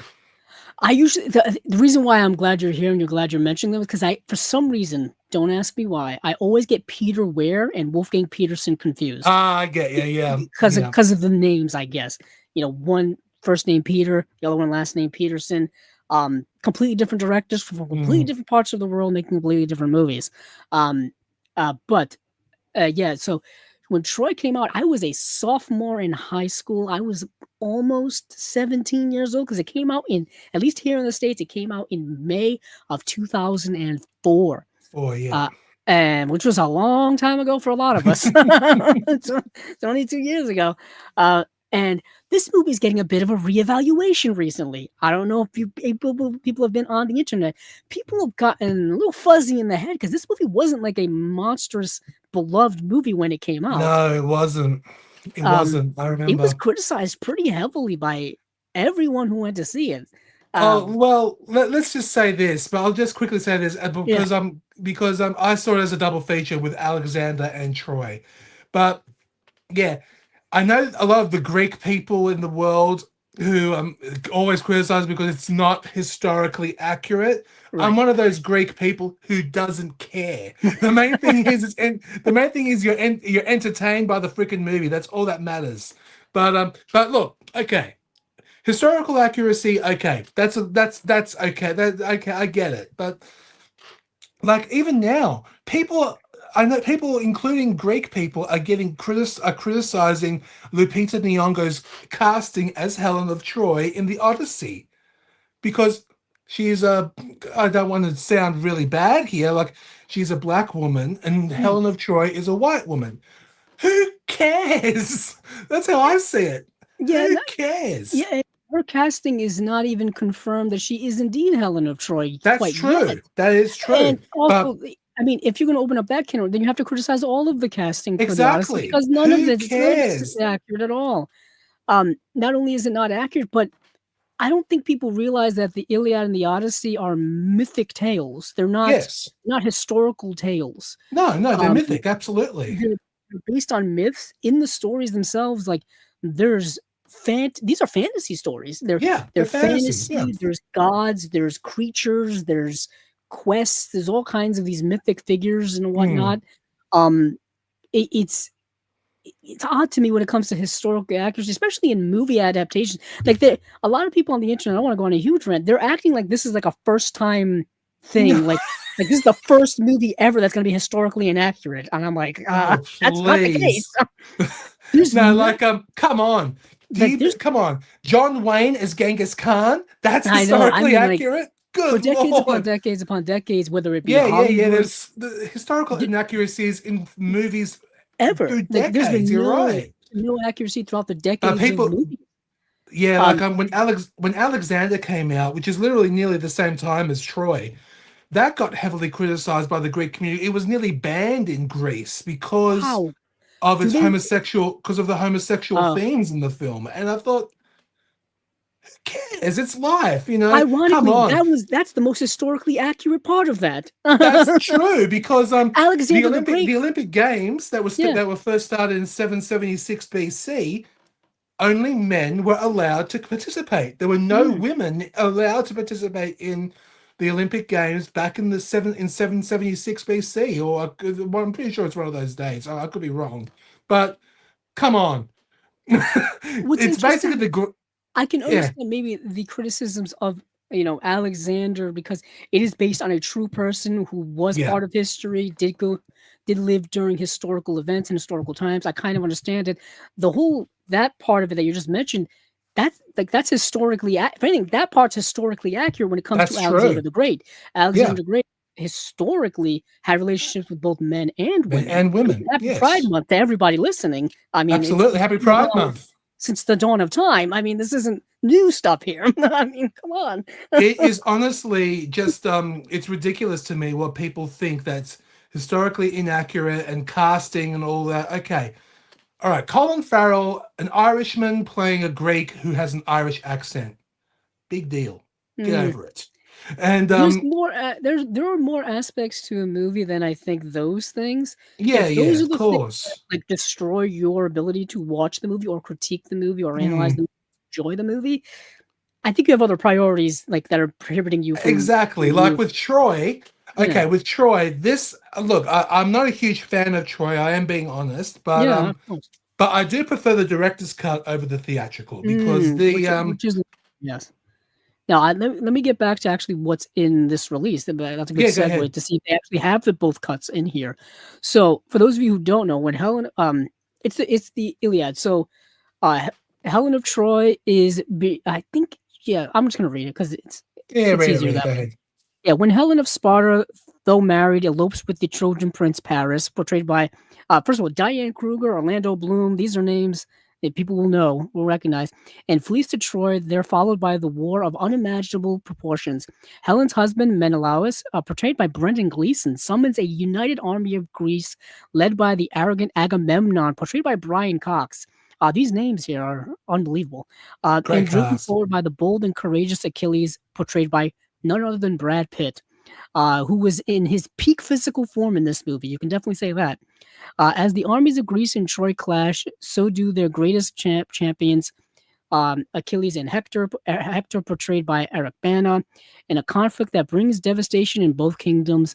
And the colossal epic witness huge battlescapes, one-on-one duels worthy of a Colosseum, and the fall of a once great nation. The names they don't mention in this are Peter O'Toole is in the Yep. movie as Yep. Hector and Paris's father, the king of Troy, Yep. which is kind of amazing. Sean Bean is in the movie as Odysseus. Mm-hmm. My uncle, rest in peace, he passed away 2013, but he loved these type of sword and sandal epic movies, Yeah. these action movies, historical epics. He was convinced at the time that they were going to do an Odysseus movie with Sean Bean. Like that was like the rumor at the time. And I always wish they kind of did that. Like had this movie had been a bigger hit, Sean Bean probably would have been a great Odysseus. I mean, at the time. True. I mean, because at the time, just coming off of, Lord of the Rings had just wrapped up pretty much. And Sword and Sand, this was right after Gladiator, right after Lord of the Rings. So these big fantasy sword and sandal medieval epics were all the rage at the time. You would also get Ridley Scott's Kingdom of Heaven would come out, I think, a year after this. That director's cut. 2005. Yeah, that director's cut's amazing. Don't bother with theatrical. Don't bother with the theatrical version of that one. The director's cut may be over 4 hours long. It doesn't matter. Watch it. No. It's awesome. It's fantastic. Exactly. Coincidentally, also has Orlando Bloom in the movie and a bunch of other people you'll recognize, and that's based on historical events, the Crusades and whatnot. True. Crusade, and actual real people. The rise of Orlando Bloom in the 2000s is certainly something a documentary should be made about. Yes. But this release here has a new 4K restoration from the original camera negative, Dolby Vision HDR. The movie's going to look good, if anything. New 4K, let's see, the disc. Disc 1 is the theatrical cut. Disc 2 is the director's cut. Okay. It also got an intro by Wolfgang Peterson on the director's cut. And then the Blu-ray, which is disc 3, will have the extra features, which is an in-movie experience and archival picture-in-picture commentary of the film. That's an old-style Blu-ray release, special feature. I remember those I think days. Tony and I have been doing this long enough to where we realized when Blu-rays first came out, they had to market themselves. So they were like, they had this special feature. It was like picture-in-picture commentary by the director would pop up and be like, hey, see what's going on here? This is how it was done. I remember. I remember those. And they had, it was, the BD Live experience. I think that was part of that BD Live. They got rid of that stuff years ago. Oh, yeah. So this is a throwback to a time long forgotten. I miss those days. But Troy in Focus, a series of archival behind-the-scenes featurettes. In the Thick of Battle, an archival behind-the-scenes featurette as well. From the Ruins to Reality, an archival behind-the-scenes featurette. Troy and Effects Odyssey, an archival behind-the-scenes featurette. Attacking Troy, an archival behind-the-scenes featurette as well. A lot of archival stuff here. I guess they're just porting over stuff. Now, this was a Warner Brothers release, if I do recall. Yes. It was. I did get one right. So, Calendar of the Gods, an archival introduction to the Greek gods. Ironically, there's no Greek gods in the movie. that was indeed not the adaptation. In the book, the Greek gods are just screwing around with people the whole time. People probably don't know this because I don't know if a lot of people have read the Iliad. The Trojan War takes place over 10 years. The movie, it seems like a month, maybe. But in the Iliad, it takes place over 10 years, and the gods are just messing around with people the whole time. They're the ones who actually start the war and everything because they just want to play with humanity. Probably an allegory for gods. Gods being just pricks, basically. True. Image gallery, collector's booklet, and then there's going to be a Blu-ray release as well. I did want to mention that our friend here on Chasing Labels, Scott Saslow, he did work on the let me actually go to his website. He worked on the layout for this, so Oh, I would nice. give him the credit for the Troy, and he worked on a couple of the other ones too. Yeah, he worked on the Troy, which he did the layout and booklet And design, uh, nice. and he did the booklet design and the treatment for Once a Thief, as well as Larry Flint. He did the layout and booklet design for the People versus Larry Flint as well. Right. So there is Great one work. more. Yeah, that's. I want to make sure to give him the proper credit for that. Of course. And then we've got one more release here, and this is one that's interesting to me. It's Bill and Ted's Bogus Journey, the 4K release of this. Now, this has been released on DVD, Blu-ray, VHS, Laserdisc back in the day. This has been released on 4K already from Shout Factory. That's what I remember. I could have sworn it was released on another company. Yeah, I think it was. It was. They had a whole box set of all three of the movies. Yeah. Bill and Ted's Excellent Adventure, Bill and Ted's Bogus Journey, and the third film, which is Face the Music. I think it's Bill and Ted's Face the Music. Yeah. So this is just the second movie in and of itself. Now, years ago we interviewed Michael McKenzie, who's a producer over at Arrow, and this is one of the titles he worked on. And I think he said that this is licensed through MGM, and they weren't allowed to like add any new special features or anything like that. So it's kind of everything ported over from the previous release. So I don't think you're going to be necessarily missing anything if you buy this release versus the other releases. But for those of you who don't know Bill and Ted, it's Keanu Reeves, it's Alex Winter. It's fun stuff. I personally prefer the first movie over the second movie. I think it's just a better movie in general.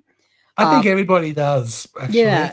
I think the first movie has such an 80s vibe to it, and the second movie has such a 90s vibe to it. And the second movie has such an odd plot. And the third movie I actually really, really liked as kind of like this nice reunion movie.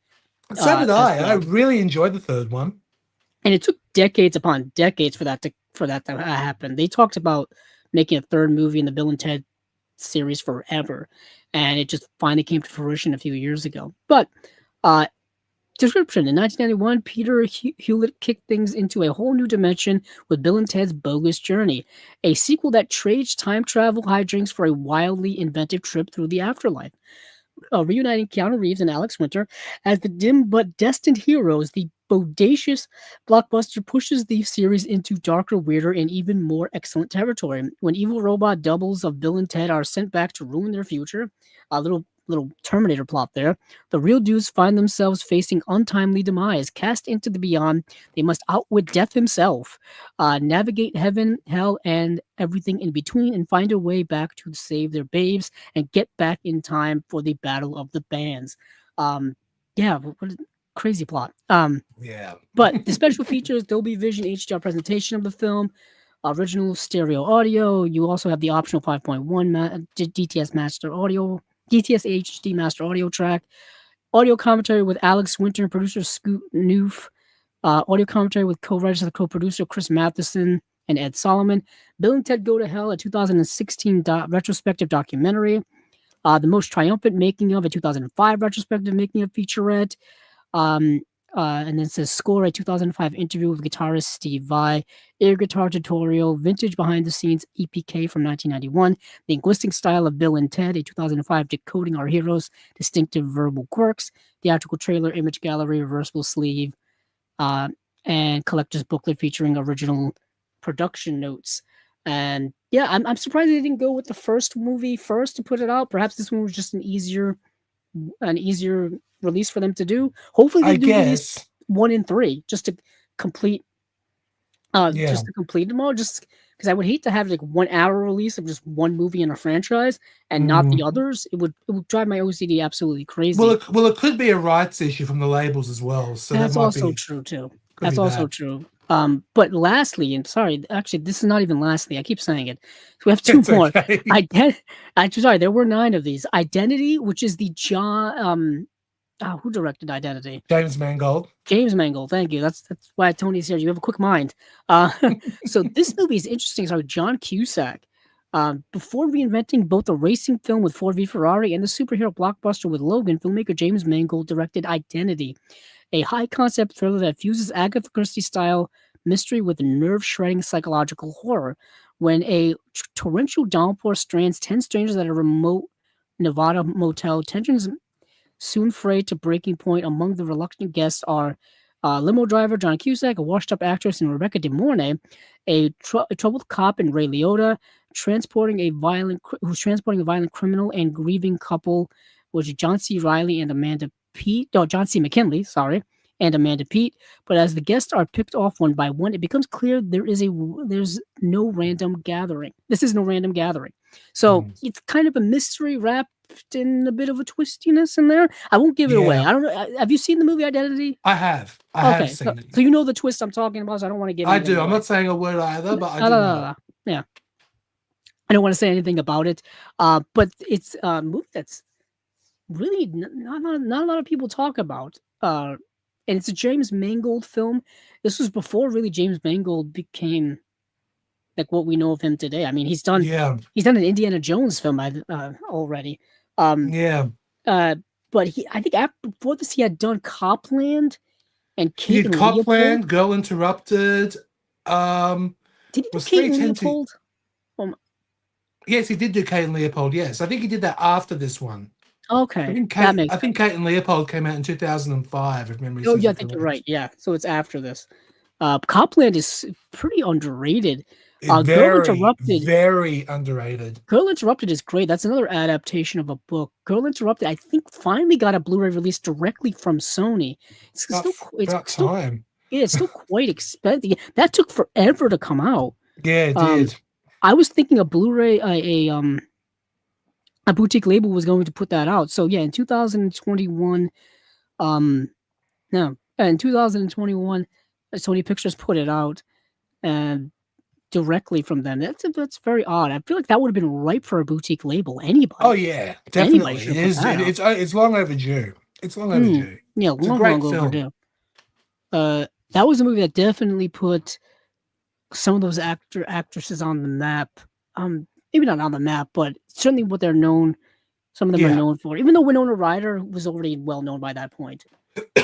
Yeah, Angelina Jolie won the Oscar for that role. I'm thinking of Angelina Jolie. That's the one people really remember her for.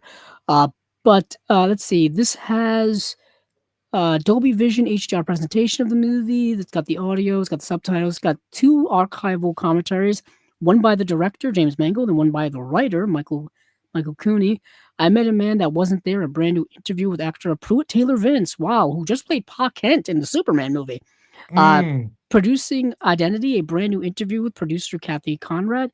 On the set, an archival behind-the-scenes featurette, deleted scenes, storyboards, comparisons, theatrical trailer, image gallery, booklet, etc., reversible sleeve, all the good stuff. Now we've come to the last of it. All right, then we've come to it at last for the first time, for the last time. It's the movie Stefan. Now, if you're familiar with the movie Creep, with Mark Duplass, this movie will seem very similar to that. It says it literally right here. Skillfully blending elements of Mark Duplass's Creep with 1992's Man Bites Dog, alongside mismatched buddy movies such as The Cable Guy. Stefan is a darkly comic thriller set in the world of amateur filmmaking that is bleakly funny as it is disturbingly twisted. So, Tim is a committed and aspiring filmmaker, encounters the eccentric Stefan.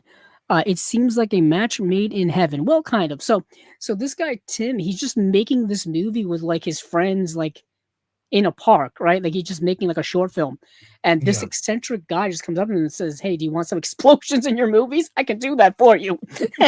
And he just starts like lighting like explosions out of barrels. Tim is like, "Yeah, this is great." And I don't know if people come up to you while you're making a movie and say they can start blowing stuff up, that may be a red flag right away. I don't know. I don't know. It's maybe. It's on one hand it's kind of cool, on the other hand it's a little crazy. So they start becoming buddies. Like they start like hanging out and like going to like stores and stuff. But the whole movie is shot through Tim's video camera. So it's one of those kind of like found footage types of deals, like we mentioned earlier with Redacted, and what you've seen throughout the the found footage subgenre. There's a great documentary by Sarah Appleton, all about the found footage phenomenon. I think that's the title of it. Coincidentally put out through one of the partner labels that we just talked about. But it's all about that phenomena of the 2000s and 2010s, Paranormal Activity, and all those movies and whatnot. That was a huge thing back in the day. But anywho, I don't know if you've seen the movie Creep or Creep 2, or there's even a Creep series now. And Mark Duplass is excellent in that. So this character that this guy kind of meets in here is kind of like the Mark Duplass character in those movies. Kind of oddballish, kind of weird, kind of creepy. But they end up becoming friends, and this guy decides that he's gonna make this weird like Nazi movie with him. But he's also gonna be making another side project where it's just gonna be a documentary about this really weird loserist type of guy that he's met. And things progressively get weirder and more odd and more like tenseful over time. And you can kind of see where things are going. I don't need to really explain anything further. I get it. You kind of get it. You kind of get it. But literally, you can kind of tell right away that this is where this movie is going. But we have an high definition transfer. I think this is only a Blu-ray. Original DTS HD Master 5.1 audio. Brand new audio commentary with the co-writer, that's directors Timothy Hauschett and Lucas Pastor. Recorded exclusively for Arrow Video in 2025. 8 never before seen behind deleted scenes with optional commentary by the co-directors, an original trailer, and then an Arrow Video trailer. And I think this movie came out in like 2023, so it's relatively new-ish. Yes, it's relatively 2023. New-ish. Yeah. So that is it for Arrow, as all of these movies will be coming out in August. So that is it. So definitely an interesting eclectic group of films from Arrow for August. Absolutely eclectic. Definitely. It runs the gamut of like horror, biopic, 4K, Blu-ray, Hong Kong films, Japanese films. It's very widely done. Very interesting. Arrow is once again having a great year of releases in general, at least up until now, unless things go sideways. I don't think anything's gonna really change that. No, I can't deny it. They are doing great work this year. They released some great titles, and coming soon, as you probably know, Soylent Green, Falling Down, all these great classics. Yeah. I can't wait till Falling Down comes out. Neither can I. I've never owned that film in my collection. I mentioned it when I talked about it a couple of episodes ago. I have the old, ironically, Warner Brothers Blu-ray from like 15 years ago, and that movie's desperately needed a remaster or a re-release. Oh yeah, definitely. It's a Joel Schumacher film starring Michael Douglas. People always kind of really talk about it. It's a movie that's definitely contemporary for our times. Yeah. Soylent Green is like a genre. It's a genre fiction within that kind of dystopian, conspiracy theory type of genre. They've been doing some great stuff, but that is pretty much it here for Chasing Labels, spine number 192. We've hit the 4-hour mark, so I didn't quite break what I did, but I got close. I didn't break Paul's record, unfortunately, but all good. We're all good. So before we check out here, I want to check some comments. Paul apparently is a big fan of the Troy movie, as I'm pretty sure many have. Paul. Paul. It's getting a reevaluation now, and I've talked about this several times. It is. Movies get reevaluated in like real time now. like we live through the reevaluations. JB44 says, "Great show, guys. Thank you very much, JB." I hope I didn't offend anybody with my comments on Troy by the right time. Troy, but it hit me at just the right time. Yeah. Like I said, when Troy came out, I was 16 going on 17. So that seems to be the ripe age for that type of movie to hit at that time. Definitely.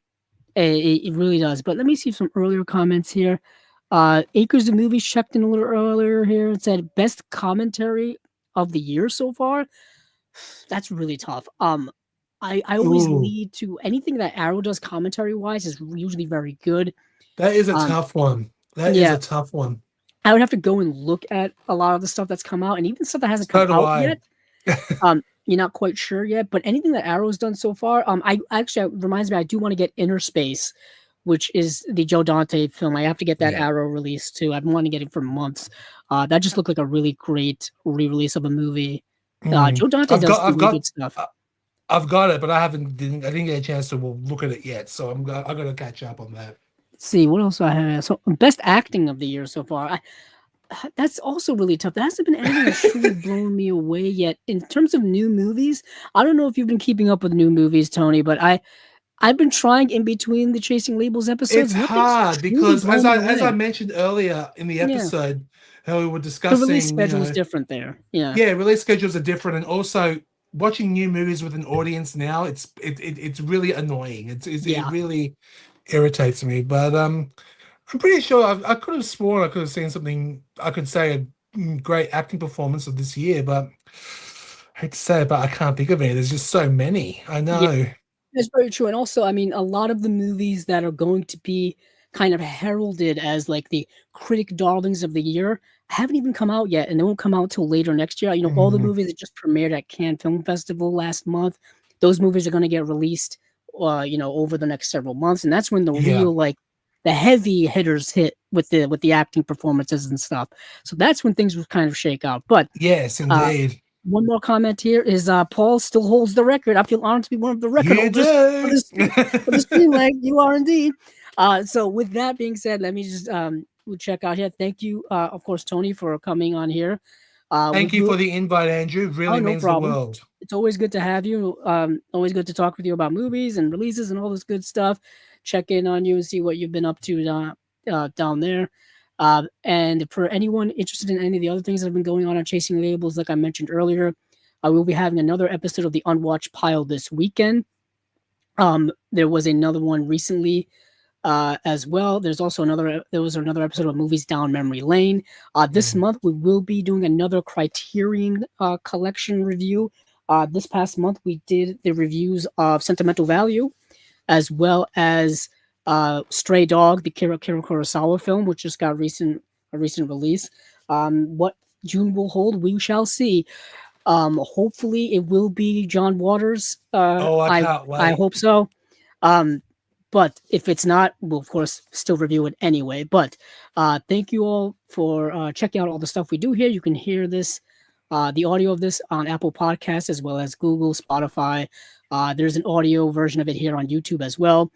The replay is here on YouTube as well as everything else we do as up for Chasing Labels.